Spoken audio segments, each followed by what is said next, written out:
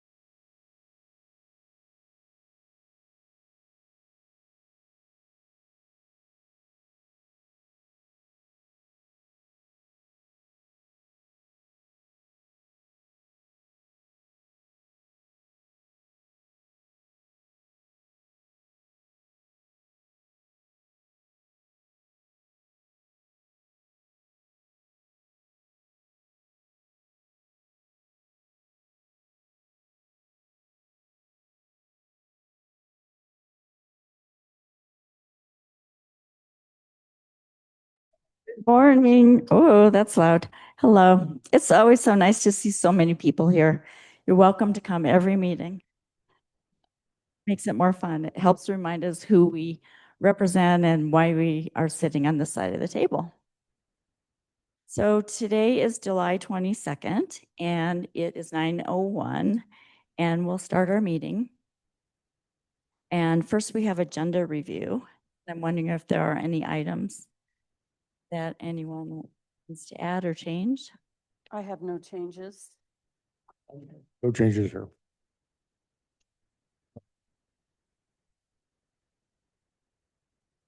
It's still posted. We'll talk about it.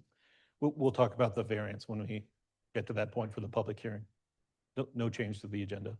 All right. Okay. And next we ask County Attorney Messenger to query us, see if we have any conflicts with the agenda items today.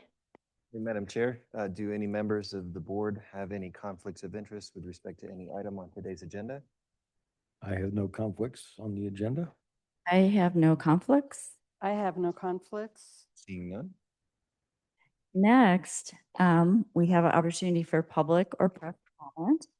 If someone would like to address the board, whether you signed up or not, come on up and you can come up and have a seat and please use the microphone. You have to speak really closely to make it work properly. And I think you know from other public comment, we ask that you limit it to 3 minutes. Thank you. Yeah, please introduce yourself first. My name is Jim Voorhees from Central City, Colorado. Jory Baker from Central City. And we're here representing the Central City American Legion. And we're informed that we were supposed to clean up the memorial, the Veterans Memorial area at the rec center. And we found out that the county and the staff had done that before we got to it to clean it up. So we had a meeting, we wrote a letter to the county commissioners, and I'd like to read this short letter to the county commissioners if I could. Dear Gilpin County Commissioners and your support staff, at a regular meeting of the general membership of the Cody Thomas American Legion Post number 166 in Central City, Colorado, held on June 23rd, 2025, motion was approved to formally thank you and your staff for your thoughtful and kind gesture that you exhibited in cleaning and maintaining the Veterans Memorial. Located near the Gilpin County Recreational Facility, the many flags and colorful flower varieties were greatly appreciated. This effort has not gone unnoticed by the many visitors to our county, the residents of our communities, and most importantly, the veterans of Gilpin County. Your devotion to serving the Gilpin County is commendable. Your continued support and recognition of our veterans is heartwarming. As a commander of the Cody Thomas American Legion Post number 166, please accept this letter and the few gifts we present to you as our formal thank you for your thoughtful recognition and continued support of the veterans of Gilpin County. With that, we present you this bouquet of flowers to display wherever you'd like in the county commissioners, and this basket of snacks for you and your staff to share. So whole bunch of goodies in there. So I hope you enjoy this. With Great. this letter, I would Thank like. you. Thank you very much. Thank you. Thank you. Thank you. Appreciate it. Thank you. That concludes our presentation. Thank you.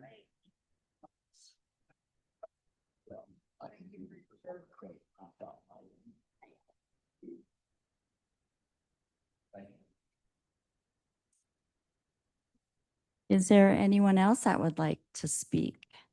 I dare you to top that. Come on up.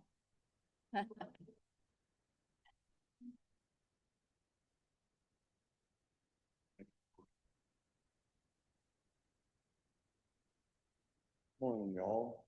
You can hear me from this distance. My name's Joe Davis. I live at 195 Elk Place, just above the Gilpin County High School off Missouri Gulch. Been there for 13 years.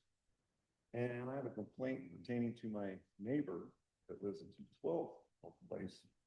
And his name's Matthew Fotis. He's been there about 7 years. And he's decided over the last 2 years to take up 6 foot of the road. So he's moved his mailbox out and has now put up 4x4 posts, put up tarps. And I've let Brian, the code enforcement officer, know, just spoke to him again. He's been out a few times, there's not many. And he says that there's not a regulation pertaining to infringement on the road, but they're working. So I've held off until today. And so I just wanted to make the board aware of him doing that. And Matthew seems to want to take an inch and move to a mile, basically, in this case, 6 feet.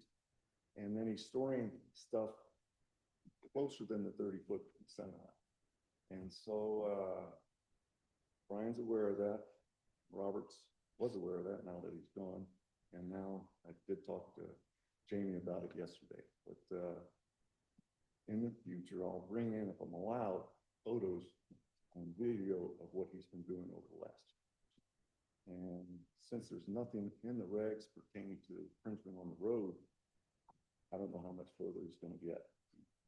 You're all aware of Bill Ward up in Apex. It could get to be like that there. So that's all I got. All right. Thanks for bringing that to us, our attention. Anybody else? Anyone online? No one online has raised their hand, Commissioner Hollingsworth.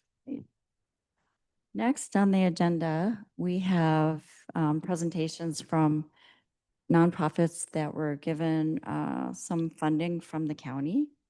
Oh, I'm sorry. Next on the agenda, we have our consent agenda. There are 2 items on the consent agenda. Are there either that either of you would like to take off and discuss? No. If not, I would entertain a motion to approve it. I move that we approve the consent agenda containing resolution 25-091, adopting the Gilpin County Digital Accessibility Transition Plan and Progress Update, and also resolution 25-090, authorizing the execution of the First Amendment to the 2023 Tower Lease Agreement with Pano AI Incorporated. Second. All right. It's been made and seconded. All in favor? Aye. Aye. The consent agenda has passed 3-0. Now, next. That one has light on. Maybe they just.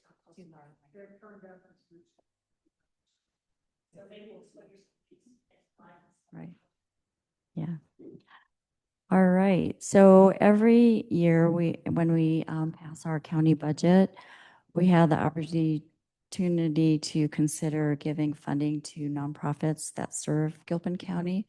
They don't necessarily need to be located in Gilpin County, but they provide valuable service to residents and our community. So today we have mid-year reports, and we have approximately 5 minutes per presenter. And we have also been already given a report that we've been able to read through, the commissioners have. So my first question is, I know there are 17. Is there anyone that requests going earlier because you need to go open your store, start your business, go to your nonprofit? So, okay. Just one? I thought it was Gilpin history as well, but. No, okay. All right. So come on up. And we will do the same. We'll ask that you state your name and who you're presenting for, and then try to keep it at 5 minutes. And I'm assuming none of you mind if we ask some questions during your time. Good morning, Commissioners. My name is Janie Barker, and I am the Director of Human Services here in Gilpin County. I'm also the board's appointee to the Board of Directors for Gilpin Mountain Kids Early Learning Center. And I have with me today Amy Carr, who is our newly hired Executive Director. And I will apologize, we weren't really prepared for this. I think there was some misunderstanding of whether or not we should be on this list. So we just got notice yesterday that we needed to be here. So I did put together, Lindsay, our president, actually put together a fact sheet for you to answer some of the questions that were in your report request. And I think, I don't know if you have questions, if you want me to highlight stuff. I'm not sure what you want to. Yeah, so because the public may be listening besides here, highlight how the money has helped your nonprofit and Okay. who you, if you've served people, where you're at with serving, and if you've expended it all. Okay. So we have been working on a number of things as a board of directors, which has been convening for, I think, about 1.5 years. And we, this year, have really been pushing forward to try to get the center open. And we're hoping to open this fall and being able to, have our children be there and our families be served with high quality early childhood education. So in June, we did hire Ms. Carr, and she has been amazing and wonderful. She's working on a lot of different things. Right now, our focus is kind of on getting the building ready. And so we've done a building inspection. There's a number of items that need to be repaired, maintenance that needs to be done, some cleanup that needs to be done. So we're working on those things.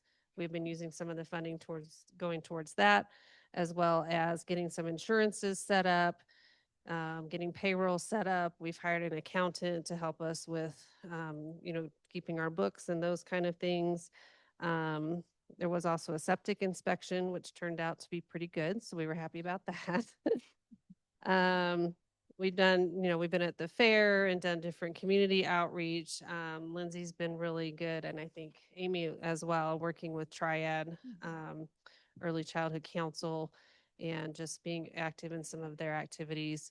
So Amy has been getting ready to apply for licensing, getting a lot of job descriptions together, and the parent policy handbook and different things like that that are required for licensing, and obviously getting the building up to code and getting everything fixed in there that needs to be fixed. Working on some of the programming. We'll probably need to purchase some items for the programming. Anything else that you can think of? I think that's a good rundown of what's been happening over there. I think we're, at least our vision is to have the building, just ready for kids to come in and then we don't have to close again. So Right. we'll be open and operational. That's our goal. And Lindsay's, I think, online as well. She's driving to a conference, so she may not be able to talk, but she's on there as well in case there are any other questions. I don't have any questions, but I wanted to just say thank you. We all know that childcare is a great need in the community, and the center that was there ran for 25 years, so it created a huge gap for people. And I know that all the commissioners have talked to families that either struggle with childcare, maybe can't work as much, or have to transport their kids down below and has less than ideal. So many looking forward to it opening and being back as a Gilpin County location. So thanks for all your work. Yeah. Do you have any Thank you. questions? And you're coming towards the finish line, so I know there's a lot of work now that's going on, so that's great. Yeah, unfortunately, we don't have an exact date yet. We definitely want to open this fall, and so we're just trying to figure out when we can announce an exact date, but we don't really have an exact date yet, but in the fall. No, thanks for everything you're doing. It's very important. You're welcome. We look forward to updates later. Yes. In a couple months or such. We appreciate the continued support that we've received from the board and the county in general as well, too. So thank you for that. So this wasn't included in the original community funding because the funding for this has shifted from the community funding area of the budget to the lodging tax in the amount of 100,000. So that's where that confusion came in, that even though it is supporting the community, the funding is through a dedicated fund, the lodging tax. So I appreciate you all jumping in this with very little notice. That does increase the overall community funding from what was shown in the packet. All right. Yeah. Thank you. Thank you. Was there anyone else that needed to go? No. Okay. The list that we have is alphabetical. So I'll just call on an entity, and if there's someone here to present, that would be wonderful. So first on the list, we have Always Choose Adventure.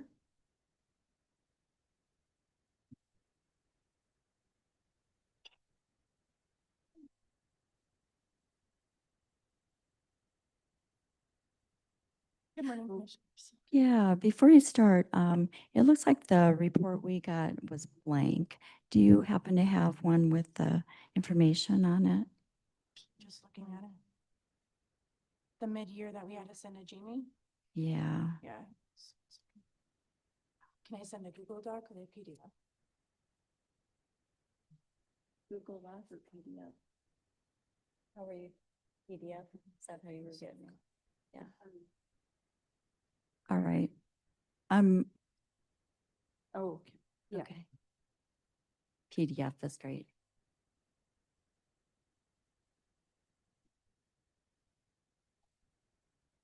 She has it up on the screen. We just didn't receive it in our pre-meeting information. Thank you. Do you want the actual report? We will. Yeah. Yeah. You can get it to us later after. Send it to Okay. us. Thank you for having us Yes. today. Thank you for approving our special use permit this time last year. This is James Mahoney. He is new to our staff and he started with ACA as an MSU intern and has really flourished with us. And do you want to talk a little bit about your first success with ACA? I started, writing grants, helping, I came in after, you guys had already approved all of the work so far that we've done. But I, submitted a grant recently it's been approved through the Colorado Health Foundation to build a Braille trail up at the campground where we can get some visually impaired, individuals out and get them experiencing outdoors in the nature, camping, hopefully. Can you let us know how you use the money from the county? That would be great. Yeah. So as of right now, we've used $6,800. It's within this PowerPoint. So far, we've used it to get a shed for our equipment. We've had over 6 hours of virtual phone calls directly with Gilpin County Parks and Rec to prepare for summer clinics. So we're proud to be a part of the Eagle Summer Day Camp at the rec center. So in preparation for that, we did 2 additional hours with our staff with virtual phone calls. We've spent 20 hours preparing the campground for clinics. And as of today, we've hosted, well, as of the day we did the report, it was 2, but as of today, we've done 4 clinics so far with the Eagle Summer Day Camp. We've served 22 Gilpin County youth and 166 total youth.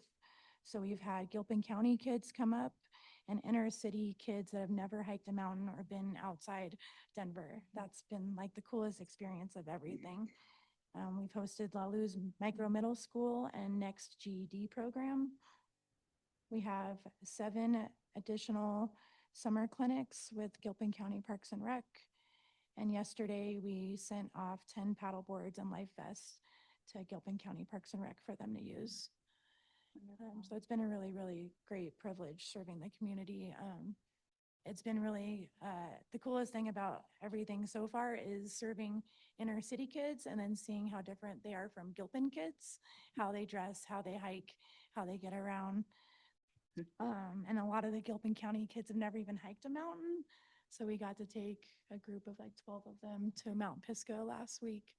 And some of them zoomed up with Crocs, flip-flops, broken cowboy boots. And Gilpin kids are differently made for sure. Tough kids. Yeah. Yeah. Do you have any questions for? How much was the grant request you have in? For the Colorado Health Foundation, that one? 30, 35, 34,000? yeah, 34,500, I think. 1,000, Uh, 35,000. 35,000? Yeah. I have to double check it. I don't remember off Okay. the top of my head. You're asking about the Braille Trail? Whatever Yeah, the that one. grant was for. It was Yeah. $35,000 to create the very first Braille Trail in the Front Range of Colorado. There's a Braille Trail on Independence Pass right now that we're mimicking. Visually impaired people can come to the campground, grab this rope once we have it done and go through the campground. And we'll have Braille signs around the campground that they'll be able to experience the outdoors and get a feel of it. Yeah, and isn't there some other exciting news as to who's helping with that? Yeah, it's in the works, but Eric Wademeyer, who is the first man to summit all the things, he's legally blind. He'll be coming out and helping us, scope it out. And then we also got a Colorado Parks and Wildlife Bear Box grant. That was for, I think, $35,000 as well. And the bear boxes are on their way to Camp ACA on freight right now. So I think we have 9 bear boxes that'll be used at the campground. So we've got a lot of new campers and they leave their stuff out overnight. So this will kind of help that issue. Wonderful. Thanks for all you're doing. I'm glad to hear that the contribution from the county is helping, and even if in a smaller way compared to other grants. Yeah, Yeah. yeah. We wouldn't have been able to do it without your funding. So thank Yeah. you so much. Great. Anything else? All right. Oh, just thank you so much, and especially helping with Gilpin. I think we kind of take for granted that because the kids live in the mountains, they get to take advantage of all the hiking and different things that go on. So I think it's important, and it's great that you guys kind of expand their horizons and help them learn a little more about the mountains in their community. Thank you. One of the biggest things that I didn't mention is the road. in order to get our permit approved, we had to fix the road. Well, now it's an I-70 bypass. It's been used twice as a I-70 bypass. Last Saturday, almost 900 cars were on the road. So we're keeping track. We have almost 1 year of data, and we'll do a follow-up meeting with you guys regarding that and with Clear Creek as well. But without this funding, we wouldn't have been able to keep that road in such good condition as well. So thank you. I know we've talked about the road and it's complicated because Yeah. on the Clear Creek side it ends and on the Gilpin side it ends and the rest is Forest Service. Yeah. But, yeah, I'm glad that it's worked out enough that you can access and people can get up. Yeah. Thank Yeah. you guys so All right. much. Great. Thank Thank you. you. All right. Take care. So Commissioner Hollingsworth, I recommend you follow the list that's in the staff report versus what's on the agenda, since the agenda includes. Perfect. Okay. Next, the letter B leads us to Belvedere Foundation.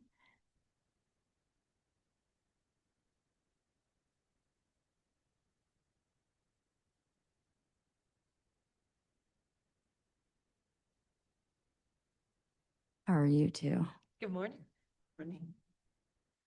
I'm Kathy Walker of the Belvedere Board and Betty Mahaffey from the Belvedere Foundation. And we're here to thank you very much for your ongoing support. Our project has been very successful. We've completed phase 1, and the Belvedere was part of one of Colorado's most endangered historic places. The Belvedere was in urgent need of restoration thanks to the unwavering support of community members, donors, including you, and local leadership. The theater is being transformed. The successful completion of phase 1 marks a pivotal step towards restoring the Belvedere to its former glory and reestablishing it as vibrant for art, education, and civic engagement. And we intend for this to be a Gilpin County hub, not just Central City. And we're extremely grateful for your ongoing support. We've completed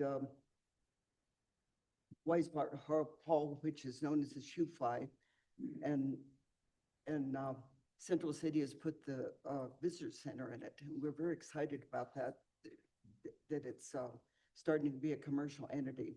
Our future plans are to, our next goal is to establish an elevator because we can't use the upstairs portion of the Weisbart Harbor without an elevator because of handicapped accessible.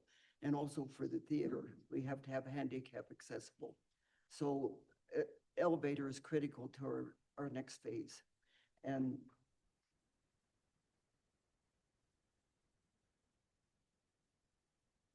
we completed structural and exterior restoration. We completed the facade and paint stripping and pintucking bricks. And also this grant included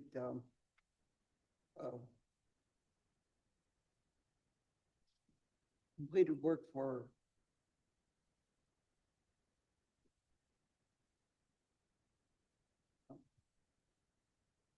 well, we completed the work that was required with the grant, and we're very grateful for your continued support. And we're looking forward to the next phase. We're applying for grants.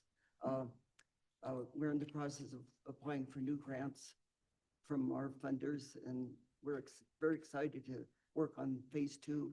And again, this project is for Gilpin County. It's not just for Central City. We intend for this to be a community center for the entire county. yeah, we just want to thank you all for attending the Shoe Fly dedication as well. It was a great event that involved the opera, and we just felt like we touched so many people. And thank you much, much for coming. Yeah, you're welcome. It was fun. And I saw that you had our photo included in your packet with the 3 of us there. Barbara cutting the ribbon. You may have received our report, but here's. Thank you. Okay, thank you. And Betty, I see in the report, it says it was specifically going to help with doors, windows, and hardware, the 15,000. So that's in here. Yeah. I'm sorry. It says doors, windows, and hardware were the kind of target things. Yes, Yeah. we did Great. complete those projects. That was part of the final Right. phase. And you and Barbara Tillman and Peter Dogie are kind of the originals, right? Driving this forward. How long have you been working on this? Chin was also. And Eric, okay. And how long have you been working on this? I've been on the board about a year, Uh-huh. but obviously I'm the newbie. So they get on the block. Yes. Yeah. And how long have you been working on this, Betty? It was one of the original board members. Yeah, since 2020. 2020. Yeah. Thank you. Thanks for your hard work. We look forward to seeing it more completed and as it gets done. It's definitely a real, jewel to have in the city and in the county. Yeah. Any questions or comments? No, it's Okay. just, when I'd worked at the city, and I was there when they started the board and all, it's been great to see it come along, and especially to have the pocket park, Yes. back again, because that was always a nice place to go and take a break. And we'd see other people taking walks and then enjoying that as well. And seeing all the paint strip and the brickwork, it's been amazing. So We're really excited to congratulations. See that whole area come alive. It's very exciting. Yeah, it's wonderful. Thank you. Thank you. Thank you.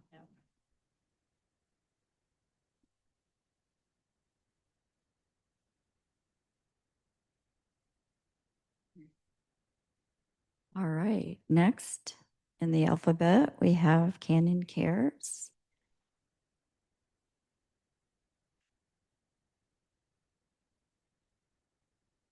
Good morning.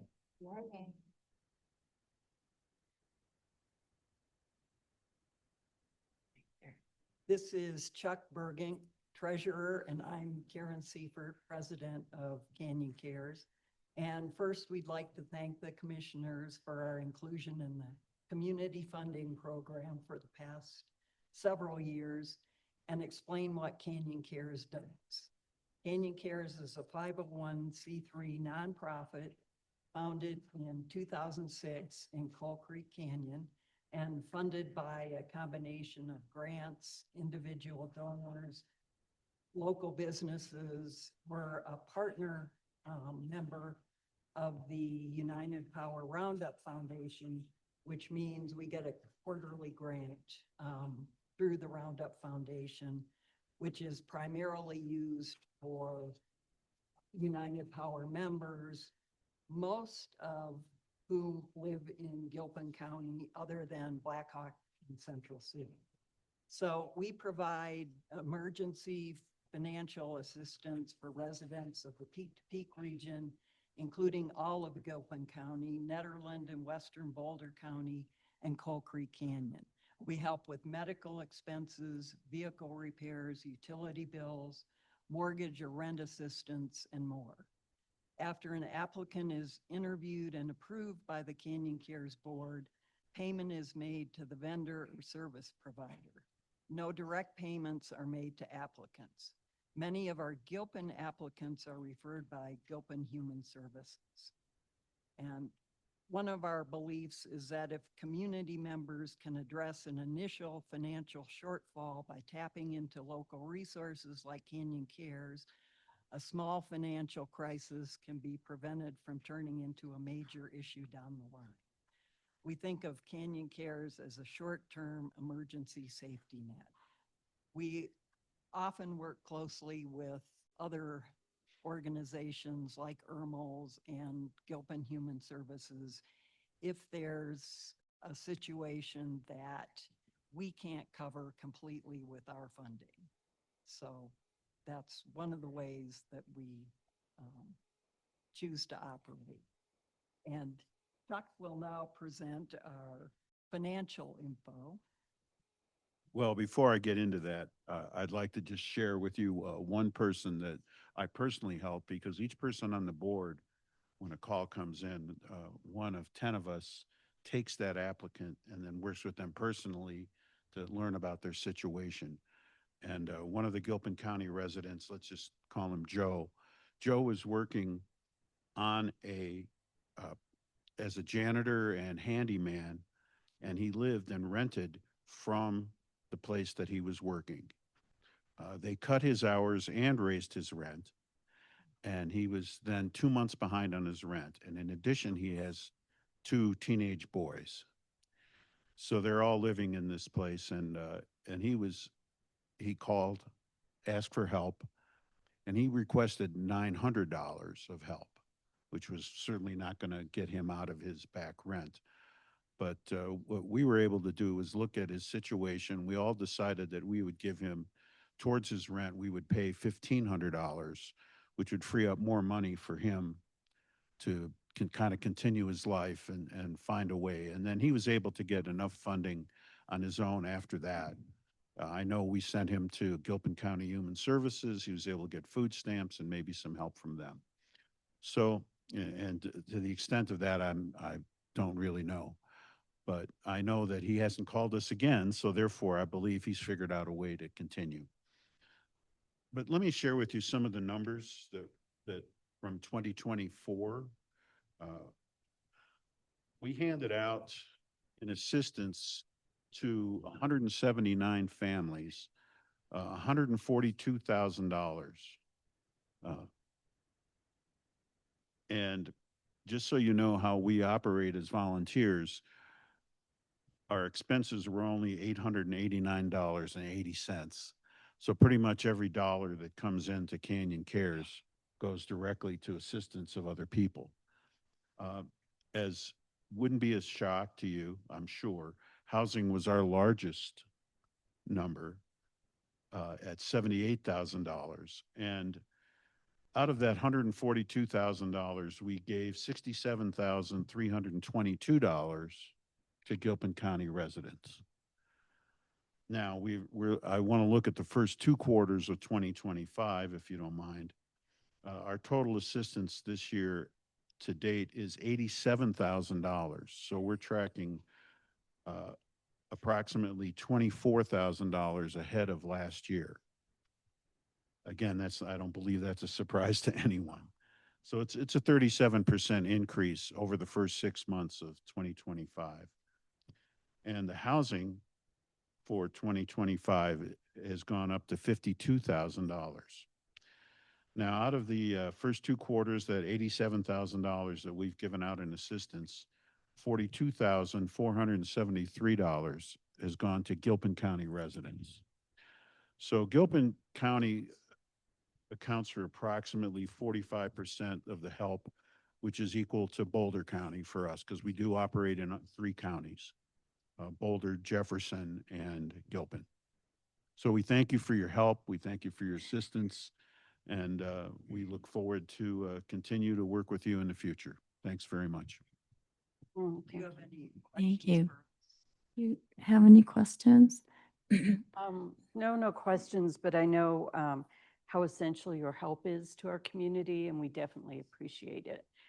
Safety nets right now are something they've taken, unfortunately, the biggest cuts, but they're the most essential just to support the residents. And, I really want to dispel the rumor that people think these are lazy people or people who aren't working. These are definitely hardworking people who, for whatever reasons, are just, having rent increases, car repairs, medical expenses that's putting them in arrears in other places. And I think we all need to understand that and know how important it is to support these people in our community. Definitely. Well, thanks for saying that, and we feel the same way. I mean, we understand. We hear these stories time after time, and this is definitely not someone who's lazy and just wants to try to get money for no reason. And I'll just add that I appreciate that you have the approach of contacting many agencies and pulling resources, because in that way, all agencies are aware of the same situation. Because I think that's another myth. Sometimes people think that people will go from place to place to place to place, and that each agency gives out of kind hearts and out of their limited budget. But I understand your process is very strategic in that you work together. Is 1,500, is that a self-imposed maximum for rent? That is our yearly maximum is Okay. 1,500. Okay. So, and that could be broken down if someone needs 500 for a utility bill at one point, and then 6 months later is behind in rent 1,000. We'll cover that. All right. Just seems like it's hard to find a place to rent for 1,500 anymore. Have discussed that as a board, Yeah. to try to see if we can raise the amount of assistance. When we discussed it last, we weren't able to, but we're going to continue to look at that, and if we can raise our yearly amounts, we will. Do you have like a website or something or address to like for donations or? Okay. ORG. So Canyon Cares, one word.org. Thank you. Okay. Thank you. Thanks for your work. And Thank you're you. all volunteers, what you said. Sure. Thank you very much. Are you going to cover the CCEDC? Sure.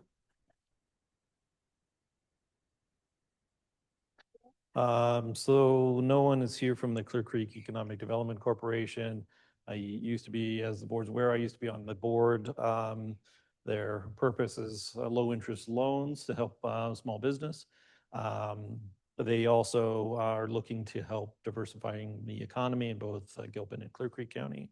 They work through historically one of the universities to prepare an economic snapshot of each jurisdiction, Clear Creek and Gilpin. That costs $5,000. And so historically, we have shared that cost where each county comes in with $2,500 to support that effort. The report for 2024 is on the website. The one for 2025 has yet to be prepared, as the group is looking to find a different professor to work on that report. Previously, we've used, I think it was Mesa University in Grand Junction, and they're looking at, there's been conversations with a professor in Colorado State to prepare this year. So it's not done yet, but they're switching between universities, and it's also an educational avenue for their students to explore unique economic indicators, and in Gilpin County specifically, that's related to gaming numbers, and which is different than other jurisdictions. So it's very tailored for us. And I have it on the screen if you want me to share it, but that's in a nutshell. Sure, you could pop it up. Sure. Let me just And share it. so people in the public can find it on the website. So you'll help steer them to where it's at. Yeah. So.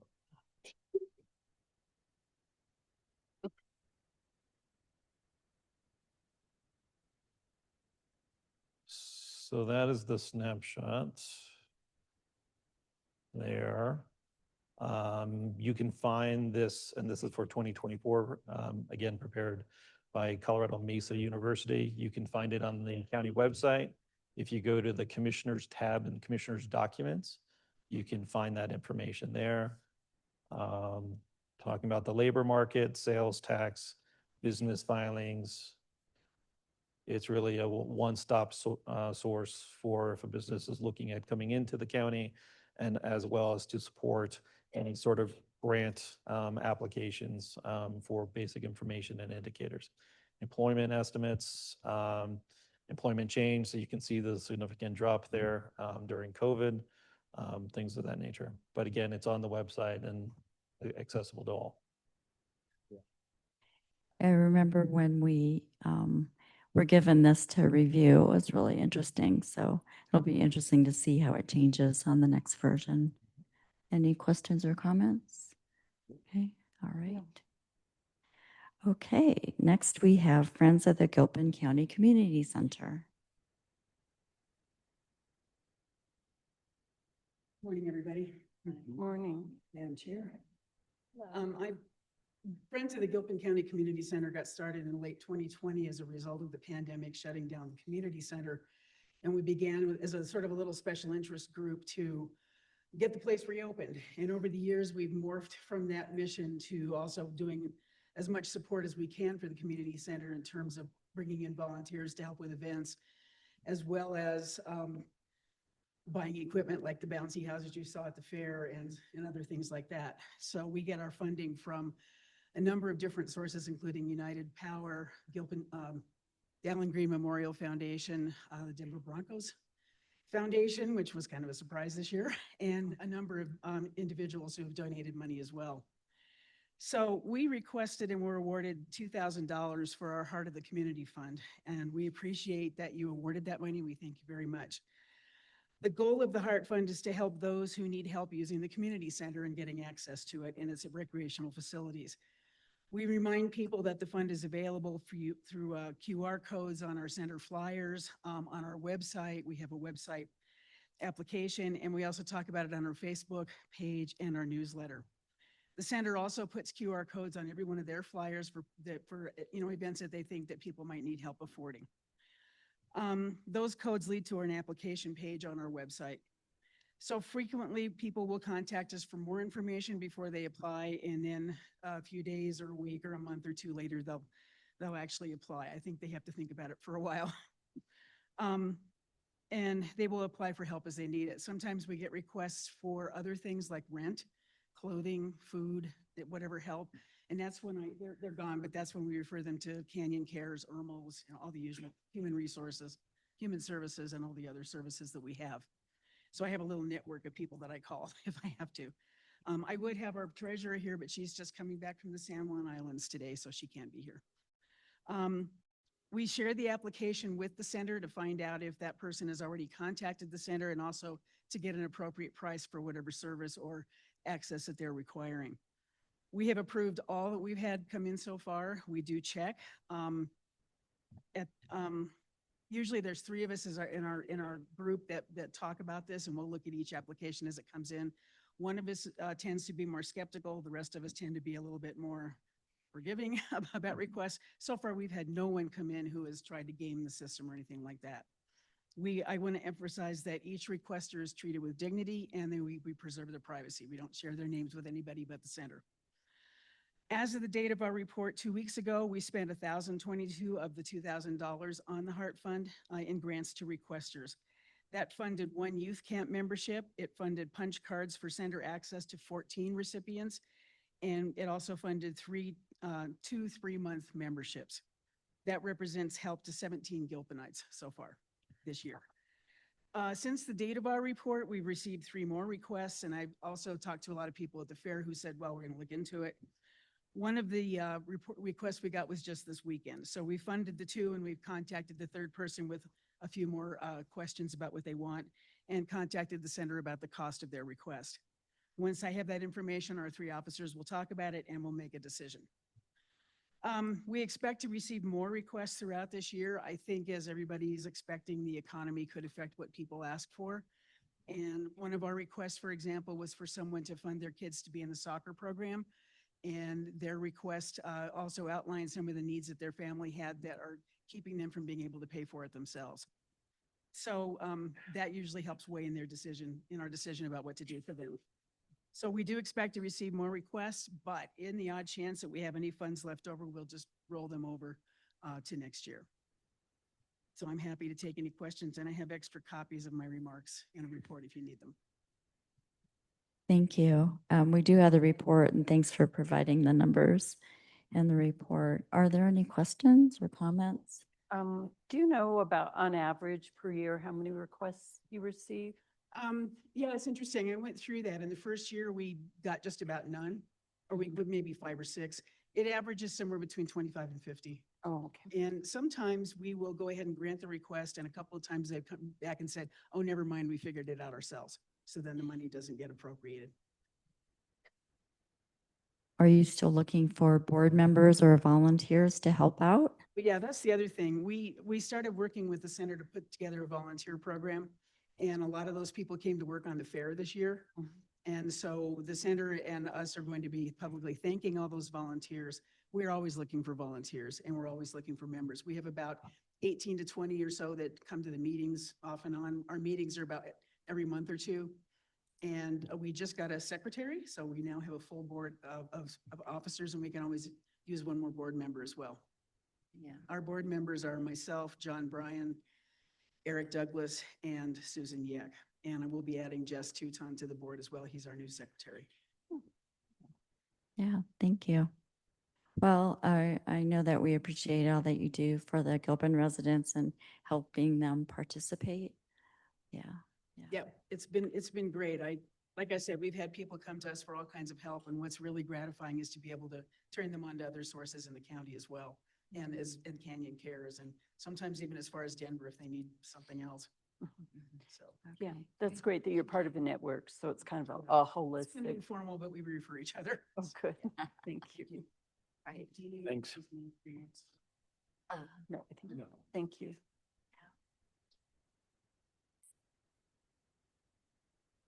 Next, is there someone from Gilpin County Education Fund? Anyone? No? Nope. We have the report, so if anyone's listening, thanks for that. Next, we have High Country Auxiliary. Is there anyone here from High Country?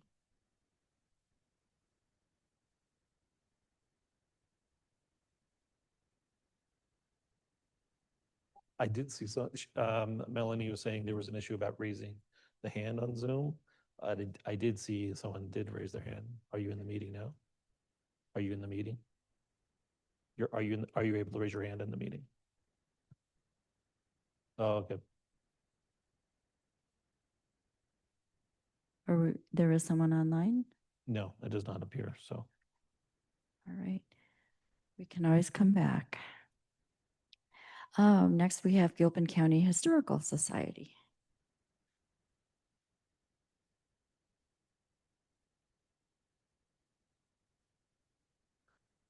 Hello.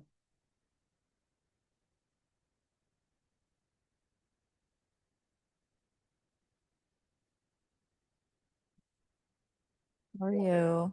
Morning. I'm David Forsyth. I'm the director of the Historical Society. Jim Crawford is president of the board. So I guess we'll start by thanking you for the funding and support of the Historical Society. So we operate the Gilpin History Museum, and then out of our tour office, we do tours of the Teller House, the Opera House, the Thomas House, St. James Church, and the weekly register called Print Shop. But the funding you gave us, 2,500, was for paying for our docents at the museum in the summer. We've only spent a quarter of the money because it was designated for summer when we're open. And so we've only spent it for June, but by end of September, the rest of it will have been spent. And so, you know, we really appreciate that because it does help us to pay our docents. We still really have not seen our numbers recover since 2020. And I know that the road construction on I-70 and road construction in the canyon and all that never-ending stuff certainly hasn't helped us. So having this funding to help us pay for the docents is a big help. And I would love to see our numbers recover at some point and start seeing more people come see the museum, because I know I am biased, but it is a good museum. And I would encourage anyone who hasn't seen it to come and see it. We have a submarine. We have a submarine. Yes, yes. And I was- if they ever get it done, we may have an ore wagon too. I was wondering, Gilpin County had installed historic information signs. And I know one of them was regarding the submarine, and it's placed over at the community center. Do you ever have people come and say, I read the sign and now I came to see it? We have a lot of people who come in to see the sub. I don't know if they're coming because they've seen the sign or not. We actually have a lot of people come in, more so who have seen the sign about the Chinese settlements good.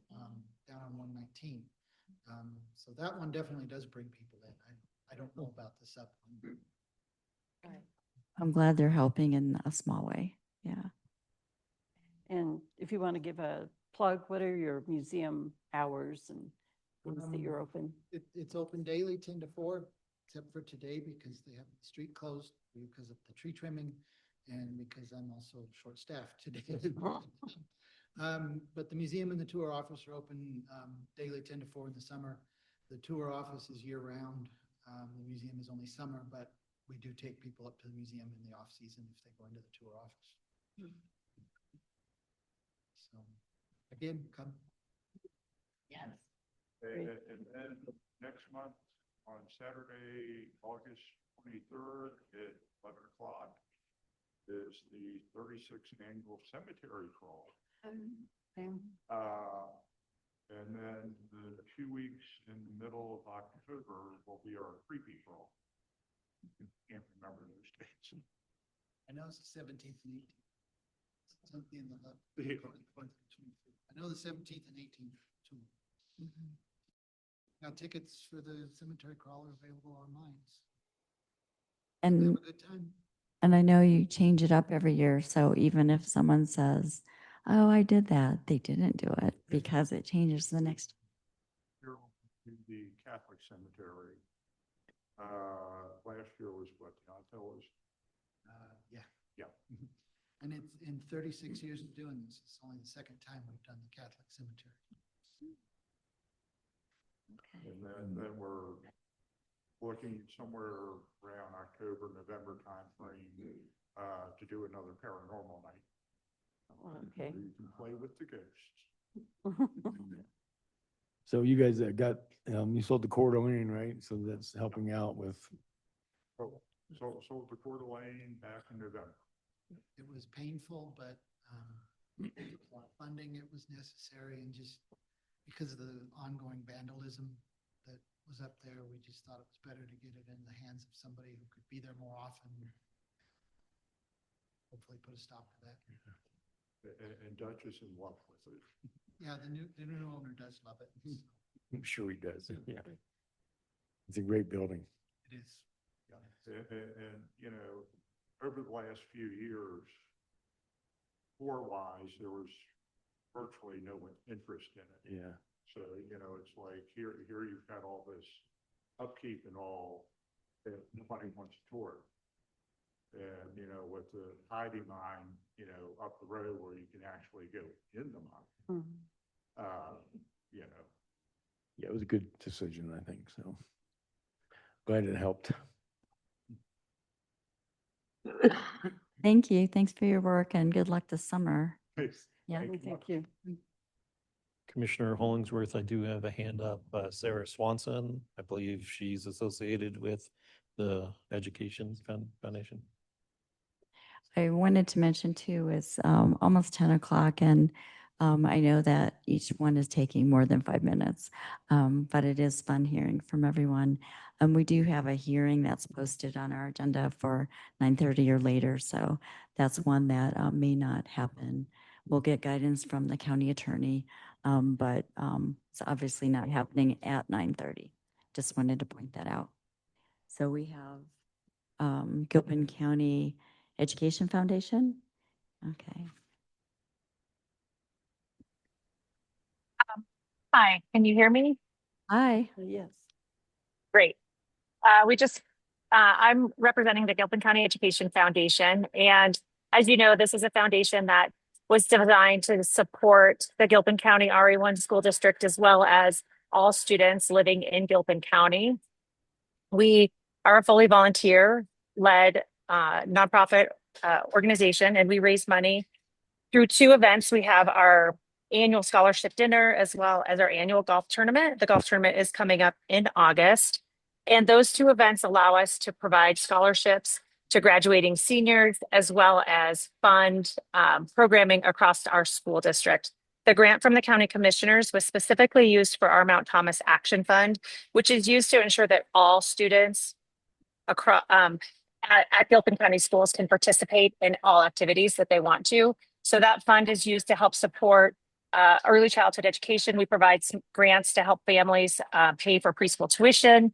We also provide funds for athletics, music, as fees, as well as even gear for students that need new shoes to play sports if their families can't afford that. And any family that lives in our and students who go to our school is eligible to apply to that. The county commissioners provided a $1,000 grant this year for that, and we have spent the entire amount. One of the more significant things that we have helped fund from the foundation is a program called Spike Hawks. It's a club volleyball team that allows our volleyball players, both in middle school and high school, participate in club volleyball outside of the volleyball season and go travel to tournaments. And so they get to continue to build their skills. Those of you who have athletes in your families know that club volleyball and any club sports can be very expensive for families to have their students participate at that level. But with support from the Gilpin County Education Foundation, as well as some other grants that the Spike Hawks received to help fund the program, they were able to offer students a 4-month club program for only $125. And that included all the entrance fees for the tournaments as well as uniforms. And so that was gave all families the opportunity to participate at a lower level. Most clubs cost anywhere from $3,000 to $5,000. So this is a very important new program in our community that is giving our students and our children some of the same opportunities that the kids who live off the mountain have. That's just one of the programs. We also helped fund a music program that took all the music students to Elitch's Gardens and a competition at the end of the school year. We funded 2 different preschool grant scholarships to help kids attend preschool. And then also just a small, but also significant, is we helped fund the cost of a banner for one of the seniors so that all of our seniors at the high school will have their senior banners hung throughout the school year. Thank you, Sarah. I see in the report too, it mentions that 15 middle and high school girls were able to participate in the volleyball, and that the middle school took first place in a tournament. So congratulations. They did. It was very exciting for them. Fun. Any questions or comments? Well, Sarah, thank you for all your work on this. I know you've been involved for many years, and it's been amazing to see how the program's expanded and really offered a lot to the children in our community. Thanks. I also just wanted to let you know that on this Zoom is Susie Murphy, who's the president of the Gilpin County Boosters, and will be speaking about the after prom, just so that you know. Yes, and that's actually next if she's ready. Perfect. Okay, then I'm going to hand it to Susie.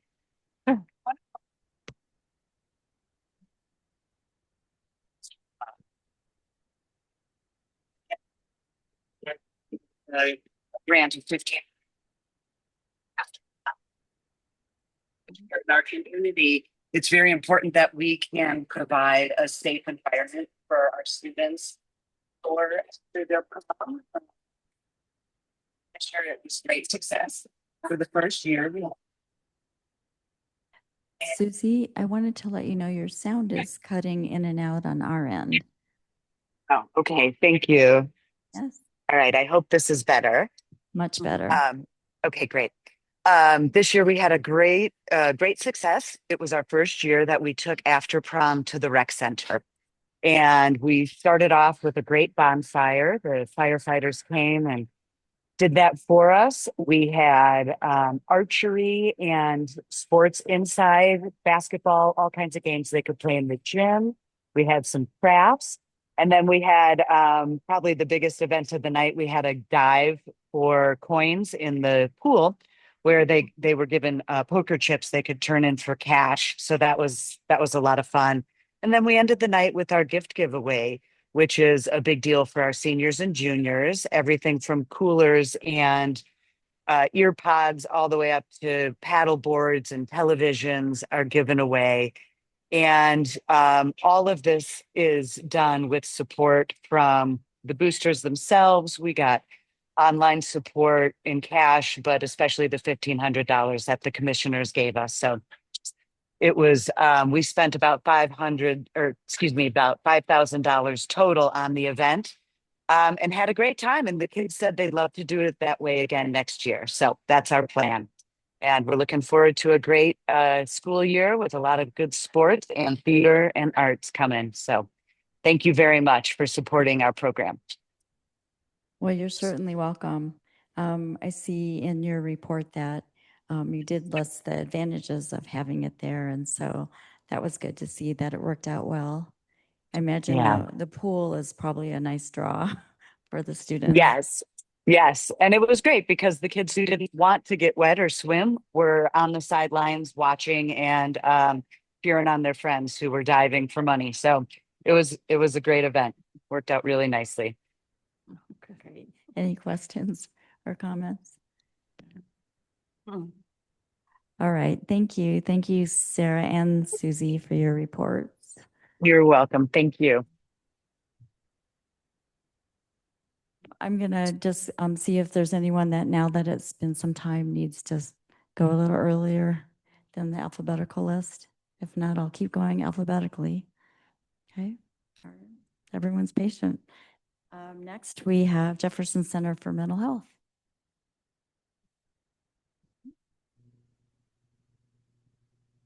Hello. Can you guys hear me?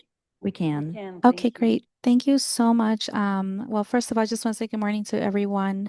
My name is Talia Rodriguez, and I am the grants manager at Jefferson Center for Mental Health. And forgive that I could not be there in person.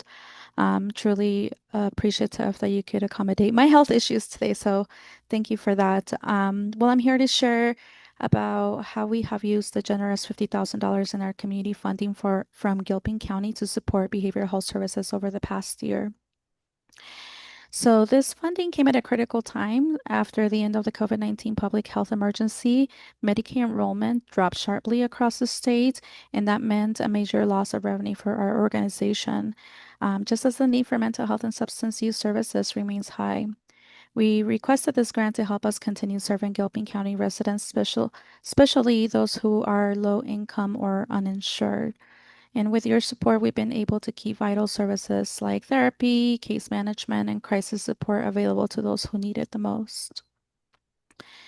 Out of the $50,000 awarded, we have spent over 90% of this funding as of July 1st, and we are on track to fully utilize the entire grant by the end, utilize the entire grant funds by the end of the term. We're just monitoring expenditures closely and adjusting as needed to ensure every dollar is used effectively. Between July 24 and June 2025, we have served 151 unique Gilpin County clients, and out of those, 15 were uninsured and received essential care thanks to this funding. So on average, it costs about $3,000 to serve each client. And we wanted to provide a quick snapshot of the services provided to uninsured clients, starting with 50 individual therapy sessions, 15 prescription support calls, 8 detailed evaluation visits, 6 standard evaluation visits, 2 high-level assessments, plus case management, crisis psychotherapy, and phone screenings. So these services help ensure continuity of care for individuals who otherwise might have gone without treatment. The impact of this funding has been profound. Residents continue to gain access to consistent, compassionate care right here in their community. We've seen increased stability, reduced reliance on emergency services, and better long-term mental health outcomes. In short, the grant helped us preserve a vital safety net for some of the most vulnerable members of the Gilpin County. We did face some challenges, particularly the sudden drop in Medicaid reimbursement and ongoing workforce shortages, but this experience has reinforced the importance of flexible community-based funding. It also highlights the value of strong local partnerships and proactive planning to maintain essential services during times of transition. And on just behalf of everyone at Jefferson Center, thank you. Your investment has continues and has made a real difference in people's lives. We are just so grateful for your continued support, and we continue to welcome any opportunities to collaborate further. Thank you again for helping us bring hope and healing to Gilpin County. Thank you, Talia. Thanks for the report with the numbers of people served, and I think it's great. You mentioned the words consistent, compassionate, along with safety net, and I think those are all very valuable. And one thing you didn't mention is reducing the stigma of receiving mental health services. You know, as we all know, mental health services are part of overall health care, And so it's really beneficial to have people that are available right here in Gilpin County for people to access. Are there any questions or comments? No, just thank you for Jefferson Center for all their work. They're valuable partners with the county on so many different levels. And we appreciate all that you do and that you do come to our community and provide all the services and help that you do. Thank you. Thank you so much. All right. Thank you, Talia, for the report. Thank you all. Mhm. Next on the list is Main Street Central City. Is there anyone here? Oh, Barbara.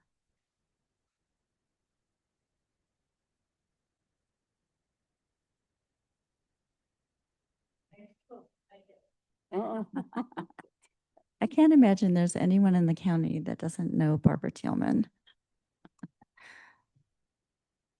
She's one of those many-hatted volunteers. Good morning, commissioners and staff.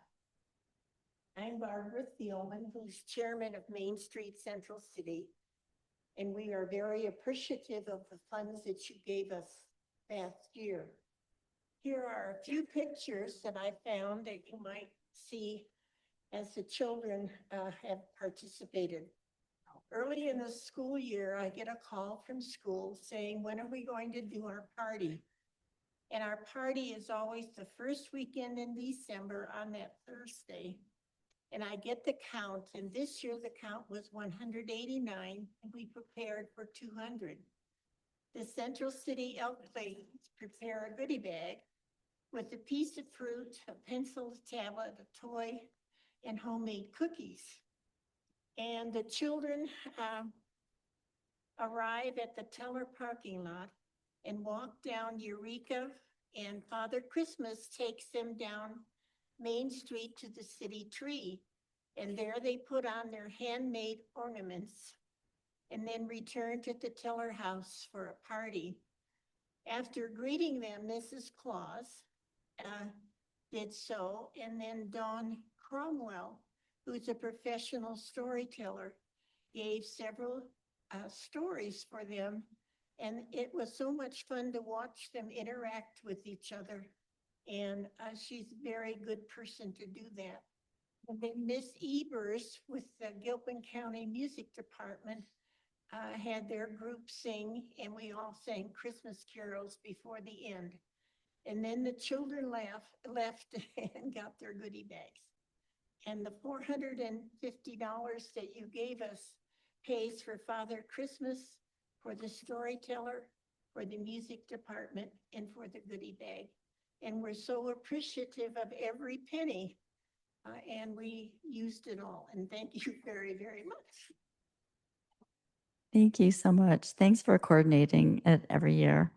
I know it's a hectic time to be doing so many events, but I think this one is extra special. And I know I've popped in there and seen all the children that were just so engrossed in the storytelling, and that they didn't notice people coming in just to observe. They were so focused, having fun.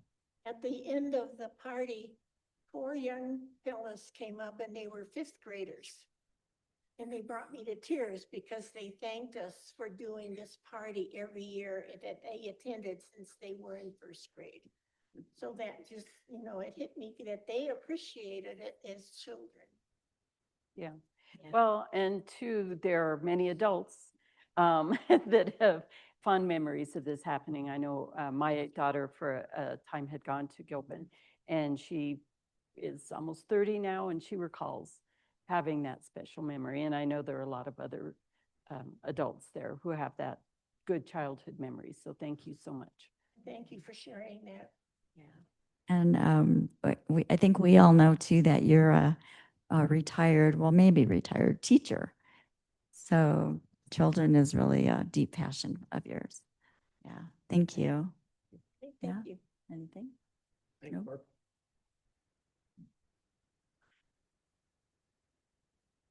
Mount Evans Hospice Care.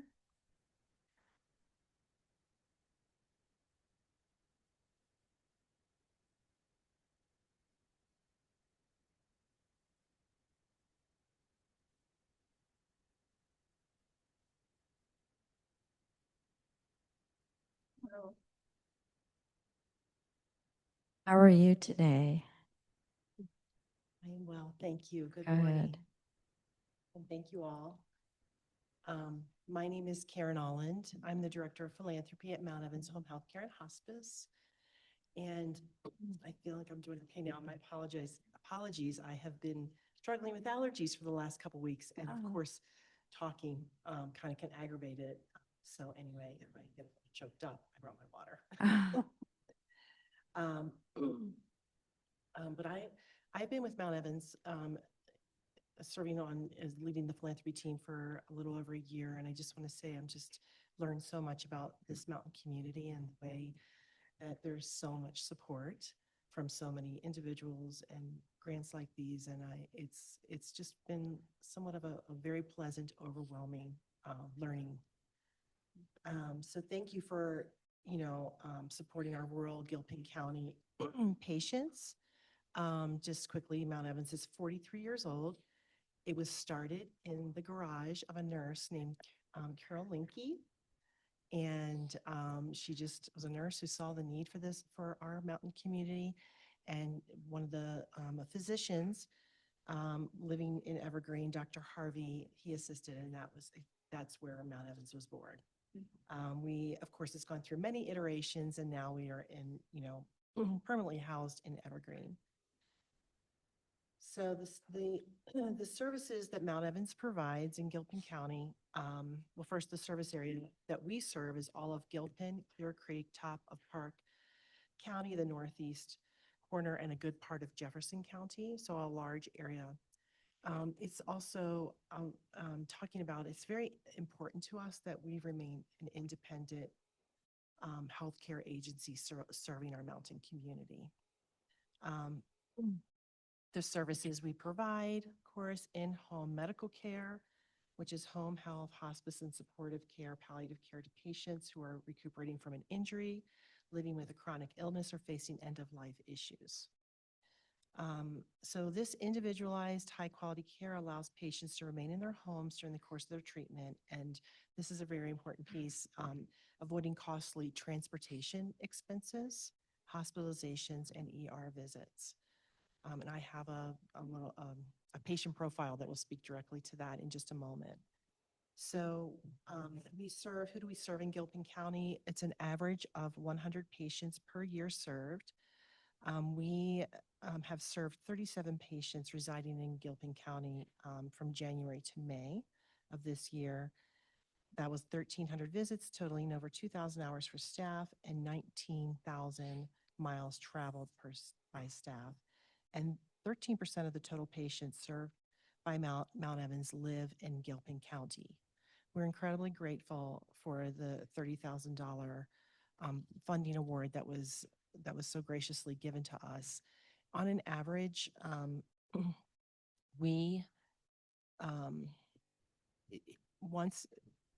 right now it's like $249,000 of expenses, overall expenses incurred. Of course, a lot of that is received through, providers, private pay insurance, Medicare, Medicaid. We have seen, so when it's all said and done, we've seen like it's an average of $40,000 that is not reimbursable. So that's why this grant is really important and why we spent it all already. But we've seen a trend of that even growing up to last year was $50,000. I also just wanted to make a note as far as services is that Gilpin County residents attend our bereavement and community outreach programs that are held regularly in our Mount Evans office. And we also, and I'm sorry, I don't know if I mentioned this or not, that this also includes the foot and blood pressure clinics. We hold them 6 times a year at the Gilpin County Community Center. And we just know that is such an important service to patients or, to people, to community members. They may or may not be patients of ours at that point because it helps identify, the feet is a window to other health problems like diabetes and things like that. And I'll just say I had recent back surgery and it's hard to bend down to cut your toenails. So these little things help you just really relate to what challenges people have. So the changes, so I kind of had mentioned, just a part of those non-reimbursable expenses. So our biggest challenge and challenges healthcare everywhere, and especially for independent nonprofits, is the changes to Medicare, Medicaid, and commercial insurance has lowered the amount of reimbursements we received in recent years. And it's become incredibly more, the administrative cost of getting those reimbursements has become even more challenging. And additionally, 20% of the patients we serve are on or underinsured. And then 20.1% of Gilpin County residents are age 65 or over. That's a US census. And these are residents, so aging in place throughout Colorado are rising in number. So, and, especially for our mountain community where that's our goal, is to help people age in place, to be able to take care of their home health care needs in home, and also for hospice services, especially so that people may pass away in their homes as most as possible, with really compassionate comfort care. So the patient profile, I was going to kind of point out, that kind of highlights, our services we provide. This is one of our home health patients. Currently, he came into our care with a chronic wound, and neither he or his wife drive. So you can imagine the challenge that provides. So totally dependent on this county for transportation. So, obviously home health is essential for him, and Mount Evans has removed the stress of traveling by coming to him, providing this care. And this also, going back, provides potential ER visits and hospitalizations. And if I could add, I have just 2 more quick points. There is a testimonial from one of our current hospice patients that he gave me permission to share his name. If you saw, I added a slide deck later. And his story is also located on our website.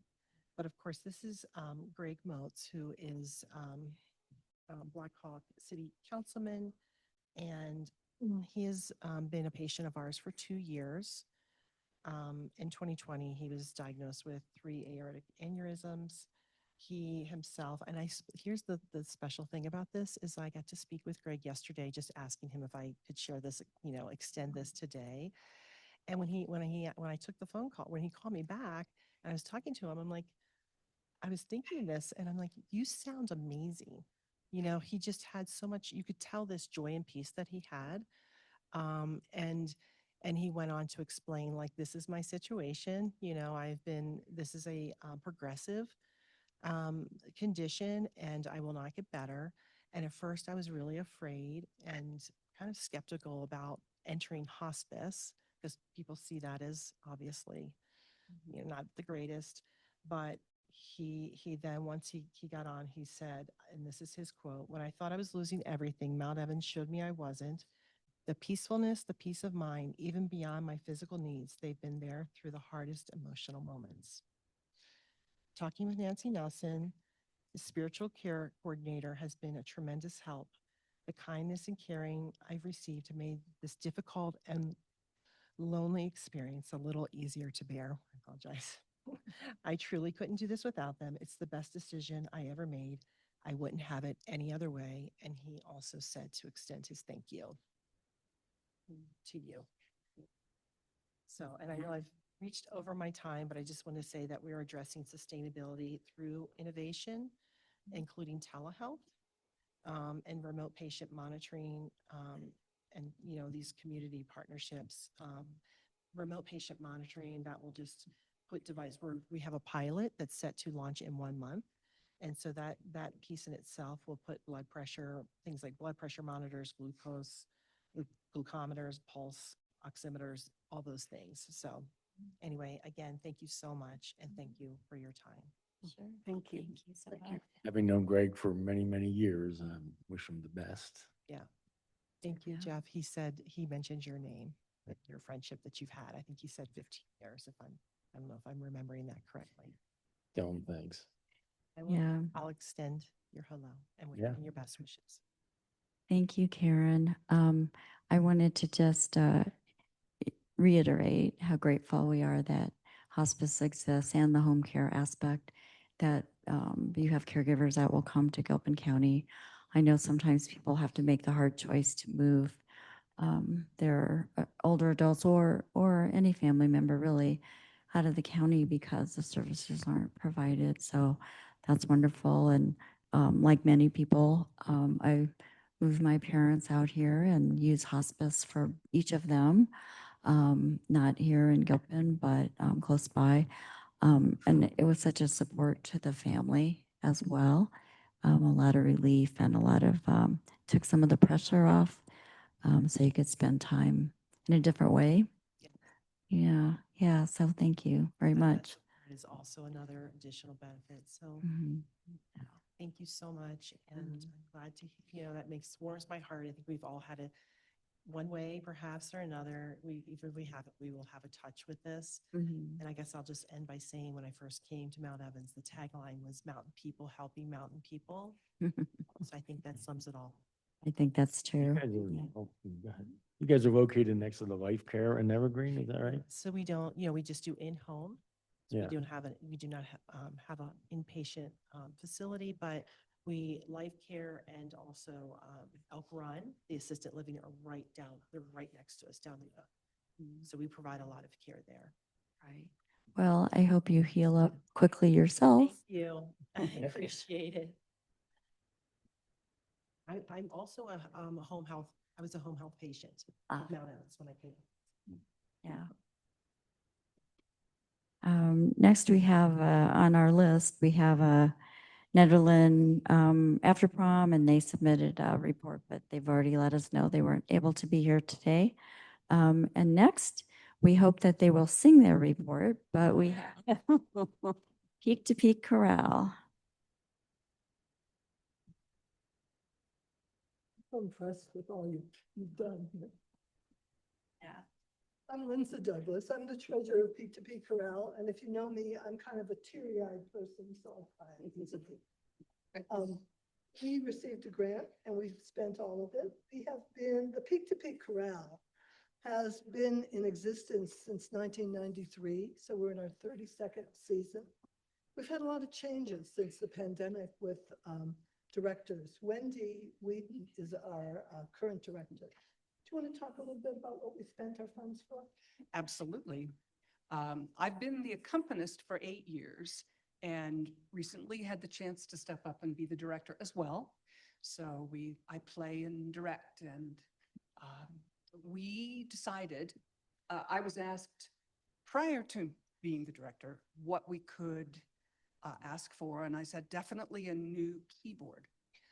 We had previously, the chorale had purchased a keyboard that is a marvelous instrument, but it weighs so much that it has to be moved by 2 people and requires a ramp to load it into a car. And so looking at wanting to be able to perform in more places, I said, let's get a slightly lighter keyboard. So with the $1,000, we purchased a keyboard stand. We also picked up a PA speaker, 2 microphones and mic stands.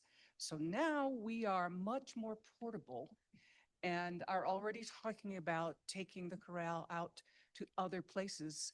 We traditionally sing 2 concerts, one in December and one in May, in area like the Grange, the Golden Gate Grange, the CCCIA.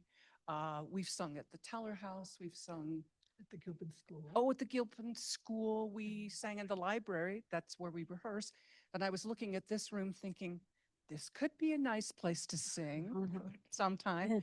But so we're looking at expanding because we too lost members during COVID, and we are now more lightweight and portable.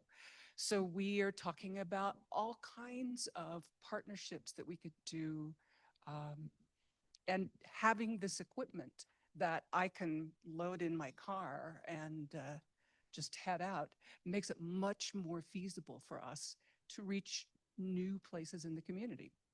And we're all about creating community, bringing talent and fun. and sharing that with others in the community. I think we need a little of that, you know, a little levity in our lives. And we do, I think it was you, Sandy, who suggested Gilpin County. Where are the concerts in Gilpin County? Because one year we had one in Netherland, Coal Creek, and the Grange. So this year we've done it at the Gilpin School, which is maybe a little too large for our small group, and the library, which was great. And we've done some other community events. We sang the Star Spangled Banner at the county fair, both days. We sang at Chip Smith's memorial. We've had other members sing. What was the event that they did? Oh, the seniors. The seniors. Right. They came to the seniors. Patty Chavez probably played the mandolin as well as them singing. So we're looking at more ways to be in the community. Right. Right. Any questions? And you've made it possible, and we thank you. Yes, very much so. Well, we're glad that we help you roam around and bringing joy. I think we've all attended some of your concerts, and they're just really lively and fun. And then you usually have a sing-along, which some of us might be shyly singing along, but it's all for fun. Yeah. I must say that Wendy has brought more fun and education to the members in her recent directorship. I went through my files and got out some Halloween carols. We're looking at an event where we could do Halloween carols and that. Right. So And you also implemented the host a song part of your fundraising. oh, yes, at the concert in May, I went ahead and put on display songs that we are considering doing in December and gave people the opportunity to sponsor a song. And that was an extremely successful. How much did we? I would say about $600. So people were looking for an opportunity to give, and when you put something tangible there, like a song about stars for in the winter, yeah, there was actually competition over one of them. Just sing it twice. Not bad idea. Thank you so much. Any questions? Okay, no, thank you. Next, we have Porchlight Family Justice Center.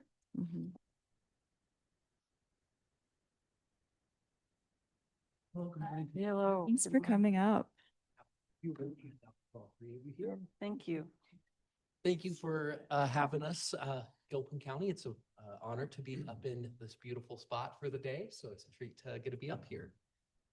My name is Brandon Bowles. I am the Development and Communications Manager at Porchlight, a Family Justice Center. So just wanted to briefly describe how we were able to use the funding that we received from Gilpin County, explain a little bit more about the services that we provide, and share some numbers and updates with you all. So I tend to be long-winded, so I'm going to try and keep myself on track here. Quick introduction. I already mentioned we're going to go through some of these things. Happy to answer any questions that you have. Just a little bit about Porchlight in general. So we are the Family Justice Center that serves the 1st Judicial District, including Jefferson and Gilpin counties.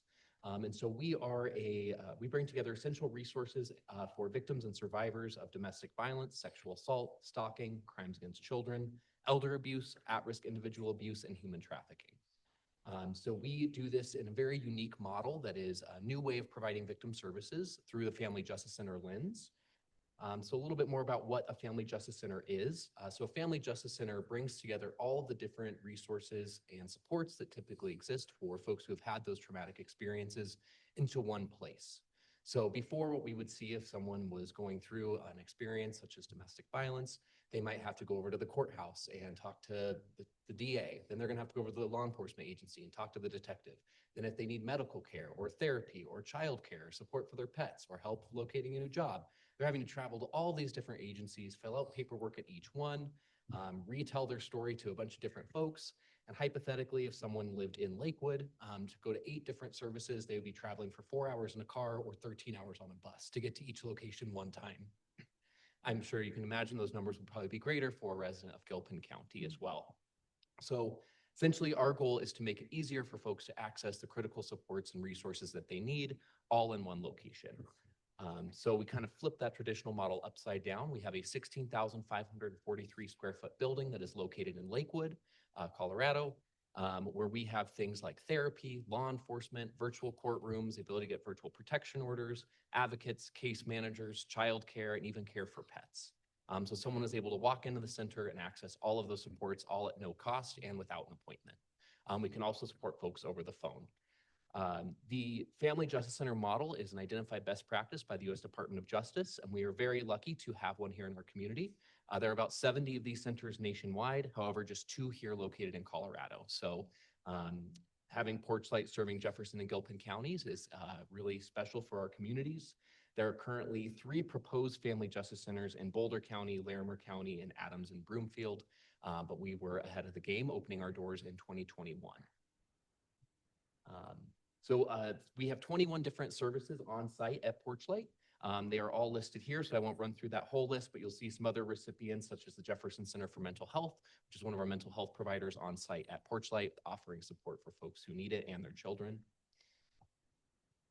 Few of the numbers I wanted to highlight. So in total in 2024, we had 4,193 total visits to the center, received about 3,700 phone calls for support, had 2,843 navigation services, 656 walk-in guests, 694 children in childcare, and 1,280 navigation appointments. So far between January 1st and June 30th of 2025, we've had 2,370 visits to the center, including 416 kiddos in our childcare space and 680 navigation appointments, which is a appointment with a victim advocate that helps connect folks to the most appropriate resources and gets them efficiently connected. So far in 2025, we have had 7 total visits from Gilpin residents, 4 from Gilpin County, 3 from Blackhawk specifically.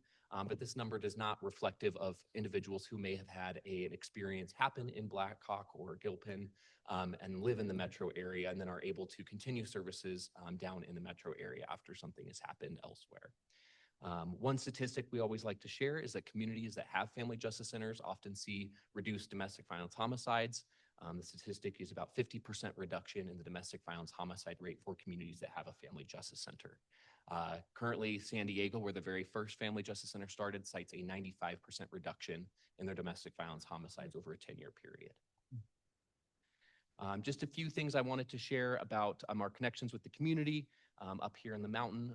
So we recently had a tour with Sergeant Gresham of the Blackhawk Police Department, where they brought some of their new recruits, detectives, and officers into the center to learn about how they can continue to use our resources and support survivors. They now carry our brochures in all of their bags with them as well when they are going out on scene and referring folks to us. We also offer resources for our law enforcement partners, especially for cases that originate in Gilpin County, but the victim may reside in the metro area, such as a recordable interview room and our child care space are often things that Blackhawk Gilpin Sheriff's Office will use. And recently, we were able to have a Blackhawk resident who is connected to JCMH for regular therapy sessions at the center, utilized our child care space, and was also able to have a sexual assault nurse examination conducted in our medical suite in the center as well. So able to access all of those services in one place. From January to June, we've had 113 folks leave feedback on our services. 99% rated all 5 categories, such as confidentiality, safety, respect, as good or excellent, and 90% report feeling more hopeful after their visit to Porchlight. So that is just a little bit about our connection. One other thing I wanted to mention is we do have a good partnership with one of the casinos up here, the Monarch Casino, who now carries all of our information in their HR departments. So if they ever have employees that are experiencing violence in the home, we become a go-to resource for the Caesars Resort up here to send their employees for support when they need it. Thank you so much for the $4,700 that we received from Gilpin County, help support general operations of the center. We have expended all of those funds. It's expensive to keep the lights on, so to speak, but we greatly appreciate your support of Porchlight and of survivors in our community. So thank you very much, commissioners. Thank you so much. Yeah, your report was really full of information and also saddening stories about why people even would need to come to Porchlight. I was wondering maybe we could have another tour. We had a tour in 2021, the current board then, but I'm not sure that the newer commissioners here have been down there. So maybe we can go down and look because it wasn't fully staffed and fleshed out at that time. But we knew what the vision was. Absolutely. Yeah. We Yeah. would be more than happy to provide a tour of the center anytime you're all able Yeah. to make it down. That'd be great. Yeah. Yeah, it was really nice. I know Triad Bright Futures, we've had a chance to utilize your facilities for meetings and all. Yes, Which has been absolutely. great. They're one of our newest partners. Just Mhm. moved in, so I'm very excited about that. Where does most of your funding come from? We have, most of our funding we have about 15% of our budget comes from the municipalities and governments in the community. So Jefferson County, the city of Lakewood, city of Arvada, you all, of course. Blackhawk. Blackhawk. Yes, and a big portion of our funding also comes from federal grants under the Victims of Crime Act, which was reduced by about 30% for victim services in 2025. We also received funding from individual donors, corporate support. I'm really trying to grow that level of funding so we can be less reliant on some of the grant funding from the federal government, which has been a little more unstable lately. All right. Good. Thank you so Thank much. you. Thank you very Yeah. much. Thanks for your patience waiting too. Yeah.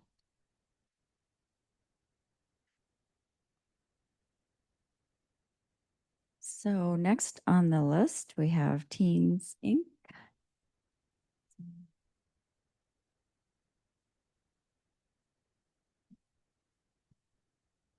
Morning. It's been delightful listening to everybody. Yeah, it's really inspiring, all the work that's going on. Mm. My name is Kristen Aslin, and I'm the Development Director for Teens Inc. Stephen LaFavor, our longtime Executive Director, sends his regards. He's on family vacation. Otherwise, he would be here with me. Mhm. So thank you so much for the support Gilpin County has offered to Teens Inc., both through this grant and years of support in the past. Teens Inc. has been around for 25 years. We're based in Netherlands, and our focus is on serving young people and their families to build skills and confidence to make healthy choices and thrive into their adult lives. And we do that through a variety of programming in the areas of education, leadership and recreation, and youth employment. We also have some community-wide initiatives. Sorry, got a little nervous. And specific to this funding, we reported on our year because we have a fiscal year that runs July 1 to June 30. So we shared with you our total year numbers, and we fully expended our $5,000, which we are grateful for. And this funding not only supports our programming and our doors staying open and free to young people, but it helps leverage funding from other sources. So when I meet with other funders or donors, they ask us what kind of support we receive from the county. And I'm proud to say that we do receive support from Gilpin County and also Boulder County, where we're based. But without that, it would be a different landscape. So thank you for that. And so this funding helped us serve over 114 Gilpin County youth. It's about 30% of the total young people we serve throughout the year, so it's a significant number. Through our Teen Center program, we served 91 young people who found a safe and supportive space after school. In the summer, we have extended programming beginning at noon. I mentioned out-of-school programming, but one of the programs that we serve a lot of young people in a meaningful way is our Chinook West Alternative High School. So we had 10 young people out of the 26 we served last year were residents of Gilpin County. And I'm proud to say that 90% of the young people that come to Chinook West earn credits toward graduation. So it is a very successful program. We've graduated nearly 150 young people over the years that it has been in operation. We also serve young people through our outdoor leadership and belonging program. Our belonging program is new this year. It is an outgrowth of our outdoor leadership program and takes the model of the Teamworks program. And I was happy to hear about Always Choose Adventures, the work they're doing. Similarly, at least in one of their programs, pairing urban and rural youth, which has been really powerful for our mountain kids. To just meet peers with different life experiences and share their experiences with them. So we bring them to the outdoors to build skills and confidence and belonging across different lifestyles. And we also employ over 100 young people each year, the majority of whom are employed through our summer youth employment programs. And so last year we employed 16 Gilpin County youth who in one of our 4 employment programs. And so they, through that experience, develop a lot of important skills, both soft skills and technical skills, depending on the program, from safe tool handling to data entry. So it depends on the program they're involved in. All of our programs, thanks to support like you provided through Gilpin County, are free or very low cost, with scholarships always available. So have some fees associated with our extended outdoor recreation trips, but 75% of the participants receive some level of support, and it is self-reported. So we try to make sure everybody has dignity when they are asking for help. We are also very rooted in community. A majority of our staff live here, so not only do we provide programming for the young people, but we provide jobs. So 7 of our Netherland-based staff are Gilpin County residents specifically. And our outcomes have been really powerful. And in our report, I shared a link without a ton of context.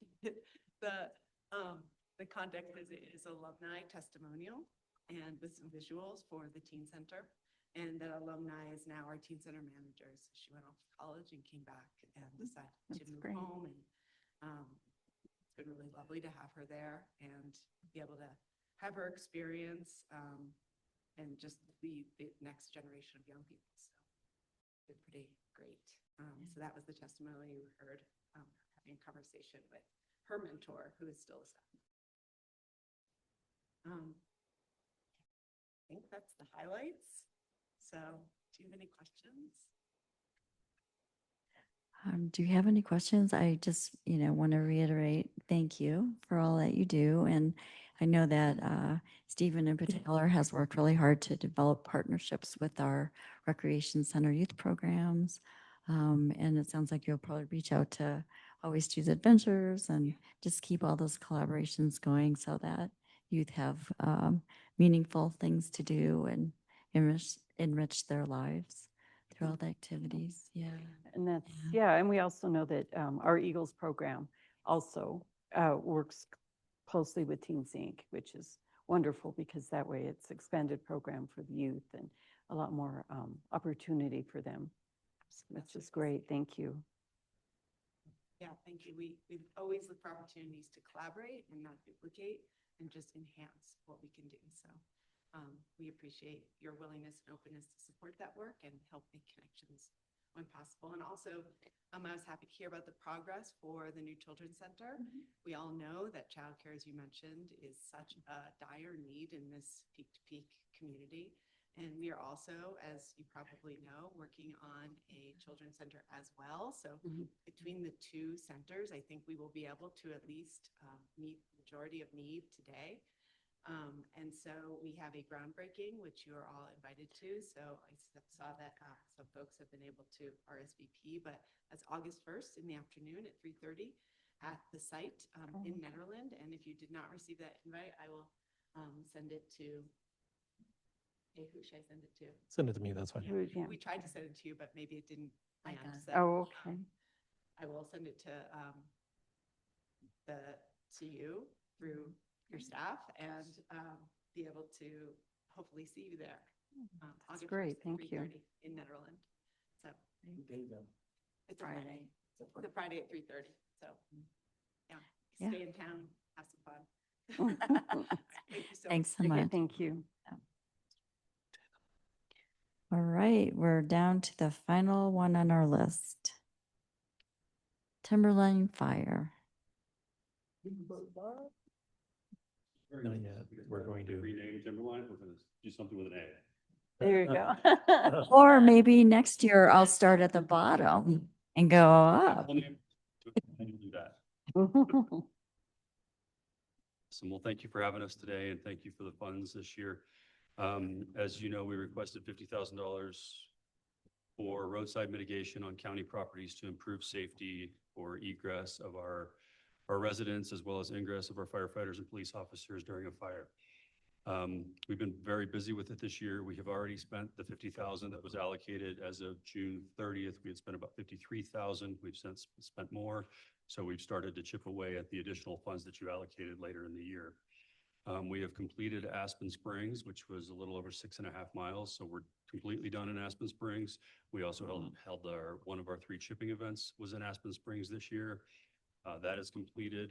We also completed our chipping event in Severance Lodge, and the upcoming one we have is in Bun Gun. Also continue to do work around the rec center. Our primary focus around the rec center has been just to strengthen that to protect the building in the event of a wildfire. In the next couple of weeks, we are going to do a little bit of work up on the path west of Norton Drive, just not so much from a fire safety standpoint, but just from a safety standpoint. There's a lot of dead trees along the path, some things we'd like to get cleaned up just for public safety reasons. I'm not going to go into all the details of, why we're doing what we're doing, but we do follow, we look closely on a regular basis at the new CWPP to make sure that where we're working is aligned with the CWPP. Almost every section of the CWPP talks about roadside egress work and how important that is. So it's pretty much throughout that document. Now that we're done with Aspen Springs, we are gearing up to start on Dory Hill Road unless we get approval from the Forest Service for some of the areas where County Road crosses U.S. Forest Service. I don't know where that stands exactly. I know work's being done, but communication's lacking a little bit, but we'll come back full circle on that. And again, if we don't hear anything from the forest, we're going to start Dory Hill Road here shortly. Questions? No, thank you as always. I know that the county's really stepped up mitigation, and we appreciate your ability to help. And in the beginning, you didn't have the crew, and now you have the crew, and I know they're in high demand by residents as well. Yeah, very busy. Yeah, sure. which is good. I hope it's helping on the revenue end, which maybe it's not. Maybe it's. The most important thing, and just so everybody else hears, I know we've talked about it, one of the key benefits to this is we have more firefighters available every day now. Our mitigation crew did help with the Robinson Hill fire. We had a small fire off 119 just west of Colorado Sierra the other day during the lightning storm. They weren't on at that time, but they certainly help in future days too if we have to go back and check those fires or if they become a more extended event. So yeah, that's one of the huge benefits is just having more firefighters available, at least a lot of days that aren't paid for through tax revenue, through higher mill levies. So that's another huge benefit of it. So you mentioned communication with was the Forest Service? Yes. Or there's kind of a. Yeah, so County Manager Rears had reached out to us and talked about I don't know all the details, but there's a current federal emergency declaration revolving around wildfire. And that allows the local Forest Service representatives to allow some mitigation to happen on Forest Service property if it's adjacent to a public road. So we're trying to use that current emergency declaration, or however that's worded, or however that works at the federal level, to allow the county to get some mitigation work done where its roads cross Forest Service roads. Historically, that's been very difficult to do because the forest has their own set of rules. Their focus, while it's on public safety, is still different than the county or the local agency's focus. So we put in a request to allow us to do that roadside mitigation on those lands. I think it's working its way through the federal thing. I don't know exactly where it stands right now, but meanwhile, we're going to keep working on county property. If we hear from the Forest Service, we can do that. We're going to quickly change gears and go back and get that done while that federal declaration still exists. That kind of stuff changes. And I will add that the district ranger in Clear Creek is the one that asked if we would be interested in doing it. Has been working with County Manager Rears and is just trying to get all the approvals on his end. So he's very interested in doing it. And I know you've been identifying areas where you would like to start, and they might change, but. We have that struggle we always have where half of the county is in one forest ranger district and the other half is in a different forest ranger district, sometimes with different priorities and time constraints, but we'll get there. So is the area around the community center, is that any kind of a concern, or is that Because it seems like that would be the staging area if there was a big catastrophe and. Yeah, it's, every area is of concern for Yeah. sure, but we, over the last several years, have done a lot of work around the community center. We originally focused, I call it inside the Circle Drive. You know, Yeah. our original focus was, okay, we've got to harden this facility so that if there's a fire, we do everything we can to decrease the chances of the visitor or the rec center itself burning, or at least decrease the amount of resources that are needed to protect it so they can go do other things. So I bet we've removed, I certainly haven't counted, but if 75 to 80% of the pine trees inside that Circle Drive. Again, it's like so many times when we do work, we go in and we mark the trees and there's this uneasy feeling because there's so much marked. And a lot of the time we go in and we cut them, and frequently we hear after the fact, well, why didn't you take more? And when I drive by the rec center now, I'm like, oh, we could probably take that one too, or we could take that one. And sometimes the wind does the work for us, and then we have to go back and clean that up. And that's just a part of the game we play in a lodgepole forest. But we're now doing some work outside of that Circle Drive, just to increase that buffer area. We needed to get somebody in there to line out where the property lines were, which I think was Kelby done. do that. I think Kelby was working on Yeah, that. I think Kelby has marked them. I haven't gone back to see those markings. We were back there last week and remarked some more trees on the outside of the Circle Drive as well as the ones up the path. Someday we're going to need to do, you know, a wholesale mitigation project on that west side of Norton Drive, because that's a pretty big chunk of property that goes all the way up to the power lines and ties back into Oh, yeah. the other name, Chalet Park. You know, in that area, as you wander away from that hiking path, the condition of the forest gets worse. You can tell that people have done work along the path over the years, but again, the farther you go away and the farther you go up the hill, the more dead and down and sick trees there are. It's just, it's on the list. It's just not a high priority because it's not an evacuation route. But someday we'll need to address it. You guys do any control burns at all? Or you guys stay away from that for the time being? So during the winter, we certainly help with and do pile burning. Yeah. Sometimes our private land, private homeowner agreements that we do or jobs that we do will include making piles, and then we'll come back a year or two later and burn those piles. Sometimes the homeowners will burn the piles, just depends. In the last couple of winters, we've done a lot of pile burning with the Forest Service as well. We're looking at another project right now up in Los Lagos that's going to be a lot of pile construction as well. Currently, we have not gone down the road of any broadcast burning. Broadcast burning is typically, you know, burning of the grasses and the dump and that sort of stuff. More complicated, more risk, something we talk about on a regular basis, but we haven't gone there yet. And you're, oh, I want to let you know, I sent a little message to the district ranger for Gency. He is actually on assignment in Western Colorado because of the fires. That explains There why you his go. emails aren't getting answered very quickly. Yeah. Because you have some crew that have been deployed as well, We correct? actually, we have 2 crews out right now. We have one in California. Their last work day is today if they don't get extended. And then we started another resource order this morning that is in the Arapahoe Roosevelt National Forest. So they're in one of our, so what you'll see is a timberline truck driving around the National Forest anywhere in the Arapahoe Roosevelt. So it could be Ned, could be Clear Creek, could even be Grand County, but basically that area. The beauty of that assignment is they're still here. So if we have a fire, they're going to be coming as well, but it's being paid for by the feds. So it's a pretty cool opportunity. We've done that 2 or 3 times over the past 6 or 8 years. They don't come up too often. Everything has to align just right when they need an extra truck and we have one available. And so yeah, that started this morning. So Good. which cuts into our ability to do mitigation a little bit, but we got to prioritize the fire over the mitigation. Right, We can yeah. Get back to it when the people are available, but Always we're the still balancing doing it, act, but right? we have fewer people at the moment. Yeah. You have a pile burning thing coming up? We have a pile burning, you can speak to that. Yep, pile burning workshop is this Saturday. So we are at almost maxed out. Last I heard on Monday was 23 out of 25. Yeah, you're on Yes. the list. I signed up too. Wonderful. Is that So at the, new spots open as of Monday, so Okay. if somebody wants to sign up, Right. they can email or use that QR code for that and see if there's a spot left for that. That's Saturday. And then a couple other dates we have coming up. We have a Maristar is doing a fundraiser event at the Beer Garden Friday, August 1st, 5 to 7 p.m. And then we are going to do our Station 3 groundbreaking. It's going to be Tuesday, August 19th at 6 p.m. So we'll start getting some announcements out for that and flyers on social media and stuff.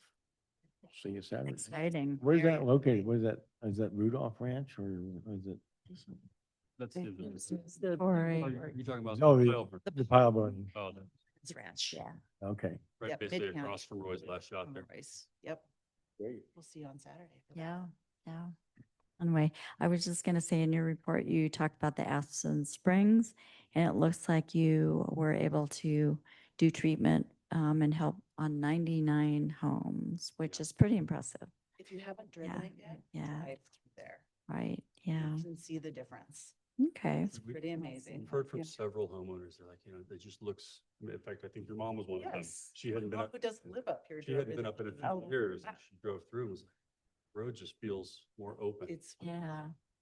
Yeah. Yeah. We had some challenges, but I think we worked through most of them, Mhm, mhm. found some middle ground with just about everybody. Yeah, that's good. Right. Well, and what it I is. think- yeah, that's a good idea that for people to maybe drive through that if they have misconceptions or questions about what mitigation is. It's not an egress, it's not clear cutting, it's, you go in, you mark trees, and so they can see what it really means, the after effect. Think about those trees burning while you're trying to leave.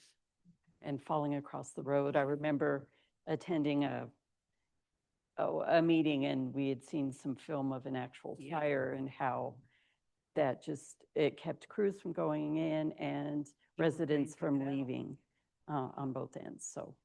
Especially in those dreaded one way in, one way out neighborhoods. Correct. Well, you had those 3 sessions at the observatory and showed the films, and then you had links to the films in case They're someone missed on it. the So website still. everyone can see it and Yep.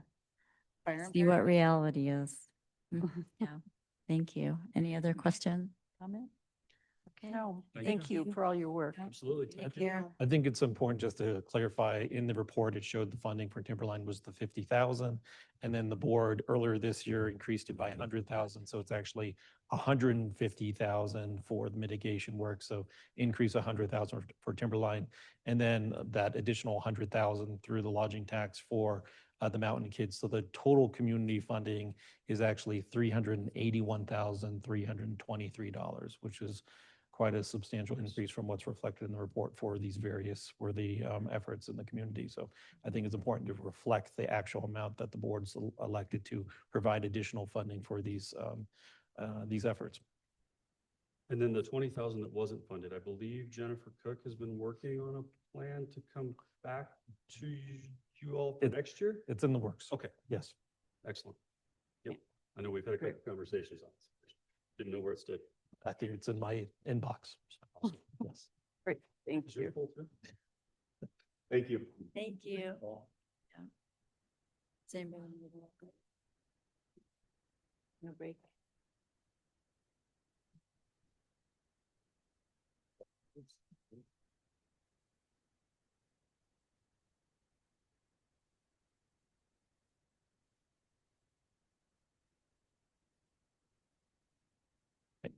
I know we do have the consultant on for the cost allocation plan.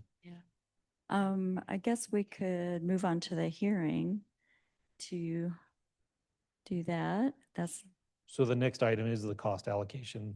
but Just- we can do the hearing Sure. because it sounds like it's not prepared and ready. And then just, is that correct on the hearing? So the reason why the Board of Adjustment 2503 is still on the agenda is that it was noticed as such for the consideration of the variance. And so in order to kind of close that loop, it remained on the agenda, but the requested action is to take no action, and that county staff will renotice the entire request for the variance based on new information that came to light last week. All right, so I had a question as chair. Do we need to go through the steps of the hearing or just, is that sufficient, just saying that'll happen at a later time? Madam Chair, I think we need to reconvene as the Board of Adjustment and then note that the item is going to be heard at. Okay, so we should do some steps, okay? All right. So I'll move that we recess as the Board of County Commissioners and convene as the Board of Adjustment. Do I have a second? I will second that motion. All right, all in favor? Aye. Aye. Aye. All right, we are now sitting as a Board of Adjustment. We'll have to get the paperwork. So do you advise that we make a motion to, that this will be repeated at a later date if resubmitted? Yeah, Madam Chair, I'll just read into the record, upon review of the variance request application and accompanying materials, it was determined that a new notice will be prepared to schedule this request for consideration by the Board of Adjustment at a future date. Given that a new notice and hearing date is required, the recommendation is that the Board of Adjustment cancel this public hearing, and a new one will be re-noticed, so continuation will not be required. The applicant and interested persons were notified of this suggestion on July 18th, 2025. And the applicant, I think, has consented to removing this from the agenda.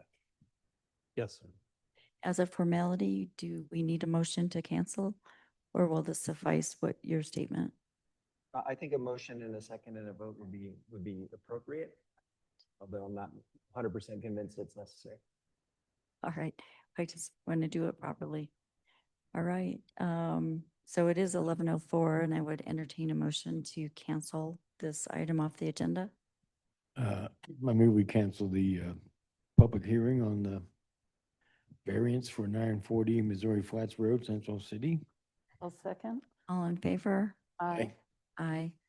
All right, that has been canceled, and end of discussion now on this item. Okay, all right. Okay. I'll entertain a motion for that. Move to adjourn the Board of Adjustment and reconvene our regular meeting. Second. All in favor? Aye. Aye. Aye. Right, it's 11:05 and we're back sitting as a Board of County Commissioners. Are you needing, is anyone needing a little break? Are you okay? That's fine. I'm okay. Okay. And going back on the mid-year reports, I wanted to thank, I believe it was Jamie that prepared the summary and some analysis, and I thought that was really interesting. So thanks for doing that. Okay. So next on our agenda, we do have a presentation to the board. This is on the cost allocation plan presented by MGT Consulting. And you mentioned that Meredith Miller is online. Yep, she's virtual. Let me ask her to unmute. And we'll see if she has a presentation or anything. Yes, can you hear me? Yes. Okay, I do have a presentation, so I'll go ahead and share my screen.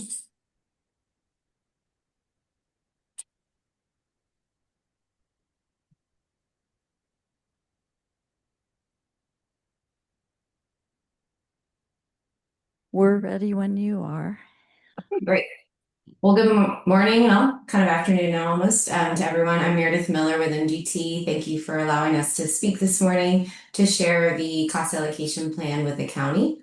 Real quick, we're just going to go through who we are, a little bit about our company, get into the specifics cost allocation plan for the county, and go through the Department of Human Services and Parks and Recreation Fund results, and then have some time for any questions, and hopefully I can answer them. So MGT is a 50-year-old company, and our group that prepared the cost allocation plan most recently for the county, we're in the fiscal group. We also have a large technology, education, and human capital practice with 1,200 staff across the United States. We work on a variety of projects that range from staffing hard to fill or high-profile positions, equity studies, or providing cybersecurity services. Within fiscal, we also provide user fee studies, management studies, and performance audits. We prepare cost plans in 37 states for a variety of state and local governments across the country. And then in Colorado, we work with more than half of the counties to provide cost allocation services on an annual basis. We use this expertise that we've built throughout the country and in Colorado to provide the best in class service to our clients.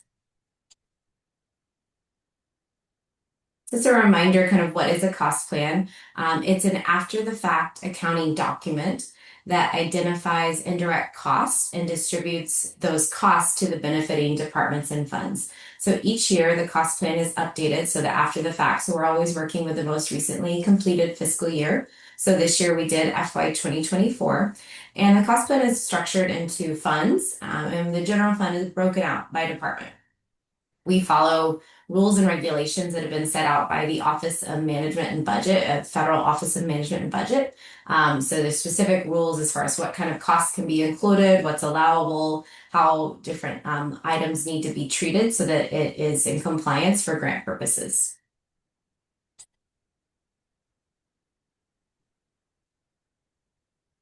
There's two main cost components in a cost allocation plan. You have your direct cost and your indirect cost.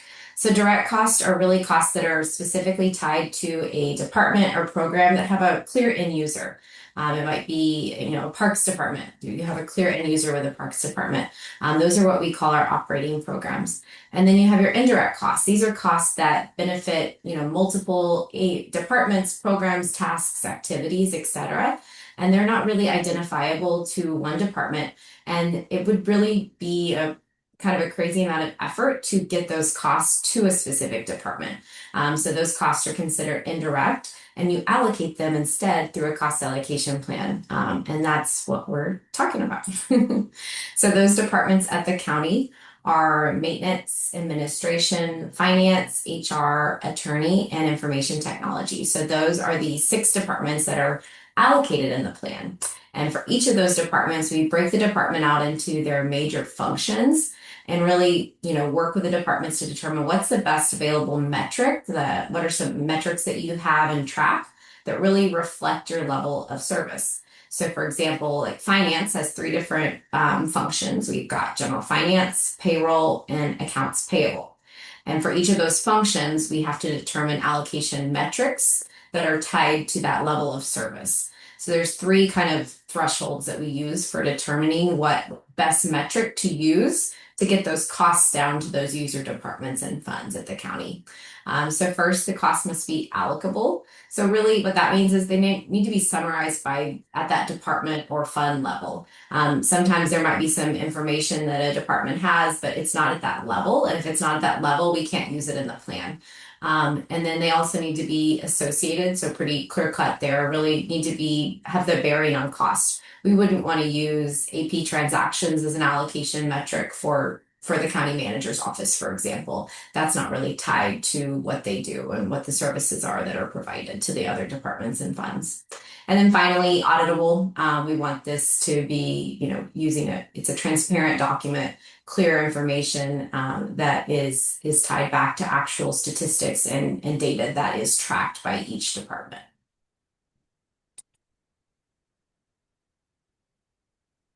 Okay, so in the 2024 plan, we had an 18% increase in allocated cost overall for the county. So keep in mind, right now we're kind of focusing on some of the specific results for a few of the funds, but the cost plan does identify allocated costs for every single department and fund at the county. So you really can get a good feel for overall kind of support that it does take to provide support to each of your departments internally. And so as budgets and expenditures increase, you're going to get an increase in allocated costs. So that's that 18% there. Specifically for Department of Human Services, the allocations did go up about 21% from last year. And that increase is really coming from a few departments. We've got from finance and county manager as the main ones that are driving that increase of $46,000. And within finance, we use total expenditures to allocate some of their costs, and the cost for human services actually did go up, costs typically, unfortunately, don't usually go down for many departments. But they did go up from about 2.6 million to 3 million. So that created kind of an increase of allocations from finance.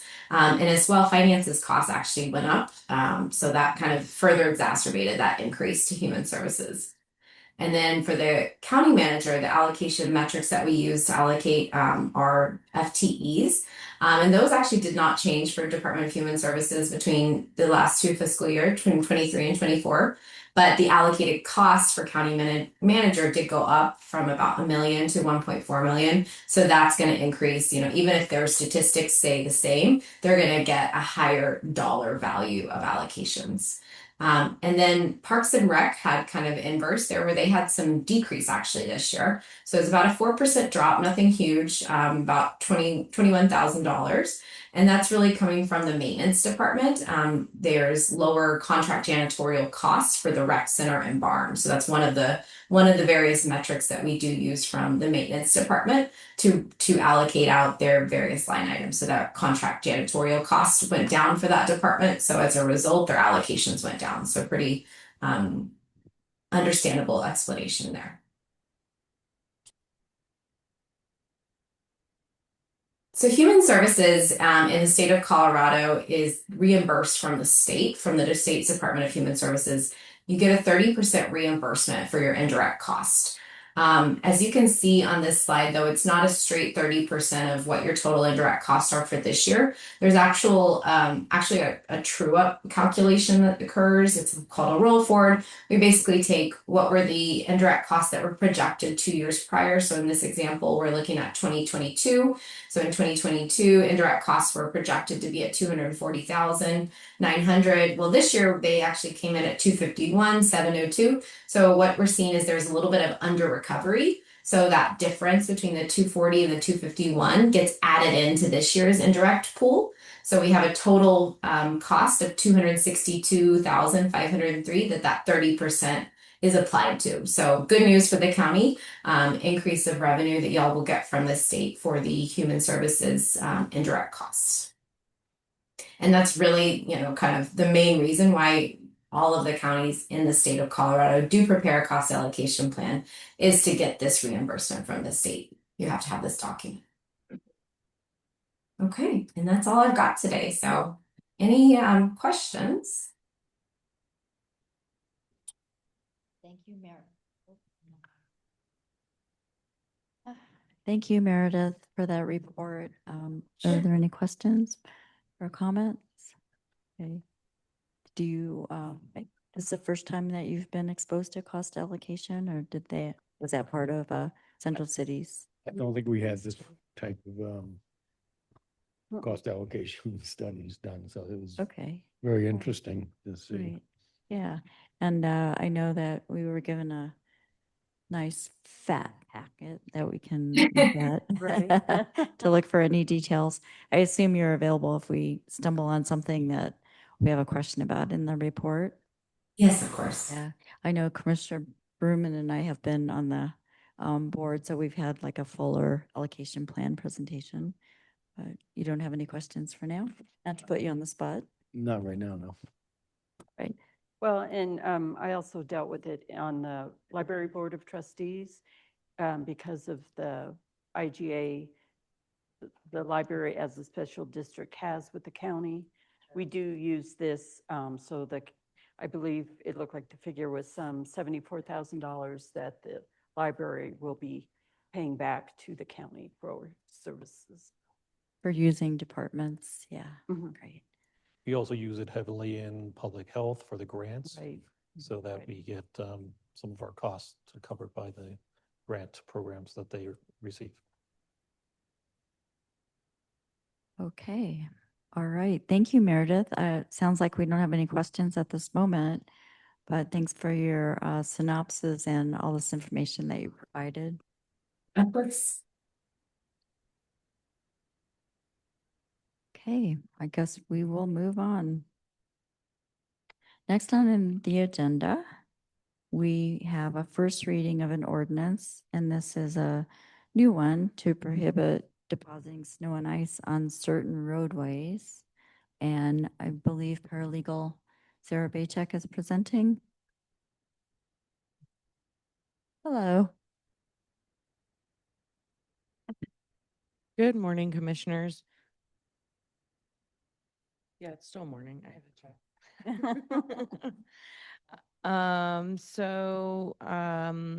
Ordinance 2501 is coming to you for its first reading.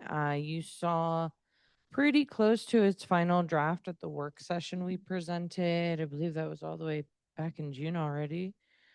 Um, so, um, County Attorney, can you advise us what the best practices for first reading? I'm not sure if they have to read the ordinance in full or just the initial like whereas clauses, or having it posted on the website and then published would be sufficient.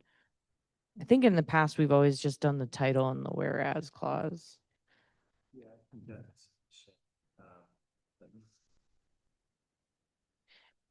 In the meantime, I'll give you a little spiel about it. And kind of what the process looks like once we go through this. If you've had a chance to review it, if you have any changes that you want to make, we can memorialize that now under the first reading, to ensure that that will be in the copy that's going to be published. The reason why I'm bringing that up is when it comes to second reading and adoption, that second publication will need to incorporate any other changes that we make between now and then. So to cut back on publication costs, I always aim to try and get it in its most final draft right now. With that being said, if we do go forward with first reading and you moved to have this published, I propose that we will bring this back to you for second reading and the public hearing that will be required on August 12th. That will allow the statutory 10-day period in which it needs to be published in the newspaper of record. So in regards to all that kind of fun stuff, the other thing I did want to touch base with you on that I don't know if we really talked about in the work session, but I just kind of want to bring it up to you guys, is the minor fiscal impacts that will be associated with this with this ordinance. The obvious being the publication costs, which are budgeted. The other would be related to what I hope would streamline enforcement and make it easier for the sheriff's office to enforce, would be to go ahead and get like citations pre-printed and warning stickers, kind of similar to how we do like our no parking on county road citations and stuff like that. It's just an easy peasy pre-printed little sticker that they can stick on somebody's door or mailbox of the property owner offender. That way they don't have to write it all out. So I'm not sure what the cost would be associated with that. And I'm sure that's something the sheriff's office already has budgeted under their normal office supplies, but something just to keep in mind that it would be a good idea to start looking at that. Also, we did not discuss whether or not you guys wanted to have any signage related to this ordinance. So if you want to go down that route, I think direction on that today would be good for them to go ahead and start maybe getting you some draft signs or something, or get an idea of where we might post those. I think that's my spiel. Reading title is sufficient. Oh, okay, great. I know I made some.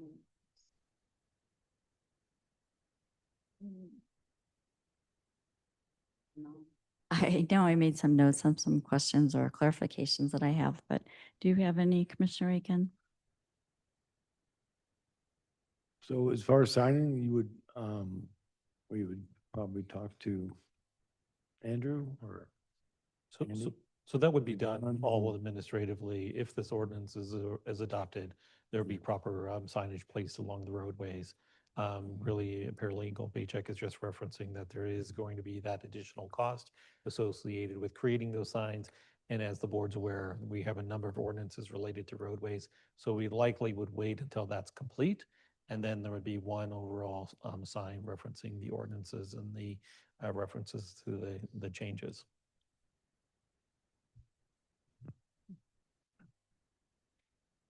Okay. Anything else? So for right now, this is just going to be it's not the actual ordinance, it's just a pre-ordinance.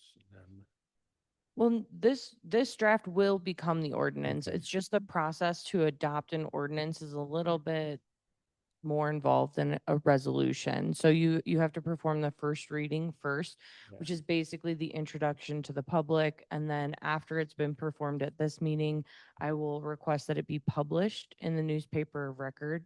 And the statute indicates we need to have it published for at least 10 days prior to holding a public hearing in which the public can come and make comments regarding this ordinance and, anything related to it. If the board decides to move forward following the public hearing, they would perform the second reading and then vote to adopt. So really what I'm asking for today would be a motion for publication of the first reading of this ordinance. And setting the public, and setting the public hearing.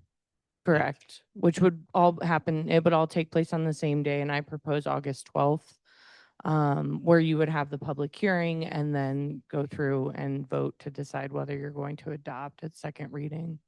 Right, and just to clarify, this is the board's opportunity to raise clarifications, any changes that might be made, because once it's printed, the hope is that it'll be printed, published, hearing, and then there wouldn't be more modifications if we can take care of them today. Yeah, ideally, it's not going to restrict you. If something comes up and you want to change it at that time, you're more than welcome to. And of course, the public will be now aware of the ordinance and they may be asking for changes or additional considerations. Did you have any at this time? I'm just not sure how we're going to word the ordinance or word the motion. So. Well, we're still in Our discussion. wording is here, what we received. The motion will get to that, but right now it's just discussion about this draft ordinance. Yeah. Did you have any comments or questions? No, it looks like after our work session, most of our comments and some of the changes that we requested have been incorporated into the wording here. All right, then as usual, I do have some. I was just wondering under definitions, 1.1, it says person, why corporation is in the definition of a person. Is that based on a legal definition now? I know there was a lot of back and forth about that over recent years about whether a corporation is a person. Yeah, I think, Madam Chair, a lot of that back and forth had to do with First Amendment values and whether corporations had the same First Amendment rights. But in terms of this, there are plenty of corporations that own real property and accept liability for the premises and the activities that occur on that real property. And so for the purposes of this, and consistently with many state statutes, we made sure to include the business entities that may hold real property. In addition, I would imagine that a large number of companies that deal with snow removal are also incorporated for liability protection purposes. And to the extent that a company that is caught violating this ordinance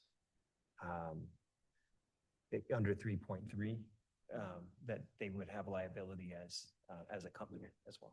Okay, so I guess my question was also, does this definition capture all private local businesses that may not be an LLC or may not be a corporation? Do you think this captures just anyone out there doing snow plowing for a fee? Yeah, I think it does.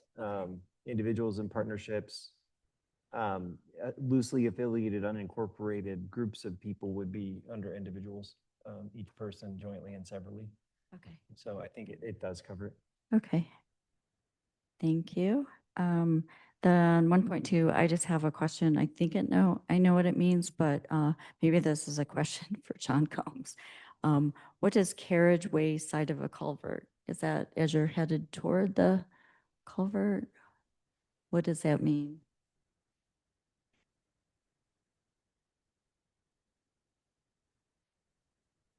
It says, for the purposes of this ordinance, the term roadway includes the area of a driveway connection that is on the carriage side way of a culvert. Wayside.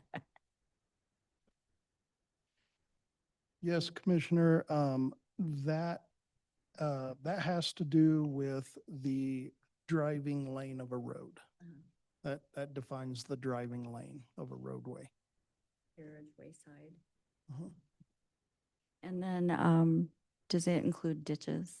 Because I know some ditches have culverts, some don't.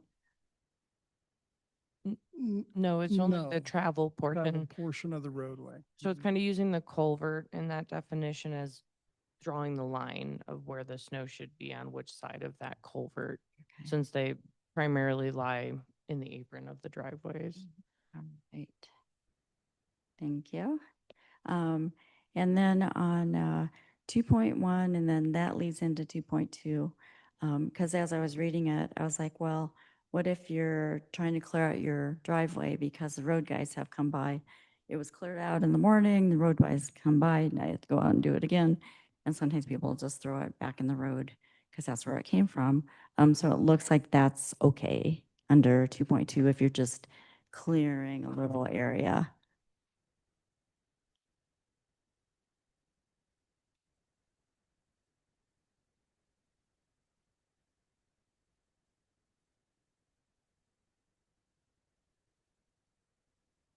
Since it says shoveled, it seemed a little loose, so that's why I'm just asking.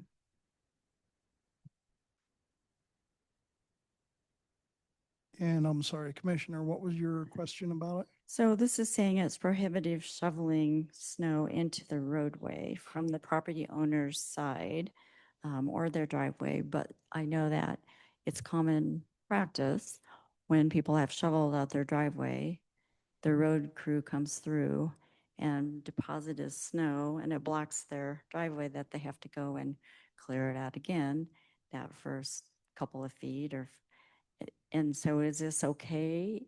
I guess I'm clarifying that we toss it back in the road from where it came from, that small amount, like it's shovels, snow shovels full. And the issue with that, from a road and bridge standpoint is that the,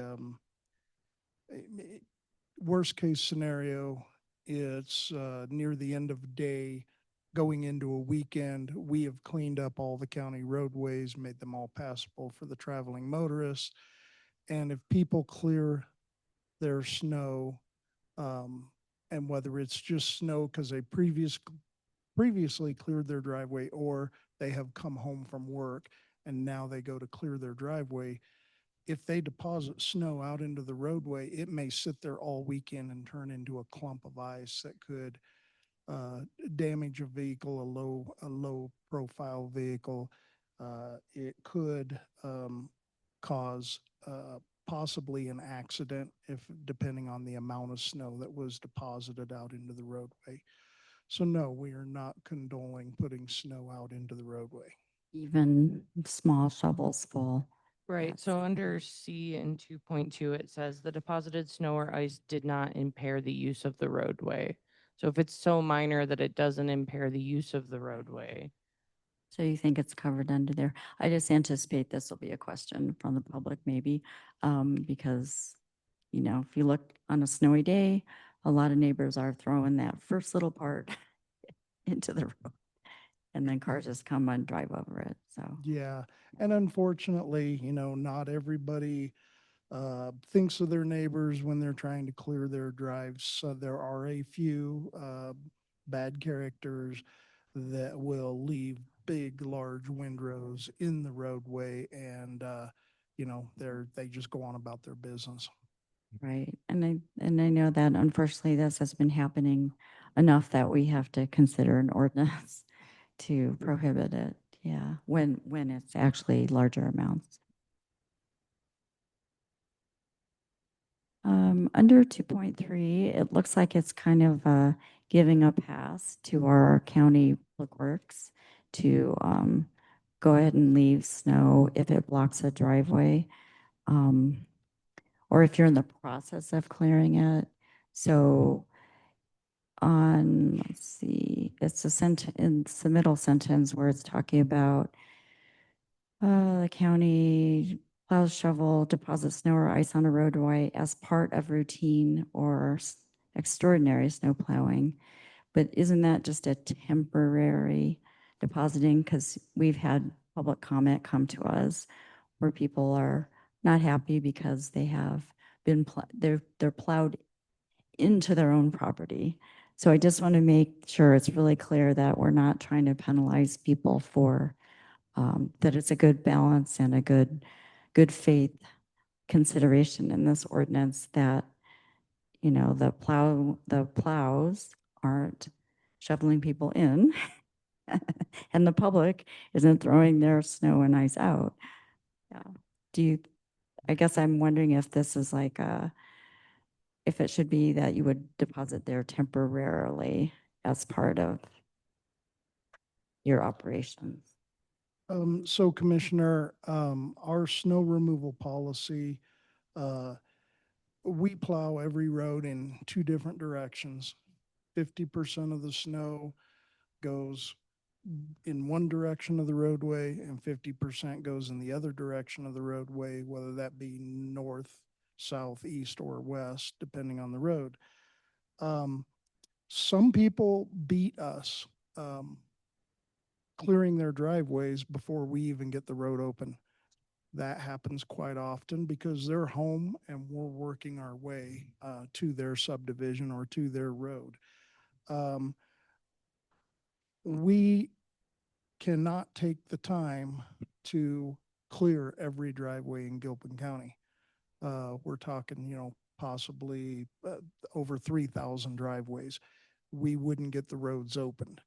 So yes, snow does get deposited into plowed driveways. We don't single anyone out. We do not purposely try and close a driveway.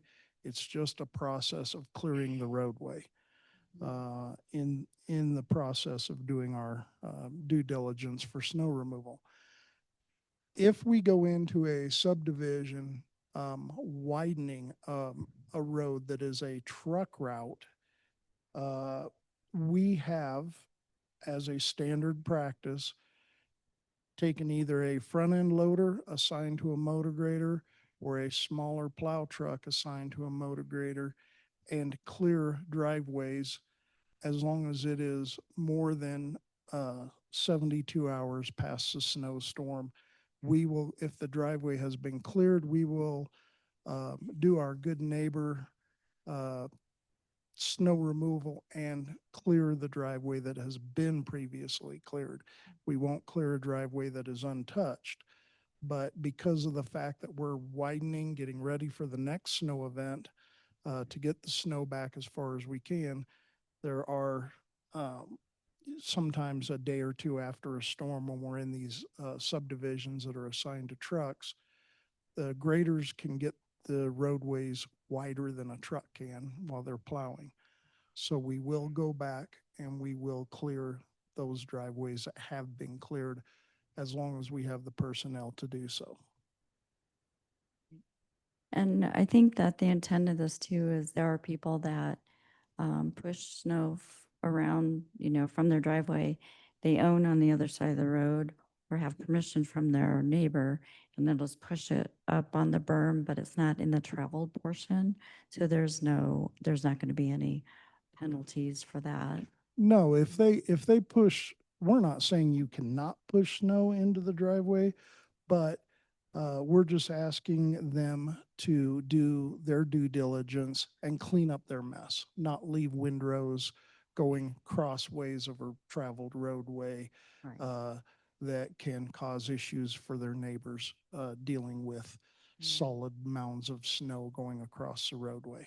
Right. And that is clarified in that 2.3, the last sentence. There. Yes. Right. Sort of clarified. And then on 3.2, it's talking about the the violation will be issued to the property owner. I know we talked about that in the work session. So it'll only be the property owner. I thought we had talked about it being to the business operator as well, if they're the ones that are the offender. No, so the property, it's ultimately the responsibility of the property owner because that's where the snow is originating. So, and we believe that by using the property owner, inevitably, you would also have the contractor be impacted by this. If I hire a contractor to clear snow, I get a violation for the way they did it. I'm going to be on the phone with my contractor complaining about that. So it's just, I think it would be enforcement wise, very difficult to try and track down the snow plowing company because speaking from my personal experience, we're not necessarily dealing with large companies that are plowing some of these driveways. It might be a part-time job type of thing that someone does with their pickup truck. So, enforcement wise, I think it would be way easier for the sheriff's office to be able to tie the violation to the property owner where the snow is originating from versus trying to track down who moved that snow there. That said, No. Madam Chair, we did add 3.3 3.3, as a right. result of the discussion because we do believe if you're caught in the act, that that's something that the sheriff's office could issue that citation immediately. But I think based on what Sarah just said, it's better to be able to hold the property owner responsible when you don't have somebody red-handed. Otherwise, you have an investigation, you have much more cost involved with that than the ultimate outcome is likely worth. Right. Yeah, and I did see that 3.3 was added, so that I appreciate that after our discussion. And then on 3.6, maybe that's where my question is this I was a little unclear, there was a $250 fine that the court shall impose. And then it says each day is a continuing violation. Does that mean it's a separate offense? Would they be subject to $250 per day? Yes. As long as they have unresolved, so it'd be per day. Yes. Do you think that's clear in this 3.6? I think it is. And this is a very, very common provision under Colorado statutes as well for continuing violations. The legislature has determined that many continuing violations are separate offenses each day. So I think courts understand that language. And the people will, I'm more concerned about the people understand. Yeah, I think that you have separate offenses. Each offense is worth a $250 fine. So I think that covers it. Doesn't need to say subject to the, subject to a fine at the end. Again, I'm looking at like residents reading it. Certainly, it is, I'm probably too close to this because I deal with languages like this all the time. It is the board's ordinance. And so any person, let's see, continuing violations.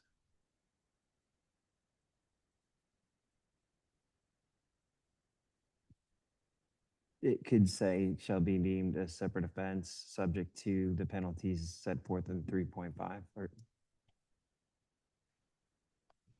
I'm sorry, could you repeat that so I can incorporate that change? Certainly, each day of a continuing violation shall be deemed a separate offense, comma, which shall be subject to the penalties set forth in section 3.5. I think that'd just be clearer in reading this. Sure. That's my suggestion anyway. And then on 7, I think that everyone's aware I tend to not like the word citizens used when we're referring to people that live or travel in the county.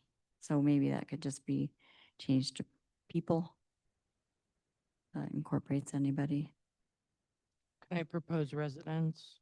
If you want residents, I was thinking it might apply to people that are traveling to in the visitors.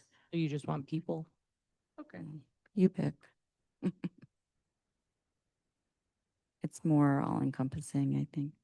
That's all my questions and comments. Thanks for the clarifications and that one change. 2 changes, right? In section 3.6 and 7? Yeah. Okay. 2. Just want to make sure. Thank you. Did you come up with anything else? hearing the discussion? Any other questions or comments? No, I found everything was covered and Mhm. done well. Thank you for your work on this. Thank you. Anything come up for you? All right. Okay, so I believe our next step is that we would have a motion to adopt the first reading. Is that how it should be? Well, I think it's what Worded. we move to public. Right. Ordinance 25-01 with the With it- changes or amendments. Yeah, stated. with its first, did I put it, I thought I put it in the staff report for you guys to make your life a little easier. That was my intent if I. Trying to put something about publishing, but it's not just publishing, it's actually approving. Well, the yeah, writing. publishing and then setting the date for the second reading with a public hearing to be on August 12th. Right. 2025. Yeah, so I would say perhaps it's a motion to publish the first reading of ordinance 2501. And then schedule the public Yes. hearing. As amended. Sure. Is it really amended? Yeah. Yeah. Yeah. Okay. Okay, so I'll move to publish the first reading of ordinance 25-01 with the two amendments and establish the public hearing or schedule the public hearing to be held on August 12th, 2025. Just a And the clarification. second reading. Newspaper of record. Newspaper, but the time will be 9:30 in these chambers, just to clarify. Or later, 9:30 or later. Okay, for the public hearing to be at 9:30 or later. And then published in our newspaper of record. Do you need that repeated or are you okay with that? Okay. Okay, I'll second that. All right, all in favor? Aye. Aye. Aye. All right, thanks for your work and thanks for listening. Thank Thank you, Yep. commissioners. Moving it forward.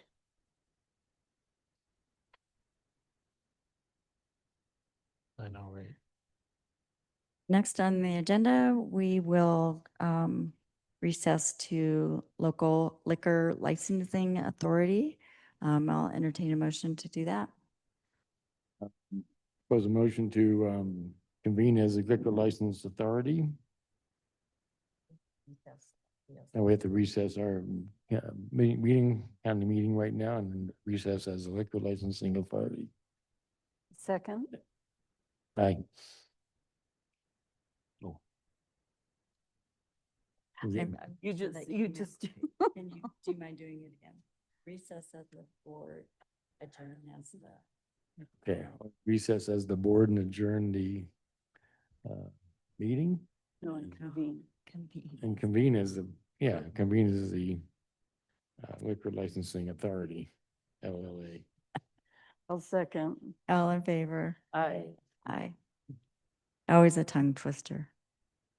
All right, we are now sitting as the local liquor licensing authority, and presenting today, we have Sahara McCormick, our clerk and recorder, on one license renewal. Good morning, commissioners. It's been a long morning, I'm sure. It's been kind of fun, though. Today, I'm here to present the annual liquor license renewal application for Toss Wood-Fired Eatery LLC, which is at 63 Main Street in Rollinsville. They've met all the requirements to have their license renewed. Background check is clear, fees have been paid. I recommend approval of the annual renewal at the local level. And their manager, Reed Sullivan, was on the call earlier. Not He's still sure there. if he's still there. If you have any questions.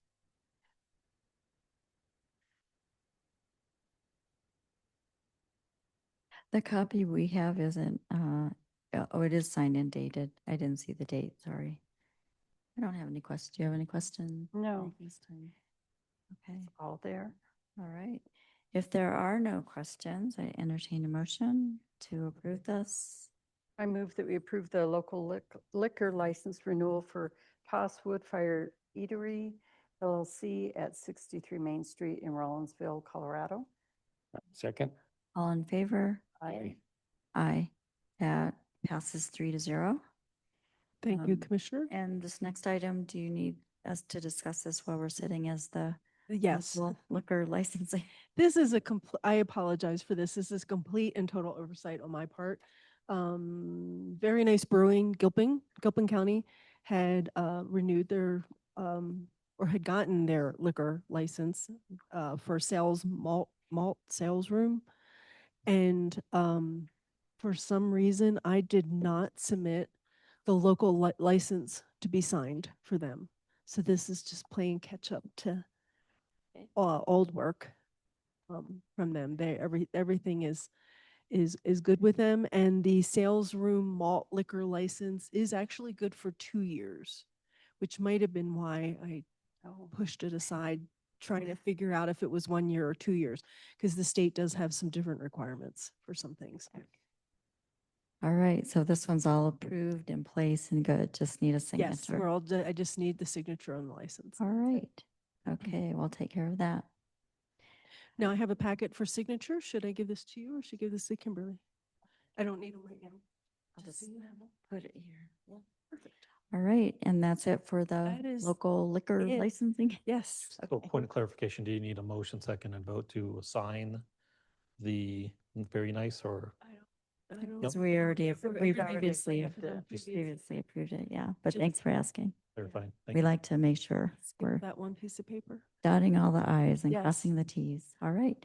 Okay, with that, I'll entertain a motion to adjourn as the LLL. To I move- adjourn. Oh, are you going to try? I move to adjourn the local liquor licensing authority and reconvene as the Board of County Commissioners. Second. All in favor? Aye. Aye. Aye. All right. Thank you. This is when we start getting goofy. All right, we are now sitting as the Board of Commissioners. Next on our agenda, we have Resolution 25092. This is authorizing a contract with Fairfield and Woods regarding the zoning codes. And presenting, we have Jamie Boyle, Community Development Director. Good morning, Commissioners. Thank you.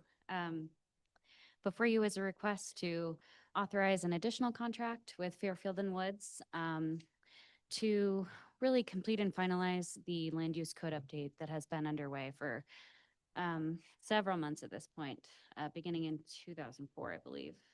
This is all part of the grant-funded project through the Strong Communities Planning Grant Program through DOLA. And the project really funds three main activities. There's a housing needs assessment, which is complete, the zoning code update, which is underway, and then the development of public infrastructure standards, which we've been working on internally, and I believe is nearly complete. So an initial draft was completed. There are some pieces that are missing. We've really determined that it's not really complete, structurally deficient. And so we do need some additional work in order to really get that over the finish line. So we want to use our resources that are at our disposal. We have some great expertise on our legal team. So I am happy to stand for any questions you may have. So I'll just add to that. So though we did start with the update of the zoning code, it's really at this point where we need to add in kind of the local nuance of Gilpin County, and it's best to use our resources internal to get us over this threshold. We have confirmed with the grant program that we can use our existing legal counsel to complete the effort, but it will not be fully through the county attorney's office. There's going to be a heavy lift from the community development office as they work with the planning commission to update these. I know the board's aware of kind of the deficiencies in the zoning code, and I know you've heard the comments from the public regarding the short-term rentals. So our hope is to get through all of this and get a nice clean code as soon as possible. The time frame we're looking at is May. Obviously, we wish it was yesterday, but the reality is, in order to do it right, it's going to be looking at around May. There's the element in, so it's also an element of a point that we need to raise. We use the standard resolution here awarding the contract with the standard language under the eighth, therefore, under the resolution referencing that the review and approval in the form compatible with the county attorney. In this case, we would be contracting with the county attorney. We could solicit outside review of the contract since the county attorney's office would be part of this. I personally don't think that's necessary because we're going to be using the templates that we've used before. But just, I want to make sure we raise that up before you, if you consider this resolution as prepared, that we probably should strike that section regarding review of the county attorney, since it would be a contract with the county attorney over and above the contract that we have for the legal services. So we're trying to keep it very distinct and separate of the county attorney's role in advising the board and the county broadly on legal matters, and then working on this zoning code update. So it's a completely separate contract. And the charges related to this contract would fall under the Community Development Office as part of the zoning update tied to the grant. And the legal services the county attorney's office currently provides would be charged to the county attorney's office as part of the budget. So there would be that clear distinction. But the exciting thing is we will now be moving forward to have a complete zoning code that will be usable not only for us, but for the public, and then also for potential developers in the area that will capture what we need in order to do business here. So that's it at a high level. So which were you suggesting? So it's under 8. It says the board authorizes the county manager to execute the contract with Fairfield and Woods PC with review and approval as to form by the county attorney. So the suggestion is to strike that with review and approval as to form from the county attorney from the resolution. And members of the board, just if it provides additional comfort, if we get to a point where we feel like we need to negotiate something that's a material departure from your current form contracts, we would suggest to the manager that outside counsel be consulted. We would clearly have a conflict of interest negotiating our own contract with ourselves. But we are ethically bound to make that suggestion if it comes up. And, I don't think it needs to be in the resolution in order for the manager to consult a separate counsel if that comes up. If the board has any questions for me as the principal draftsperson that's contemplated for this project, I'm more than happy to go over my background or answer any questions the board might have about what we would bring to the table for this project. I don't have that as a question, but I think it might not hurt, just very briefly, because you've mentioned to us meeting with the planning commission, your background a little bit, just for the public, the vast public here today. Sure. Just why we would want to use your firm versus in-house and what we've been doing, just your expertise. Certainly. I went to law school in 1997 with the interest of becoming a land use lawyer in particular, having had significant interest studying growth management in my master's degree program from 1991 to 1993, wherein I studied environmental growth management on a fellowship program. So when I graduated in 2000, I joined a specialty land use shop down in Florida. And I did community redevelopment planning mostly, and a lot of that had to do with rewriting land development regulations. When I moved out to Colorado in 2006, I took a temporary 7-year position with a national planning and plan implementation firm, flying to more than 10 states, working on local land use codes and comprehensive plans and economic development plans and special area plans and so forth. I became the leader of their code practice group before I joined Fairfield and Woods in 2013, wherein I developed the practice from scratch, rewriting land development codes. So my track record in land development codes goes back 25 years at this point, in communities as diverse as Jupiter Island, Florida, which is one of the wealthiest communities in the country, to Zachary, Louisiana, which is not. And multiple counties in between, including a number of counties here in Colorado, and current and recent work in 2 counties, one west of here and one south. So the mountain region and the wildlife issues and the wildfire issues and all that come up here that are different from urban areas are fresh in my mind, as is recent legislation affecting cities and counties with respect to the use and development of land and the requirements and the incentives put upon counties and local governments in those regards. We keep up to speed on this stuff. The other issue is that I represent public and private sector entities, about 50-50 in terms of my practice. So not only do I draft regulations as a significant part of what I do, I also apply them. So I learn best practices by seeing what's out there, the good, the bad, and the ugly, if you will. And so all of that and litigation surrounding this stuff, which I do get involved in time to time, informs the practice. Litigation prevention being important, but the implementation of land use policies that further the client interests, I think being foremost in my mind as I move forward through these projects. We appreciate the consideration and the nice words in this resolution. We had nothing to do with the drafting of this resolution. So thank you very much for the compliments. And we really look forward to working with this community to getting a land use code that is in far better shape.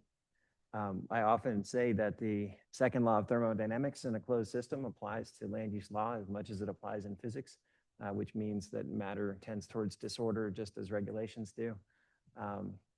Land use regulations in particular tend to be Jenga towers over time as we amend them, and then they fall apart under their own weight. It takes a very special detail-oriented approach, I think, to put them back together in a way that's stable over the long term, and that's what we pride ourselves in. Thanks. And Attorney Messenger did not have a script for all of that. That was all impromptu.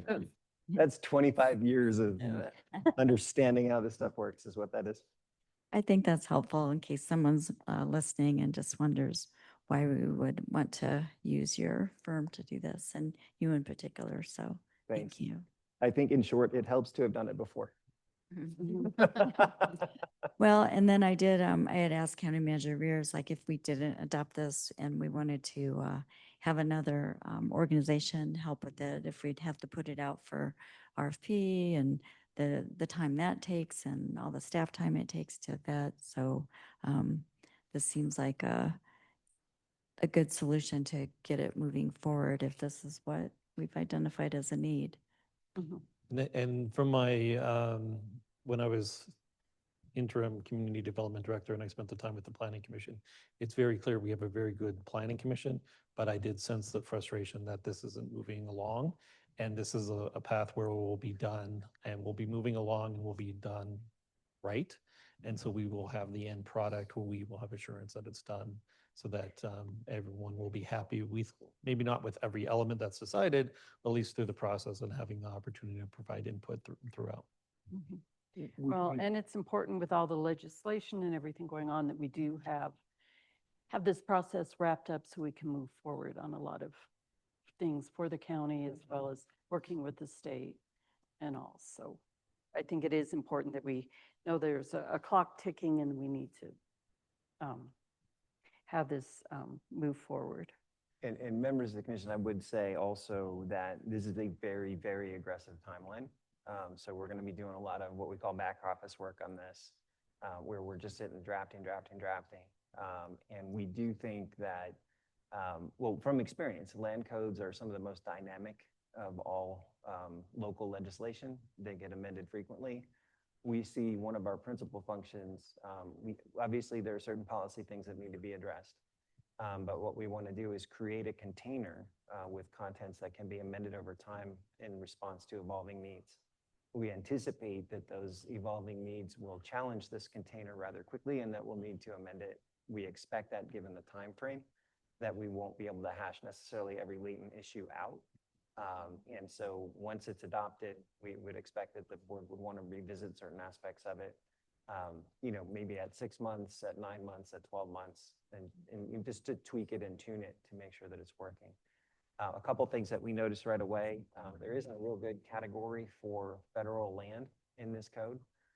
We think there maybe should be. We'll talk to you about that. And procedurally, there's some issues in here that we think some reconciliation with state statutes in terms of process would be useful. There's innumerable internal conflicts that we have been called to resolve some of them. It would be easier not to have to have the public have to try to deal with that. And staff, for that matter, have to try to reconcile things based on certain rules of construction that get rather cumbersome. We look forward to simplifying this.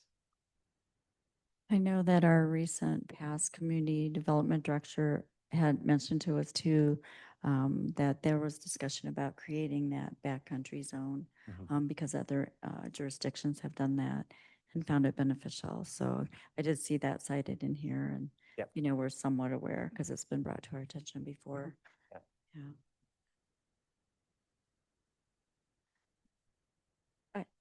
Go ahead, So is this, so we're talking about the extra 39,000? Yes, just to clarify on the expenses, the quoted cost is 110,000. We have 70,895 still left in our project budget through the Strong Communities program. Of that 70,000, 15,581 is the county's required match, and 55,314 is the grant award. And so the difference between those numbers is that 39,105, which we anticipate really realistically to be split between 2025 and 2026. I'm assuming we'll be billing monthly and going through that process. So I hope that answers any questions. So the additional cost is essentially the $39,105, but it will be split between 2 years. So, okay, is there any not to exceed limit, or is this? So we are looking at a not to exceed the 110 total. And I had asked County Manager Rears if we could just work within the budget that's budgeted for 25. And then when we do the 26 budget a remaining balance for that. So we're not doing a supplemental that's going to cross over years. I think he wanted to reassure the contractor, Fairfoot Field, if we choose them, that they have the full amount available. So I think it could go either way. If you have a preference, one way or the other.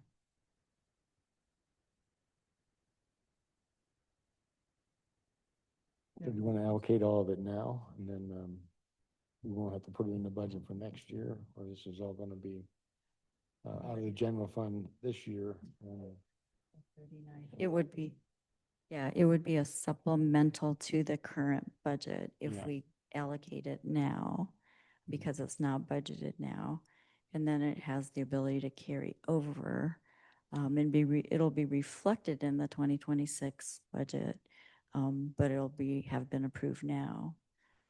Or we can just say we're going to work with what's budgeted now and then budget the rest when we do 2026 budget.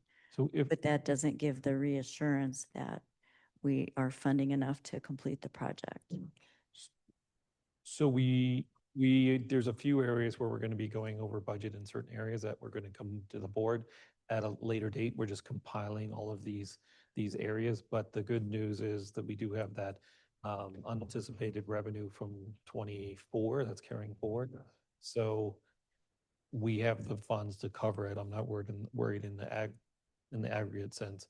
And we're going to be bringing in a breakout of where these areas where we're going over, and this would be reflected in the budget for 25, that portion that would be spent in 25, and then the rest of it would be reflected in the budget for 26, which you will be reviewing later this year. Do you have a thought?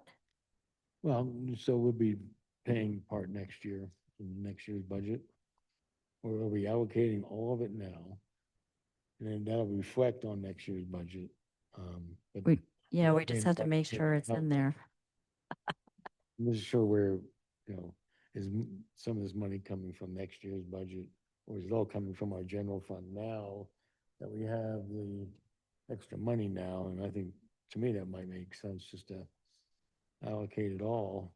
And that way you don't have to, I'm not sure how the budget process works where you would, So the request is to go ahead and allocate the full amount, knowing that it will cross over into 2026. And then that will include expending the amount that's already funded, including the grant funding that's left over and the match that we've already funded. So that's the 70,895. And then in addition, the request is to approve another 39,105 so that that amount's allocated. Doesn't mean that every dime has to be spent or will be spent, but Yeah, that will okay. reassure that for this project, it's funded. Does that make sense? So let me say it in a different way. If you move forward, we will execute a contract not to exceed the amount of $110,000. The project, even though it's very condensed and there's a lot to do between now and May, it will cross over between this year and next calendar year. So we will be incurring expenses both this year and next year. By authorizing the contract to be executed, we will already account for the expenses in 26 as part of the budget. So you're going to see that. So it's not going to slow that process because the board's committing to moving forward with this contract for the 110,000. So it will have to be reflected in the budget for 26. Yeah. Mhm. So We just have- 70,000's already been budgeted. Correct. As you need the extra 39. Right. Correct. And then when we approve the 26 budget, we need to stick a little pin and make sure it's actually in there and doesn't get overlooked. So the good news, so we're already starting with the budget for 26 internally, and we are using the OpenGov system, and we are putting in specific identifiers. So it's going to be much easier to see that this is going to be accounted for in the budget for 26 with the OpenGov system. So it will definitely be included. Director Boyle is aware of that from her previous interim role, and now that will definitely be reflected in the community development budget. So no worries on that. It is already included in the draft. Yeah, because you may remember recently we had a supplemental that we had to go back and do because they were discussed, but they weren't actually put in. And so then we had to go back and approve them being spent and budgeted. Yeah, okay. So I had a couple of questions on 1, 2, 3, the third whereas. It mentions the development of public infrastructure standards. Can you explain what that is a little bit more? Yes, that's something we have been working on internally. There's been a roads working group, and that portion of the project is nearly complete. Actually, after we submitted this application and began working on the project, Rob uncovered a document that had been kind of tucked away and shelved. I think it sort of got lost during the pandemic. DOLA had previously funded a draft document to help us update our infrastructure standards or establish infrastructure standards in the county. And so we had a working draft that sort of guided the conversations between Public Works, Community Development, our legal team, and they've been meeting fairly regularly throughout the year. And I believe there is sort of a working draft that's been agreed upon. And so we really just need to sort of finalize that internally. Okay, thank you. And then 1, 2, 3. And the fifth whereas, I was wondering if we need to especially call out that we ensure compliance with new laws. I know it's mentioned later in a different whereas, but I think that's part of the purpose too. And Attorney Messenger, you just mentioned that you're aware of them and we'll make sure they're in there. But because that is a purpose of doing a rewrite, it's always updating with the new laws. I just wondered if we want to tuck that in there to ensure compliance with, it says county policy, resident expectation, and county history of land use, but it's also incorporating new laws. So I think there are laws that mandate what the counties do. There are laws that provide certain incentives. There are laws that counties, or I guess mostly municipalities this go around, have stood up against and said, we don't like that. I think our role is to advise the commission about what these laws mean, to incorporate those things that we're directed to incorporate, and to defend whatever actions that the county takes vis-a-vis the law. And, you know, I anticipate that it would amount to full compliance. I don't think there's anything in the laws that run contrary to where I've seen this board be. But because there's another session that will open up between now and the time this gets adopted, I think we want to just keep you informed. Yeah, and we want to keep you informed and not commit ourselves in whereas clauses to waive any sort of objections to whatever the legislature may bring. And like I said, it is mentioned on the second page, Yeah. the third whereas in the second page. Yeah, and this is what we do anyway. I mean, as lawyers, we're going to tell you this is what we think the legal context is, and this is why we drafted it. Yeah, Um, and it's in number 2 under the therefore be it resolved as well. So I think it's fairly covered. On the where, the therefores, on number 5, amongst the priorities, I know that we have had discussions, again, with the, prior development director about, density and multifamily housing. So that I think could rise to the top about, because I think our current codes and zoning and everything are not very friendly to multifamily. And I'm not sure where they stand at the current draft about ADUs and smaller homes. I know that we allow ADUs if they meet the septic and water and all of that separately. So I just want to highlight that if you'll be doing that, the multifamily housing is something that is not very clear and friendly in the current code. Okay. All right. Any other questions or comments? No, thank you. Okay. Are you okay with the? Yeah. Okay. And ready for a motion to approve this? Not sure if we really made any changes, really. The only recommended changes under 8 Mhm. regarding review of the, To strike that. to strike that Mhm. with review and approval as to form by the county attorney. Right.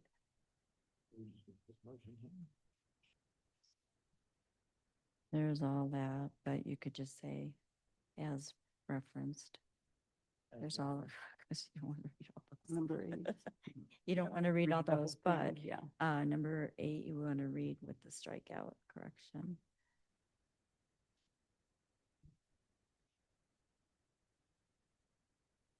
So the suggestion is that the motion include adopting this title, and then as amended in number 8, forward, and then read this one aloud, striking that.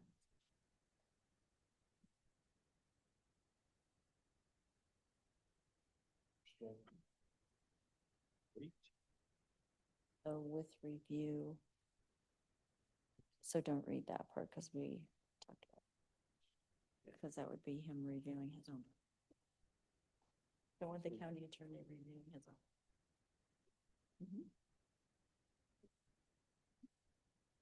And do we have a not to exceed in there? Because you can mention. Okay, so move to approve resolution 25092, authorizing a contract with Fairfield and Woods PC to complete a full rewrite of the Gilpin County zoning code in alignment with the Strong Communities Grant Program, and striking out with a not to exceed $110,000, and striking out in part 8 with review and approval as to form by the county attorney. And also And also, board authorizes the county manager to execute the contract with Fairfield and Woods on behalf of the Gilpin County Board of County Commissioners. Do I have a second? It all in favor? Aye. Aye. Aye. All right. That is approved as read. Thank you, commissioners. Amended. All right. Thank you. Thanks for Thank your you, work. commissioners. And thank you, Todd.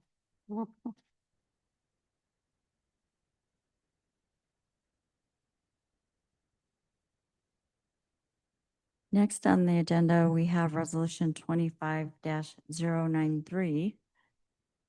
And presenting our Shanda Johnson, Human Resources Director, and Ray Rears, County Manager as well. Okay. This is a take 2 proposal on the revamping of a couple vacant positions to better meet the county needs. Good afternoon, Commissioners.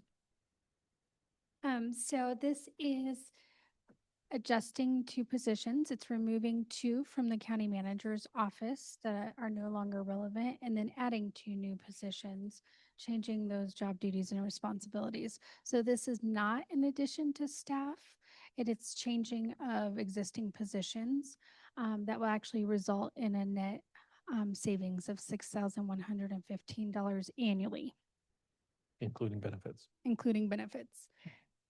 So what this does is it changes the responsibilities of these positions and it creates new positions that support the strategic initiatives of the county manager's office, as well as various projects and initiatives and administrative support. And I'll let the county manager speak to that further.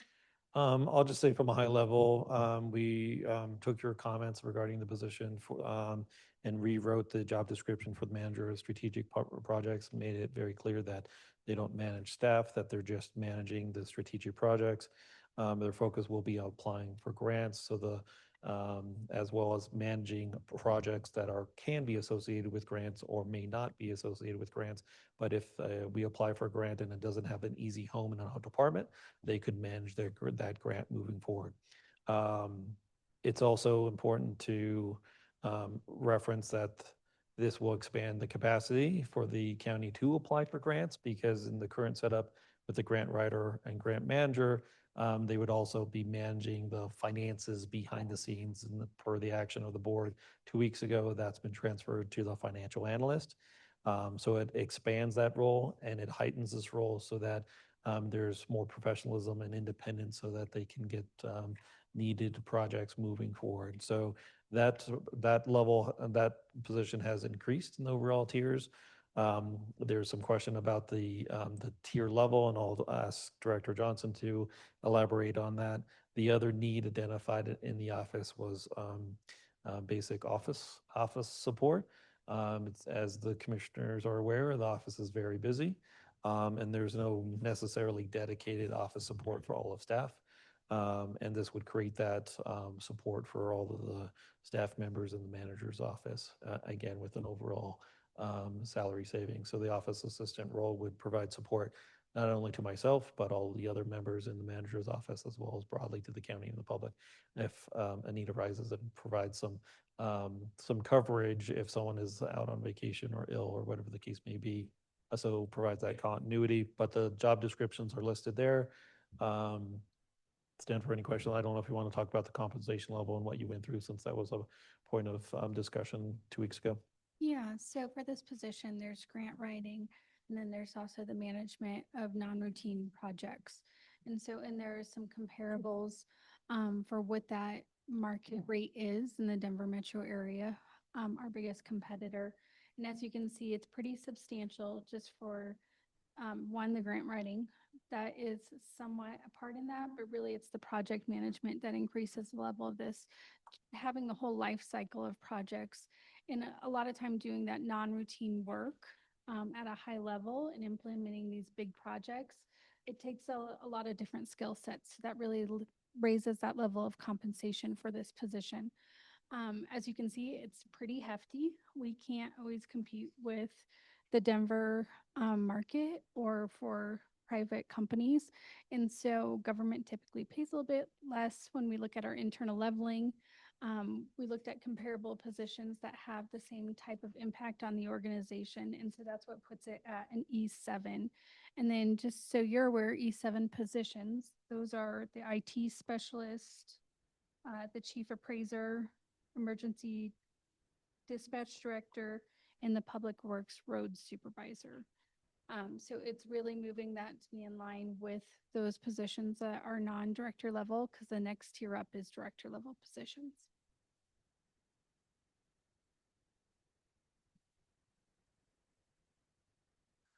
And then the office assistant, that is in line with two other office assistant positions that we have here at the county as well. And the examples of that is CSU extension, correct?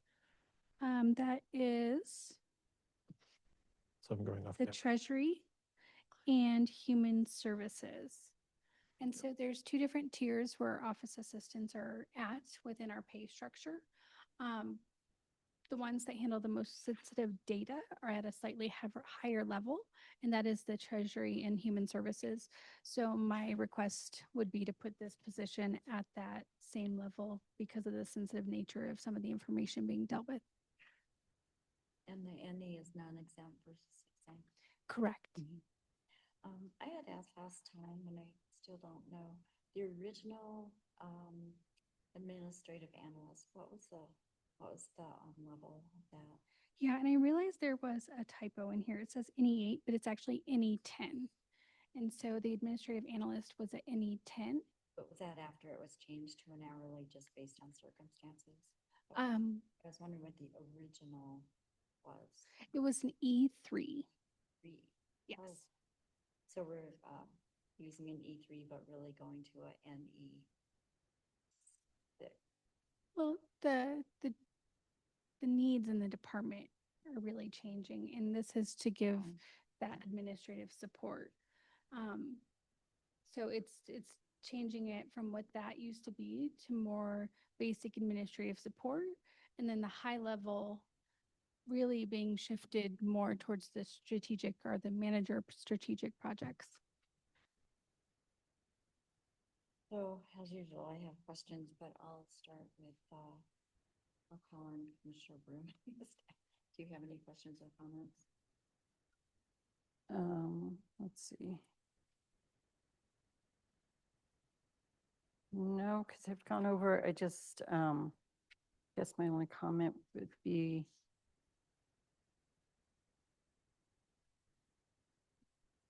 well, glad to see that the grant-specific job duties are presented in the manager of strategic projects, because that's important, that those are in there. And then that's their, I guess, main focus, I would say.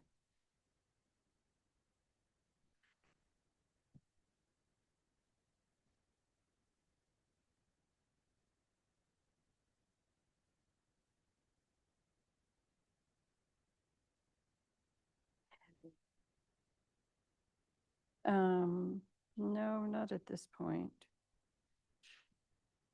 So I actually read it differently. I felt like the way that it's written now minimizes the grant writing.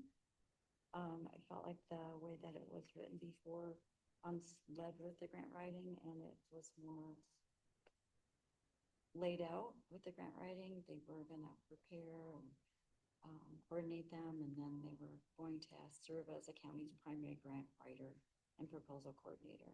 So unless I'm missing it, I don't see that wording in this version. So I felt like the duties as grant writer are less. And I know last time I felt like there wasn't as much on the project. So I would like to name it a strategic projects manager was what I was not understanding why it would be called a projects manager. So I think that part's stronger. But in trade, I feel like it minimizes that we would have a dedicated county grant writer, the way that it's written. Did you have specific descriptions in the old that you would like to be? So was serve as the county's primary grant writer. That's how it starts out. And then the fourth bullet was coordinate internal teams and external partners in the preparation of grant proposals and strategic initiatives. So it's mentioned in this new draft, but just in a lighter way, in my perception. Because I still think I think it's very important that we continue to have a dedicated grant writer. As you know, a lot of our budget is based on grants, and they come and they go, and opportunities come, and we don't, as we've all discussed, we don't apply just because they're out there. It's based on capacity, but if we don't have a dedicated person and they're clear that is their job, that they are the dedicated person, I could see projects taking over and grant writing going to the side. And that is a concern.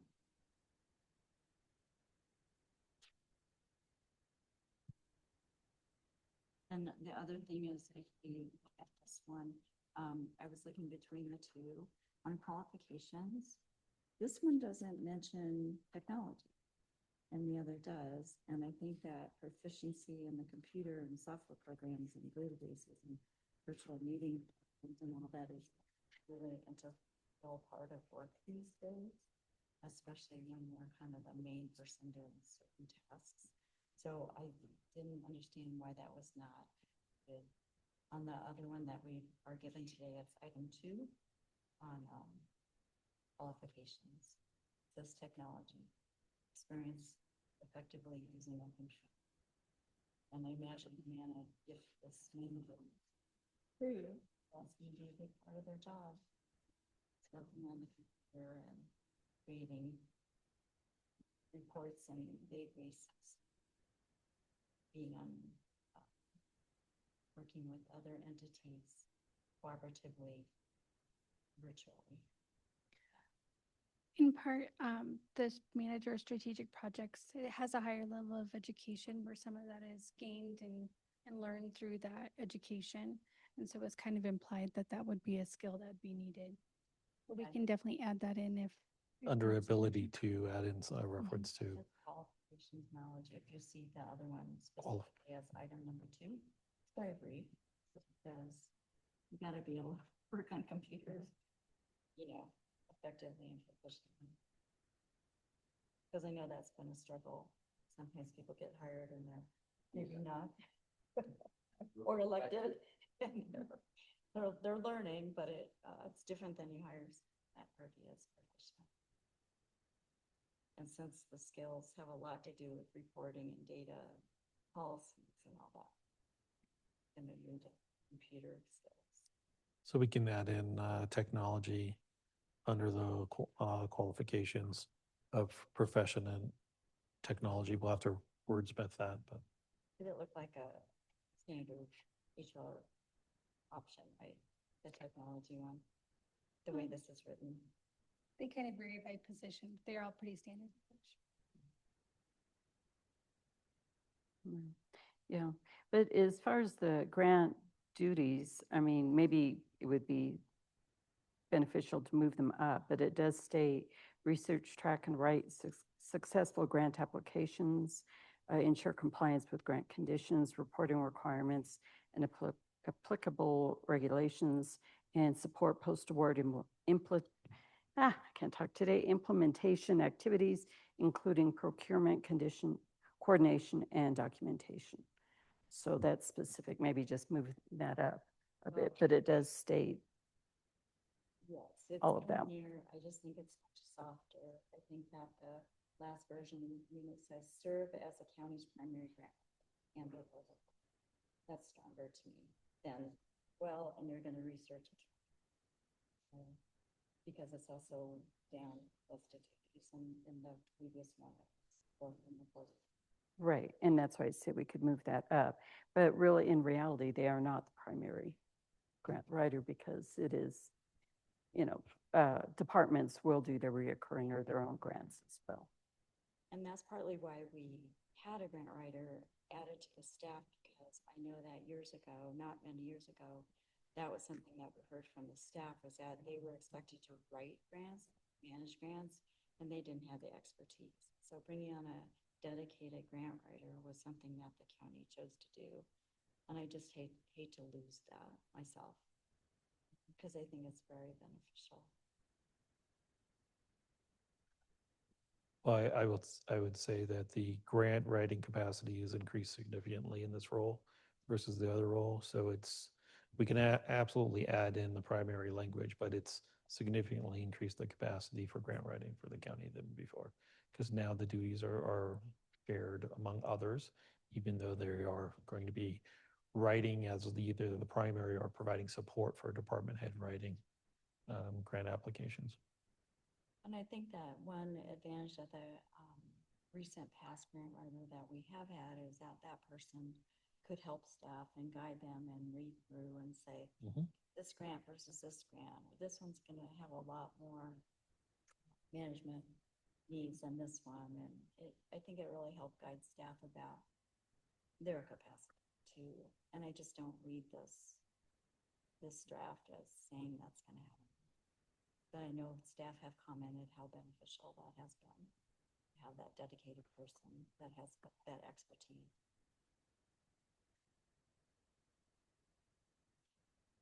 Do you have any comments on that? I think the, the grant writing, I talked to County Manager Rears, and my opinion was, I know there was somewhat of a mess in finance, but I think the way I was presented when we moved to the finance/grant writer, that, I didn't think, it turned out there wasn't any grant writing done, or there was very little, because the finance director was busy cleaning up a big mess, supposedly. And then in retrospect, I still think it would have been better served just to put the finance position out right away and keep the grant writer and find help for the finance department that we needed.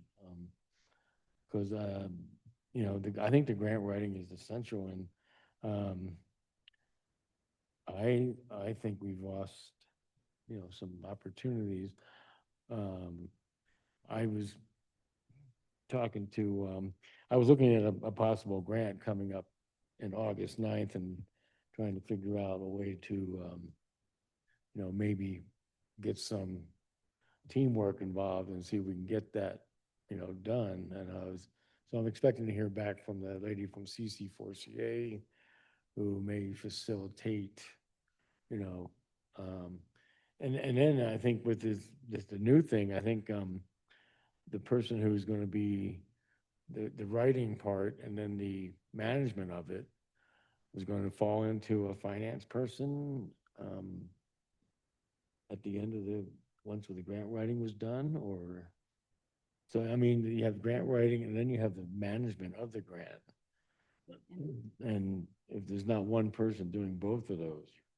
Well, generally, there's not. And I can speak as a person who managed grants on the finance side, there is a part where you're managing the program or the project, which is separate and different from managing, working with, like, say, DOLA, and tracking receipts, what's been sent in, what's been paid out, where you stand as far as the grant, making sure and following up that those financial deadlines are and that's something separate from managing the project as a whole. So that part truly does and usually does fall into a finance Yeah. role, right? And that's something different. So what we're talking about in the finance, what's given out to our finance analyst is that monetary money in and out, to simplify, okay? What is being added or put into this manager strategic projects is the overall project management of it. So it'll be more effective because it's not having to do all of this. It's specifying that the money in and out is being seen by the finance office. Yeah, and in my break apart. far way past, I wrote grants too. They were mostly HUD kind of grants, and at that time, the grant writer would not necessarily manage just what Mr. Berman said. There's kind of like three parts. Yeah. There's a grant writer that captures the grant, does a great job, they get the grant, and then there's the implementation piece. And that's what it sounds like this position would help make sure the implementation between departments and amongst departments was going well. And then the third part is the financial and reporting to make sure that the grant's using appropriately, everything's reported on time. So that's a piece, because if you don't do any of the three pieces, you can lose grants or extend staff. Right. Well, and the state or the grant always has a clause in it that they reserve the right to come in and audit. So this way you're better prepared for those audits as well. So I know that we have this back in front of us. I know in our last regular meeting, we had said we wanted to hire the finance director and assistant county manager position, transfer the grant management aspects to the administrative, or to the finance analyst, and wait and see how that flushes out. So we haven't given that time, but then in comments that we made, we're like, oh, well, you know, we could have this come back to us. So there wasn't any clear timeline established. So a possibility is to, if people want to approve it as is, or make some changes to this, or set it aside, we have a lot of options. And then separately, we'll discuss the second position here. So are there any other comments or questions about the actual job description? We're talking about the assistant manager position. No, the manager's How about the, strategic projects. Project Today, we're manager of strategic projects. they proposed that, and we're also discussing the office assistant. They're two different Okay, yeah. positions. We can get to a point of approving one or both or none, and we can keep discussing more. Go ahead as our discussions flow out today. So I guess my question is, do either of you have more questions on the actual job description beyond what we've already discussed? No.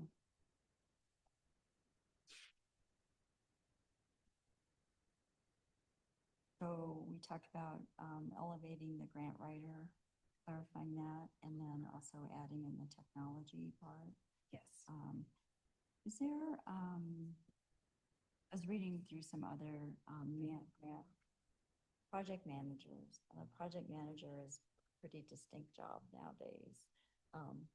And I know there were some wording in some of them about they're having like a time management and collaboration, and also maybe there's a certification you can get to be a professional manager, project manager. It's like a thing. Do you want to include more things like that? I know sometimes there are inferred like we want someone that's positive spirited, but collaborating is a skill in and of itself. And time management is absolutely necessary, especially because the job is very big.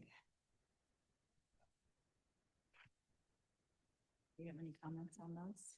No. There is some areas of this that were definitely added for collaboration. And then there is the experience of the successful project coordination. But that, I believe, would really be up to the hiring manager as well, as far as any certifications or anything else we want to add. It's my understanding the certifications for something like that, once someone reaches those certifications, the pay grade is significantly higher than where we are. And so that's why that language is not included, because then we would be coming in at a higher grade. And we heard loud and clear the board wasn't thrilled with the grade that we were at. So we were trying to balance that. If the board wants the delay, obviously it's the board's prerogative, but staff heard very loudly that you're very interested in pursuing additional grants, and there's missed opportunities. And the longer we keep the position vacant, the longer we don't have that internal capacity, dedicated internal capacity to pursue additional grants. So there's that opportunity cost, so to speak, by not filling the position. But it's completely the board's prerogative. We are still applying for very small grants if it can be done through a department head or something of that nature. But I still stand that it was important that the grant manager, grant writer shifted into the interim finance director role to improve communication and collaboration for the overall organization. So I still believe that was the right decision, though we did lose the opportunity to apply for some grants. Did you want to expand? I don't know. Well, yes, and you spoke on a very good point, which the compensation for this position was very much based off the requirements that are listed and the knowledge, skills, and abilities. So adding a certification would most certainly probably elevate that compensation to a higher level as well. That's interesting, because reading, what I was reading was like primarily Indeed, and then some other job listing sites, and they were explaining that the certified project manager could actually be in lieu of a bachelor's degree, and I know you have bachelor's degree listed, so that's why I wanted to raise it. Yeah, I guess it's hard to get it to a certain salary, because as we know from other staff, you can read what you want and shape it, but we have to lean in your expertise as our HR director. So will the applicant, for the manager of strategic projects, he will have some grant writing background? Yes. Okay. Do you want that to be more of a specification somewhere? Well, I think what it's in here is, as long as it's in here. You think that's okay, or you like the original? I think that's okay. And then, because then Did you revisit? This was from last time. So Yeah. that's what I said. I just personally like those better. Susan thought like it was in there. I just don't think I just feel like I think it reduces and minimizes the grant writing. Because obviously two of us think that's very important for the county to have a dedicated. Right. No, three of us do. You're kind of misinterpreting. Yeah, so what I think is important that we highlight or say is our goal going to be to go ahead, and I think it's important so we don't lose out, and timing is everything, that maybe we ask for some edits or some changes so we can go ahead and get the job posted so we don't have a big gap in our administration at this point. So I know that last time our discussion too was about raising the job classification higher. And even though that you quote that it's going to save $6,000, that's really just for this one hiring, because with the two different levels, the one that's higher is going to be costing more over time. And at some point it's going to leak, so that realized savings of $6,000 will disappear. It's not going to be constant for 20 years. So yeah, I know that it's a point of trying to sell the story, but I just want to point out that it's not accurate, really. It's just for this year. So we do use the midpoint on that to try and be as good. Thing as they get. The numbers, just referencing the numbers we use as the midpoint. So we're not trying to show false information here. We're trying to show. False. I'm just saying that to say that it's an ongoing savings is at some point not going to be true, just to acknowledge that. There's a number of variables for sure that play in. But it is quoted at a higher expense than typically someone comes in, because we always budget it for the midpoint and with the highest level of benefits possible. And then with that, even it shows a $6,000 cost savings. And yes, there is lots of different things happen over employment life cycle, which may change that. But just by elevating this and lowering the other position, it is right now a net savings. Right now, yeah. Okay, it's just a point in time, net savings.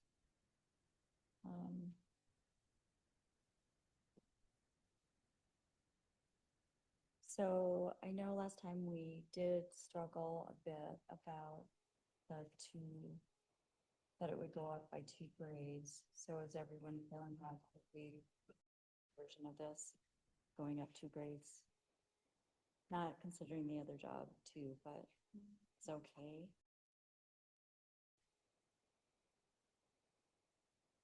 Yeah. So if, Jane, after the grant's written, this guy was gonna write it. This person, I'm sorry. I said this guy. This person's gonna, and then it would be going over to the management, would be going over to the finance department. I would describe it as the financial tracking of the grant would be Right. in the finance office. Yeah, the management of the project, Is in I the- guess, so the overall project or program is what this person will continue to follow through And with. finance will be handling. Right, in finance. Yeah. It's just tracking So of the money. would there be any remuneration for the finance person that is taking on this added we- role, we usually didn't- possibly. Yeah, we didn't discuss that. We said that what was presented to us was that the person, because we can't make decisions by the people, we have to do them by the position, but that position could Yeah. absorb some more work. And we didn't discuss if there's gonna Yeah. be adjustments. I think it's good to bring, salary adjustments to us. I know that you said that on policy, that you have the ability to do that. I couldn't find that myself, but some wording of that. Because in the past, we've had things come to the board, like this person can be acting, we want to pay them this much more, and we all be aware. And the reason I raise that is that we are the budget people, like we are the ones that approve the budget. And so when changes to the budget occur, I think it's important that we be made aware and have a discussion. And I think that given that transparency to the public, that they would have that ability to say, okay, that's what's happening. This person's going to take on more duties, paid more temporarily, just because it has been done in the past. It just was a suggestion. So let me there's a few elements of this.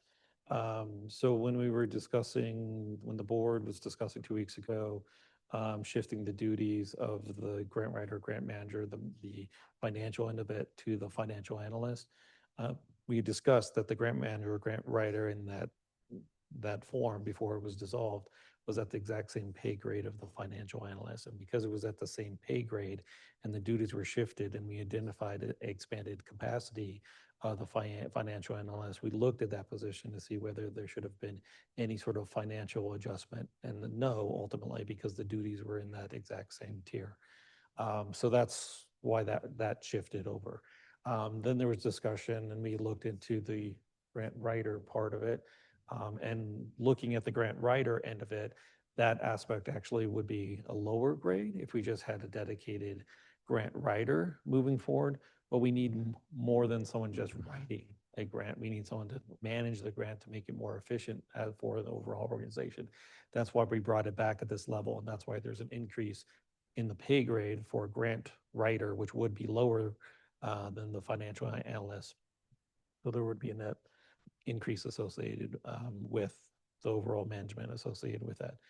Regarding any acting pay adjustments, those are all within the salary line items because those happen whenever there's a departure. So there's overall salary savings. And so that's why those don't come directly to the board about those temporary acting compensation, because it's important to compensate staff who are working beyond their intended role or hired role for a short amount of time. But it's all within the budget that the board has approved. And I'll share the employee handbook section where it specifically gives me the authority to make these temporary adjustments ad hoc, but I'll send that to you. So that's kind of to answer your question regarding that. Maybe it's just a FYI, like I am going to, because I don't remember ever hearing that. I was assuming it was probably going to happen, so I don't know if they adjusted. Times, and I was hoped Yeah. that they would be adjusted. anytime anyone's working beyond their capacity, it's fair to them. And I think it's important for an organization with respect to their hard work and dedication that they're adjusted and compensated fairly if they're working in a higher level. So it's pretty standard, I would say. Yeah, and I think like right now, situationally, we have someone that's stepping up for the second time. Mhm. So I'm hoping that that's taken into consideration too, that they're not just being moved to the minimum of a higher grade, but just that they're stepping up. So this is all really guided by the compensation guidelines. And that has been the practice of those to move to the minimum of the pay band. Also in the compensation guidelines, which we actually revisited a few months ago, the county manager for out-of-title pay is able to set those rates, or is able to, assign someone to out-of-title or acting pay. But that is dictated in this policy here. so we can send that to the board too. That'd be great. Okay. Great, thank you. Yeah, but I guess, I think we need to pull it back here to our consideration of this position. If we're saying that grant writing is a priority and something that we feel is very important, I think we need to make a decision if we're going to go ahead and have some edits, give direction as to what those should be so we can move forward and fill the position now. Yeah, and I think that Commissioner Aiken made a comment that he thought it might have been good to just retain the grant writer as it was. Is that what you said earlier? Well, it was, when this whole process started after, Is- Finance Director Joe Leo left. So are you thinking that just having a grant writer as before, or are you Well, okay incorporating? No, it this, into- I like the wording here where, we write successful grant applications, track and research, and then from there it would go to the finance person would be doing the. Right, so that's already, but I guess what we're talking about is, so you want to add that to this job description? Well, what it has here is that, for the strategic projects manager, you'll be responsible for. So you want to add that specific line to this under job duties? It's already in here, right? Or, No, so that's, my question is, yeah, it's what you read. oh, okay. Yeah. So my comment, and I might be in the minority, but I feel like these in the last draft were stronger. And so my request was that these be put in instead of those, because these were more generic. But I guess we'll have to get a point. Serve as serve as the primary grant writer. I mean, I would think this, so maybe we could change that wording that, I don't know, would be the primary grant writer, but it seems like, this person in this position would be the primary grant writer. And there's not a whole lot, as long as we have a position where somebody is researching and writing and, doing grants, and then go from there to the next level where somebody else is also facilitating the grant writing, which seems to be that it would be part of the finance department. Well, the finance, so again, there's three elements to the grants. There's the one that researches and writes and Yeah. collects the grant. There's the implementation of the grant, which this position would oversee that the grant's being implemented well and that it's not exceeding staff capacity, and work with the individual departments that the grant would lie in. And then the third part is what we approved earlier, Yeah. and that was to shift the management, the financial management and reporting to the financial analyst. Yeah. So So- we've already done that part. So that part's Yeah, done. so this person will be doing the first two parts. Correct. Yeah. Yes. And that's okay, yeah. Okay. I mean, I'm good with that. So my question is, because I can't let it go, are you two okay if we substitute the wording that's in this original? Because to me, it's just stronger. That they serve as the grant writer and that they coordinate the teams and external partners in preparation of grants and strategic. It's just looser in this version now, in my opinion. So is there, it sounds like the proposal is really, I'm not sure if we need to necessarily substitute Just maybe strengthen the wording for the grant writing responsibilities and implementation of the grants. Okay. I think it would be the direction. And, in terms of strengthening, maybe moving it up in terms of prioritization of duties. And using primary in the language for, So because you already gave us this last time, if you just cut and paste this into there and move it up, and I think that would meet all our needs, is what I'm hearing. Most certainly. is there consensus on that? Just adding those two bullets into the job description? Yeah, and moving it up. Yeah, And that's then we can move forward to see about, approving this specific position so we can move forward. I just don't want, if we approve this, should I say the caveat?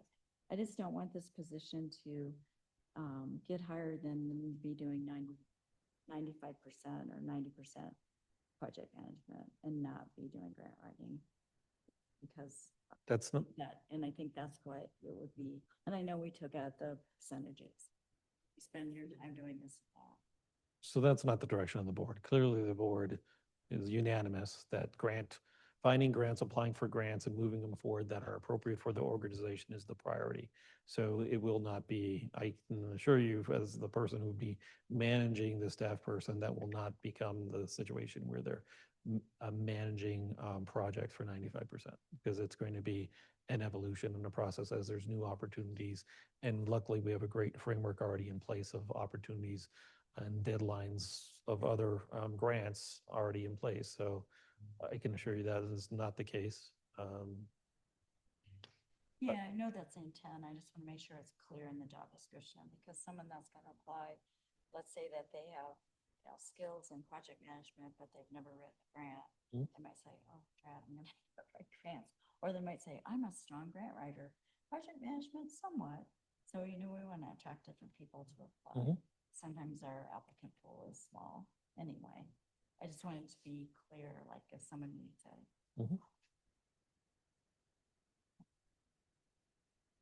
Okay, so now the question is, do we want to move on to the next one and decide together, or do we want to decide on this first one and then move on to the second? I don't, doesn't matter to me. So, Well, I mean, it sounds with that direction given, then yeah. we'll like we accept can- this and then go ahead and move on to the next as well. This is the, As far as approving them, we'll just approve them and as, I don't want to see it. By the one resolution, yes. All right, so we will move on to the office assistant proposed job. Do you want to explain this a little bit to us? I think we've all read it, but for the public. Yes, so for this position, this is replacing the previous administrative analyst position. And this is more office administrative support. That need has really arisen within the county manager's office. So this is a position that really supports that need and provides additional administrative support. A lot of day-to-day assistance of the county manager and others within that area. And if I've missed anything. I think the board's well aware, again, how busy the office is, and then really a lot of the administrative functions falls on the deputy clerk of the board. The deputy clerk is obviously more than a full-time job, working on kind of facilitating the needs of the boards, as well as working on the minutes for the meetings, the special meetings, the Board of Health meetings, as well as scheduling various administrative work, which you're all very aware of. And so that would provide that needed relief as well as needed backup for if there's a time where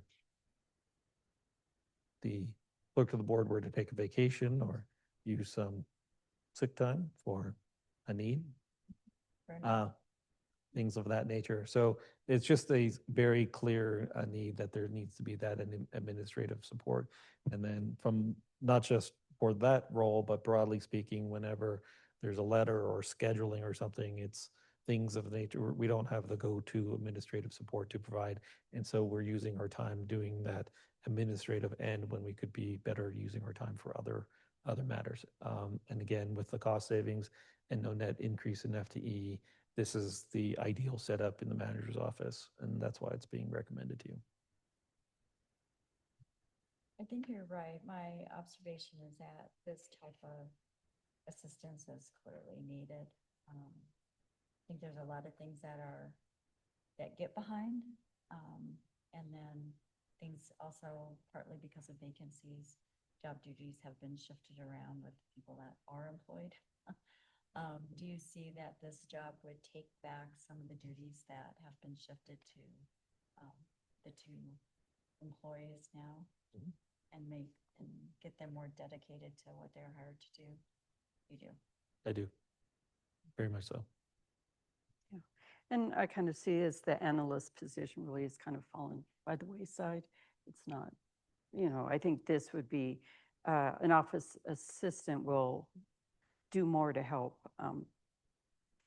the functioning of the office, to be more, help everyone proceed, do their jobs, and take up some of the slack where people, we definitely need someone else who can print out and organize the packets. I think I've shared with each of you individually, but I say it here as well, but with the advent of AI and the resources, like the analyst role is kind of not necessary. There was an interesting article in the Wall Street Journal I was listening to way up that those types of like entry level positions for college graduates aren't there any longer because you can put your request in ChatGPT. It's not 100%, but it gets you pretty far along and saves a lot of time. So again, that's why we're looking for that more high-level professional experience to get things done, as well as that more administrative support. We don't need that middle level any longer, given where technology is. Yeah, you have mentioned that. That's a trend. It is. Will this position be available to the commissioners for support? Because I know right now, we don't have as much as sometimes we need on a certain week. As backup, I believe so, yes.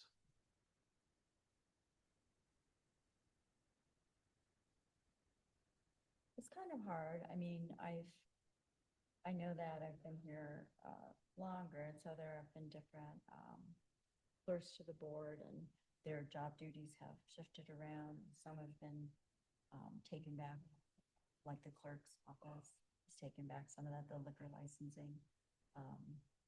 Do you find, and maybe, I don't want to ask our current clerk, but do you think that there are just new things that are always rolling in that are different than the previous people would have been asked to do? I think broadly speaking, post-COVID, the world has sped up and the slower pace is no longer acceptable.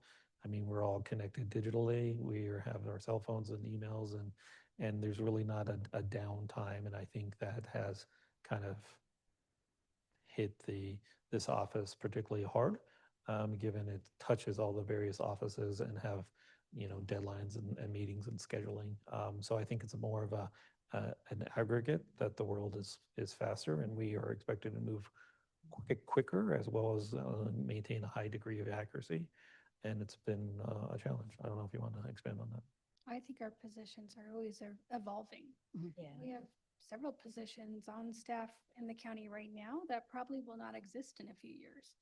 And you could think of positions that we've all probably held at one point that just don't exist any longer because of technology and changing environmental factors. Right. Mhm. Well, and I was here when the former clerk did take on additional roles because she had the capacity to do that. And that's not happened now. And, she also at one point did, the clerk did, was it passports, paperwork. So there was a lot of that was done because she had the capacity to do that. Now with our activity that we've stepped up, not only statewide legislation as well as other committees and things, and now federal legislation, we're putting more burden on our clerk to keep up with that as well. And I wouldn't say we've stepped up on the legislation. It's always been a part of the board But doing it. yeah, but it's gotten a lot more intensive, labor intensive for us than it, had I've talked with former commissioners or even commissioners in the smaller counties who don't have term limits, and they're amazed at, it's like, I never even thought I'd have to deal with some of this stuff now. And now they are. So, it's just a progression. Everything changes. But I think your point about the fast and furious and the expectations, because since we do collaborate with so many partners, they need work product to keep the projects going forward. And I think we all see that. Do you have any questions, anyone, about this job? No, this is, I think, spot on for what's needed. I think it is too. Yeah. All right. So if this one is good and this one's been amended, everyone wanting to actually make a decision today? Is there anyone that wants to wait and make it at a later date? I would prefer we make soon or today because, you know, we want to get this stuff out there and get these positions filled as soon as possible. Mhm. And I agree with Commissioner Aiken. I think it's I think important. we all agree it's time to move on. And we've had many discussions about various versions. Anyway, and we shall see. And like you said, things evolve. So something that we've decided doesn't work, then it can change in the future. On the resolution, does anyone have any questions about the actual resolution? I did find one little typo, but it's easily corrected on the third whereas.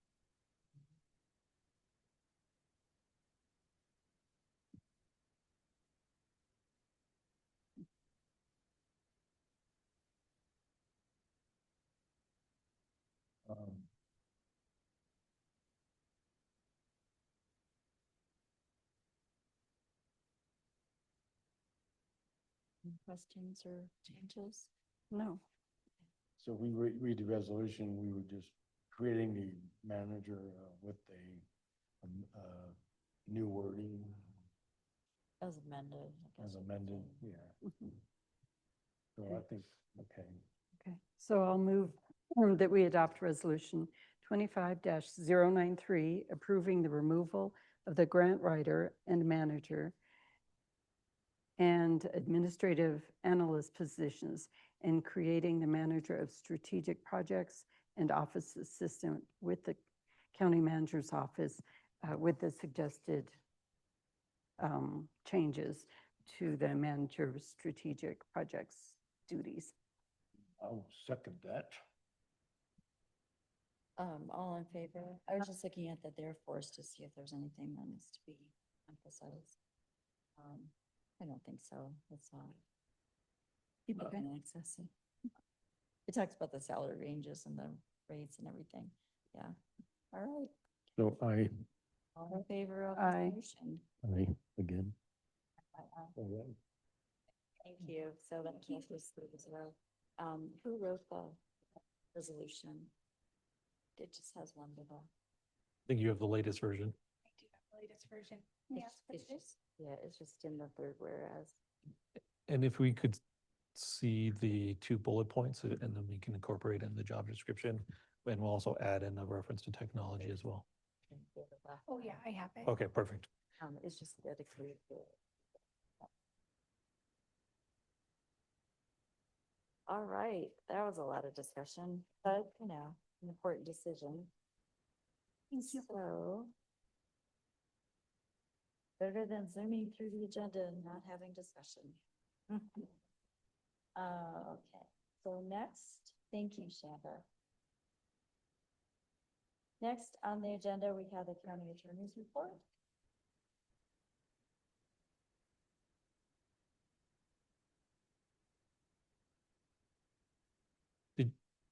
Do you want the attorney's report? Yeah, I just saw. Okay. Yeah, I think that's the next. Okay. Was there something before that? No. No. Huh? Oh, okay. Oh, something else. All right, county attorney's report. Thank you, Madam Chair. Since we last met, we've been continuing our construction of the hazardous properties ordinance, which includes the drug affected properties materials that we've discussed previously this year. We turned a copy of the designation of county roads ordinance this morning with some items in it that were discussed at the workshop and requested by the public works staff. So that is now going back through that process as of this morning. And also we worked on a couple of different deal points, the deed transfer agreement with Union Pacific, the E-bonds contract for the sheriff's office, and the National Cybersecurity Center contract. We also provided legal advice and research about some litigation matters that we could discuss in executive session at the board's privilege. The petition to certify place of death brought by the coroner, the ballot issue with respect to the lodging tax and a tax lien sale. I will see you next week for the Board of Equalization meeting. And just to let you know, on August 12th, I have to be in a different county, but Jack Reutzel will be substituting for me on August 12th. And we may have the second reading then of Yeah. that ordinance. And we're pleased to be able to deal with snow in August. As good Right. planning, for people to become aware of that Yeah. before the first big one comes in. Or take any questions you may have, otherwise I'll turn it back to Thank the you, chair. No, that, thank A lot of you. work you're doing. It seems like the backlog is shrinking. Yep, we just want to finish that hazardous properties ordinance, and that backlog will be. Thanks. And, oh, I guess maybe, so the public comment was about someone, taking over the road. And do we not have anything we don't have anything, because I know we've had other cases that have come through, as complaints in community development, and you've worked on some of them or are working where people are, claiming parts of the road. Is it really not something we have? So if you recall, there's 3 ordinances in the works, and so this one would be addressed in one coming through. And so it's an area that we need to get clarified, though I'm not familiar with the specifics on this, so I can't answer anything. And since it's an encroachment on the road, it sounds like it's really a public works item. They reference community development, so I'm kind of confused there. So I'll explore a little further. Happy to report back what I learned. But we are trying to clean up some very basic things with the work the attorney's office is doing regarding roadways. But we don't have anything in place now that's enforceable. I can't answer that. Because he made that comment. I think his comment about community development was that he reported it to the code enforcement officer who was under that department. And I think there might be some issues of trash and things there on the site as well. So again, I'm not familiar with the site, so I'll have to learn more. As a general proposition, there are state laws about roads. And so, we will be honing in on stuff. And as a specific proposition, we don't have anything that we would say publicly about any individual case. It's just an interesting phenomenon in the county. All right, next we have the county manager's report. Thank you. So you have my written report in front of you. I hit a few highlights. The next meeting is August 12th. You can see the work session dates listed. The next work session is August 19th. We're looking at life, AD&D, short-term disability care discussion, potential cost savings measures, OWTS tentative, that may be pushed back, waiting to hear more. The lobbyist policy matters have requested a meeting with the board. And then we have an invite pending for CDOT for them to come and talk about project priority progress, programming process. They call it the 4P effort. So we're seeing if that's going to be confirmed or not. Then you can see the dates, topics for September and October 21st. I have reached out to our Office of Emergency Management requesting that they join the board to talk about emergency management items. I'm looking at October 21st, if that works for you. I need to confirm if that works for him in that office. Is that something you would like me to add on October 21st or November 4th? I'm flexible with wherever they need to be. I think that way identifying topics and sometimes they need to move on. Okay. Yeah. So I'll find a date that works for him. Community annex, last week, the whole team sat down and went through the 100% build set. So it's quite exciting. We went through areas to further save costs on the construction, such as they had parking lot lighting and landscaping and things. We're like, nope, couldn't get rid of all of that. So we can stay within budget. We should have the overall cost estimates here in the next few weeks. And then obviously I'll share that with the board once I have specific information. And then once we have a timeline for the construction, of course, we will do a formal groundbreaking, ribbon cutting, something of that nature. And we'll invite you all once we know when that is. But we don't know when that is yet. There would be a second contract that we would have to execute with AD Miller for the construction. So that has not been executed yet. But once we get the figures, we'll share the details. South Beaver Creek Road study, it continues. We're at the approximately 60% design. Will be completed at the end of August. The plan is to do another town hall where the public can see the overall designs and provide some sort of input. If we waited too late past that, it would incur a greater cost, but at least it will be an opportunity where the public can see where we are, and then you can see what the recommendations are for the road surface, things of that nature. So stay tuned, but that effort is progressing. You have the flyer in your packet for the cookies with the commissioners that you discussed at the work session. So those are the 3 dates. I'll let you talk about that publicly. The only thing I'll reference is when we get to the District 1, it's talking about the survey results. All of July, we've put out flyers and information requesting the public to participate in the survey. That's closing at the end of the month. So we encourage the public to get that information out and the newspapers to share the survey. That would be wonderful since it's just a few days left. Hiring continues. Obviously, we've hired the community development director, the permit technician, office assistant, and community development. The planner position remains open, though ComDev is obviously facilitating that.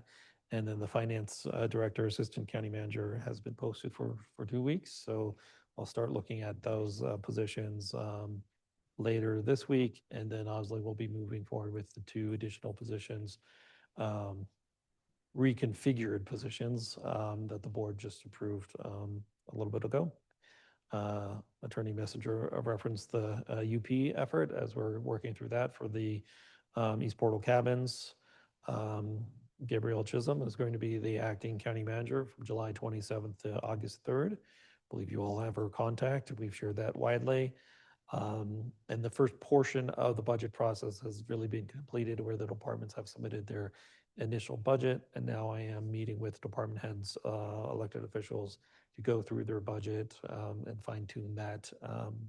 The draft budget will be presented to the board on September 23rd. Will be formally turned over for you to you for discussion, work session, and further considerations. I think that's all I have, and I stand for any questions you may have. I know we have those dates for the calendar. Yes. I wanted to, on the flyer, I had made a comment to Melanie. Our names aren't on there. What's wrong? Names are not on there. Like, it might be nice, because I meet people all the time, like, who's my commissioner? Okay. They don't know who we are. So it might be nice just to add, Yeah. not just a generic picture of cookie eaters who look like we're the cookie bakers. So unless other people don't want it, but why not put down? You mean just under the picture? Either there, or it could even go down here, District 1, District 2, District 3. Oh, okay. Sure. Absolutely. We'll modify the flyer. Okay. Anonymous. Some days. Something. And I wanted to ask a question after our work session, with the senior housing. I really wasn't clear where we kind of left things at the work session. Are we gonna have another work session with them later in the year? Waiting for materials? I mean, I think we just, were you guys clear where we're we're? just saying, unless some water situation comes up, that, there's not much we can do at this point. There's really not. I think they brought it forward again in a further discussion is because they'd heard of the purchase of the Rudolph Yeah. property and they had assumed that that would had freed up or That'd be will free up it's more not water. And yeah, that's kind of, Make that clear, but I told people that's mainly storage and, we don't have good water rights, right. So I Yeah, think, so pristine. I mean, I think one of the reasons we talked about buying that property was so it wouldn't be bought and developed. correct, yes. It's kind of it's beautiful, it has water, but also it's not an easily accessible location at the end. So do we? I don't think there's any action. Well, if I left going, okay, now what? No, I think it's, Yeah, I think unless some, a larger part, or they were able to purchase. Or if they would be amenable to working with a smaller parcel? Because we do have 2 acres here and there. Yeah. I- But still, They could just lease the land and do what we talked about, the water and the Sell that sewer or- themselves. My, They could set up the water general. my takeaway is that the burdens will really rest with them as to the next steps. That the water solution, they need to come with a water solution, whether that's to the county with the county parcel, or if they find a different parcel and they have some sort of water avenue there that they could potentially use, and we could support that effort. But really, I was left with, there's nothing for the county to do any further. Unless they want to entertain a different location. That would be. Obviously, if they reach out and there can be internal conversations about some sort of support. So at this point, it's just kind of hanging until they reach out again. I'm partly asking because, we're out in the community and people are like, why aren't you guys doing that? And it's hard to explain the work session briefly to the public. I would, This came up and this came up and this is a possibility and this is not likely. Well, I kind of encompass it in a larger housing picture as well. That, instead of doing maybe a separate, just senior housing, that also if we can find it, if there's a developer interested in encompassing senior and workforce housing, together. But, since we're not going to do the project ourselves, we're kind of left at that point as well. Yeah, of all the work sessions, I'm hanging on that one. Usually we kind of like summarize at the end or something, but it was kind of like, thanks for coming. so I would again say that it's the water, that it's their burden to figure out the water, and that would be the messaging. Yeah, recent same old message. recent article I read on climate change and everything was, this drought could be, 100-year drought. Permanent. Permanent drought, and I think, water is going to become scarcer. It's just, It's becoming already. well, becoming more scarce than it is now. So I think we have to look at the future, that Oh, and I guess I would suggest they reach out to Patty, who has that 5 acre. Yeah, so maybe they'll do that. Okay, just thought I'd ask. Okay, well, thank you. Next, we have an opportunity for public request comment. is that enough already? I know, he's a chatty one, isn't he? Nothing from you two? Anyone online? No one online, Commissioner Hollingsworth? Is there anyone online? Yes, there are a number of people online. 12. That's to be okay. precise. I actually hear from people that like that we have discussion and we just don't rubber stamp. So it's good. Everyone comes from a different point of view. So now we have the county commissioners reports and notice of public meetings. All right, I think last time I called on Commissioner Aiken first, so you want to go first? Sure. Okay, since our last meeting, I did have a Gilpin Ambulance Authority meeting. We discussed various topics, but of course, federal funding came up and cuts to Medicaid.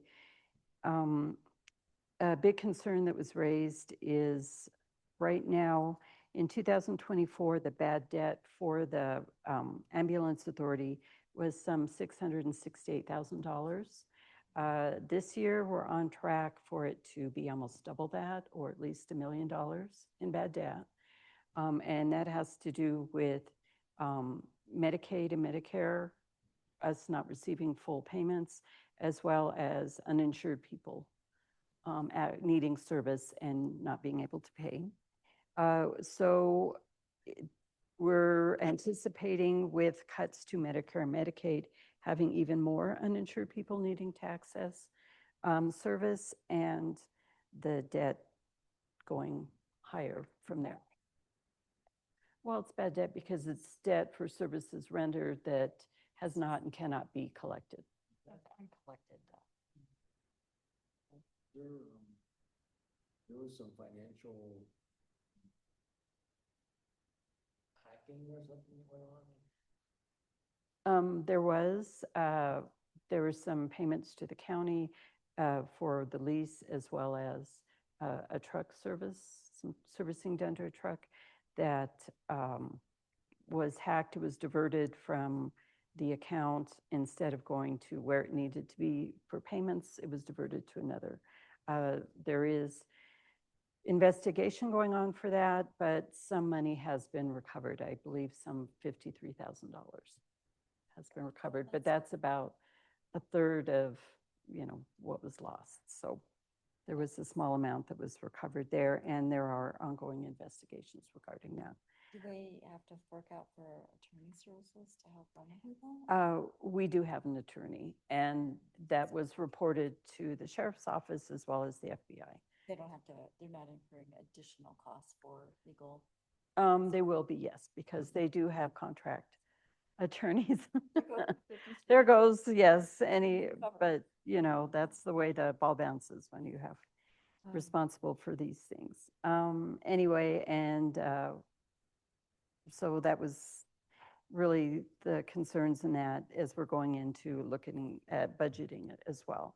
I did bring that up, as you recall, on the call to Jonah Goose. So we'll be exploring with his office maybe some additional community grant funding for that is what he'd suggested.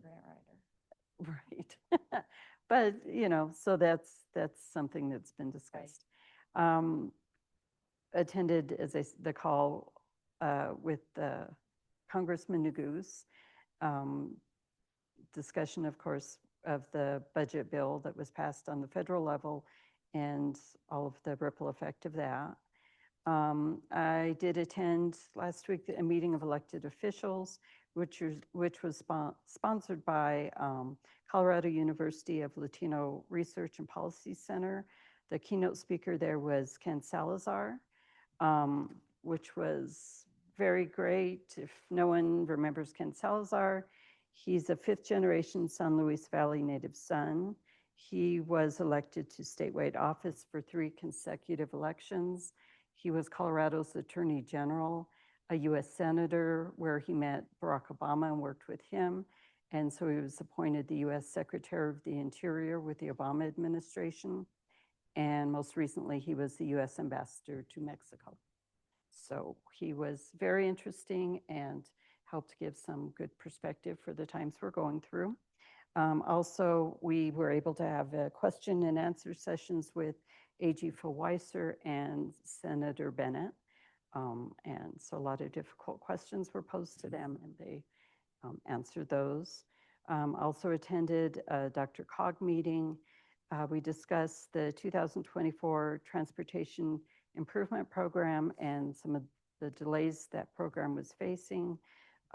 Also discussed the RTD Annual Fast Tracks Report and the small area update and forecasting, which they'll have updated.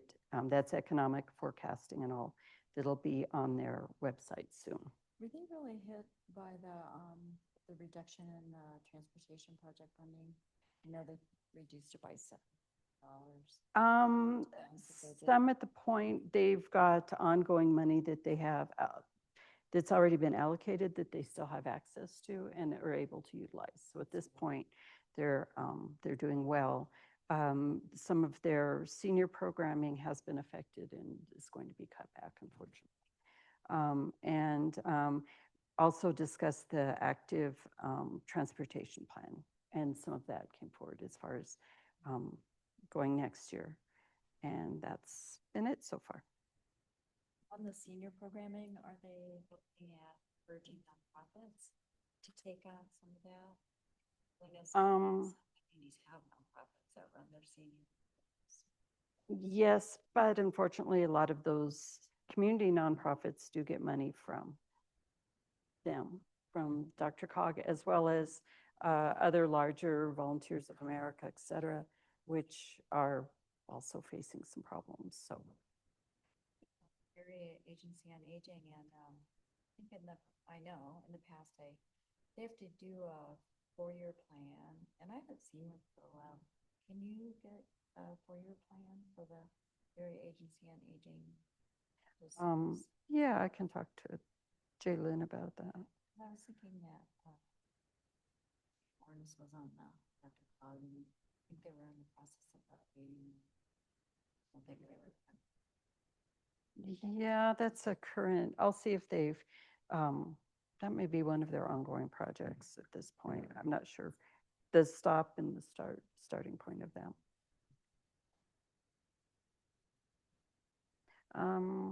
No, that was it at this point. Let's have this long list. How about you? I don't have a long list. I did attend the SLT meeting. So, I met with Commissioner Marlin this week. We went over, what it entails of being on the gaming impact board. And, Forest Health Watershed, webinar. Met with, Public Works Director Combs and Rivera. Decker. Anyway. There's Michael Dubrava. Oh, it's Michael. It was Michael. Michael. An on-site look at the Rollinsville, the 3 sites for the possible train station and other things that were going to go on there. For a treatment plant. And that was interesting, just see that. And then I had worked at a CC4CA meeting, and I met with, we was on the webinar with Attorney General Wise, which was really, it was good. See what was, the fights. All the lawsuits. Yeah. But, and some that are not getting responded to, unfortunately. Really.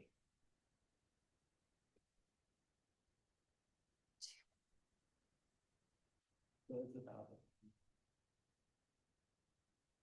Oh, yeah, I was trying to do a little bit of investigating into possible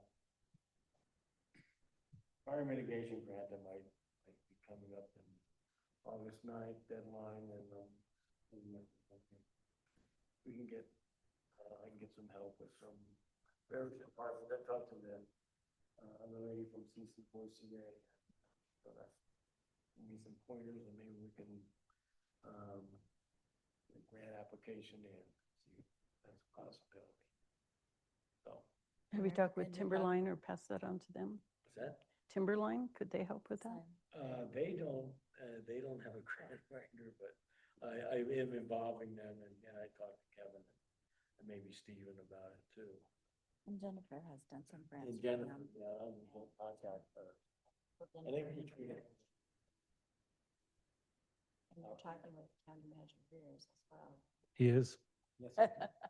We're Mention him. we're seeing if we can cobble it in a department depending It's on. not the fur worm, it's a different one. Yeah, it's a different one. It's possible. Yeah. Way to get some more money. Yeah. Okay. So let's see, I attended the National Zoning Atlas webinar. It's a new atlas that was put out. And it was really great because it was something that came up in the Clear Creek Economic Development on the group I was in. About it'd be really nice to know what each other's zoning was, because so many things are done cross. And so the reason it came up is that one county said they don't allow food trucks. And we're all like, you don't? The rest of us are like, you don't? So then we're like, well, what if we're talking about building something that crosses over or a benefit to another county? And we just got talking about it'd be nice to be more aware of what those around us are doing in their zoning. So have fun. Then I attended a veteran services training. The quote county leadership had been invited, and I wasn't the only commissioner on there, but I forwarded that information to Ray, who's forwarding it on to Janie. But it was really good because it was talking about compliance benchmarks and for us to hear if we're there or not there on those. We talked about, we all were in the Representative Nagoose and the Representative Weiser, AG Weiser, meetings. I attended NoCo Places Executive. That was the first one with our new executive director, JD Tanner. I'm setting up a time for him to come up and do a tour of Gilpin County. He's never been up here. So I invited someone from the sheriff's office, so it probably is going to be Under Sheriff Demo. And then Gabriel, just to see what recreation is by definition in Gilpin and our trails, but to take him over to some of the hot spots that we discuss in NoCo Places. NoCo Places is in the process of applying for a $2.5 million grant, which would help implement projects. Because we've been talking about all the mapping that we've been doing, and other jurisdictions are using the mapping and the data very liberally. We just don't have a focal position for that. And then I think we all were at the county fair Saturday and Sunday for different times. And that was, of course, as we have already said, fantastic.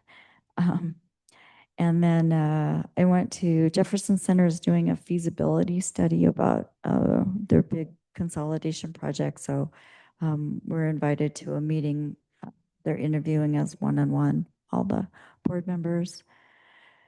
The DOLA Local Coordination Call was fabulous, and it was really focused on cuts, codes, zoning, housing, and I forwarded a lot of the information to Ray and to Jamie for their reading pleasure.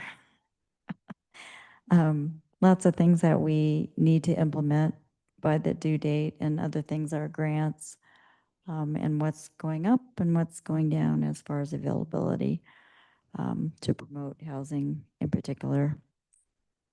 Then I was on the DOLA, there was a separate meeting, which was the Wildfire Resiliency Codes meeting.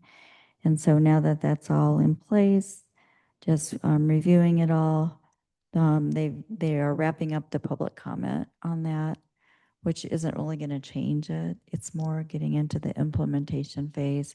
And now, as you know, from our meetings, we have until April to have it implemented.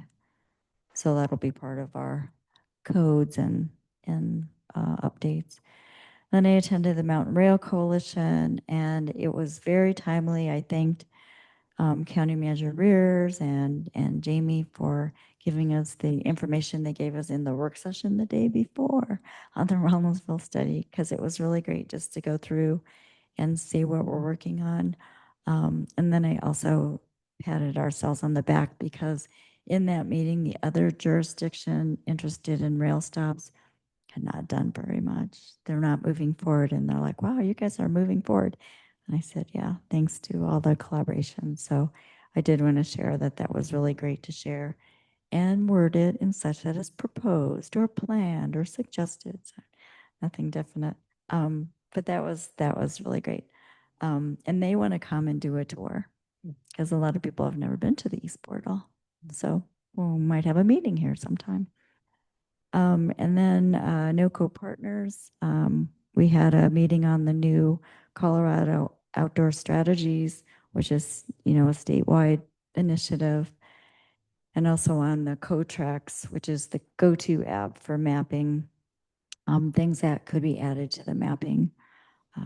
So it's good. Yeah. And then coming up, we have 2 or more of us might be attending the CCI proposed legislation. There's the timberline mitigation and pile burning. That's coming up on Saturday. I know we've signed up. Maybe you'll have fun. And then we have the aforementioned Board of Equalization, Board of Health, both on August 5th. And then we have a CCAT retreat on August 7th and 8th. I'm going to go in person on the 7th.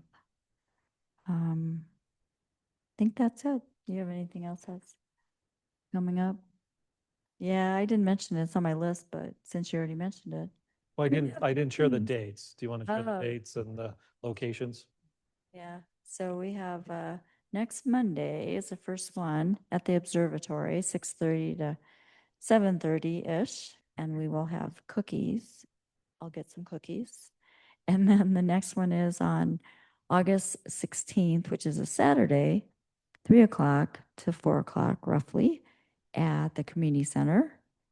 And then the third one is August 26th, and that will be at Monte Lobo, you decided? A private business, but they have space, so we'll be there. We'll give And it- that's 6 to 7.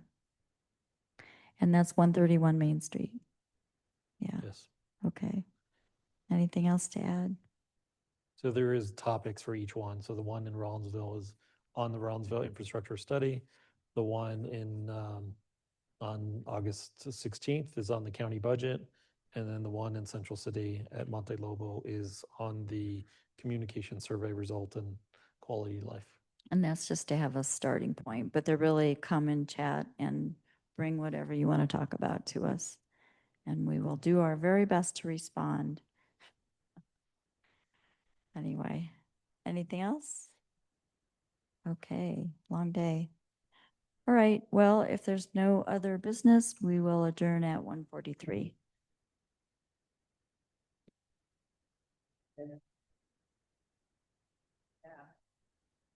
Yeah.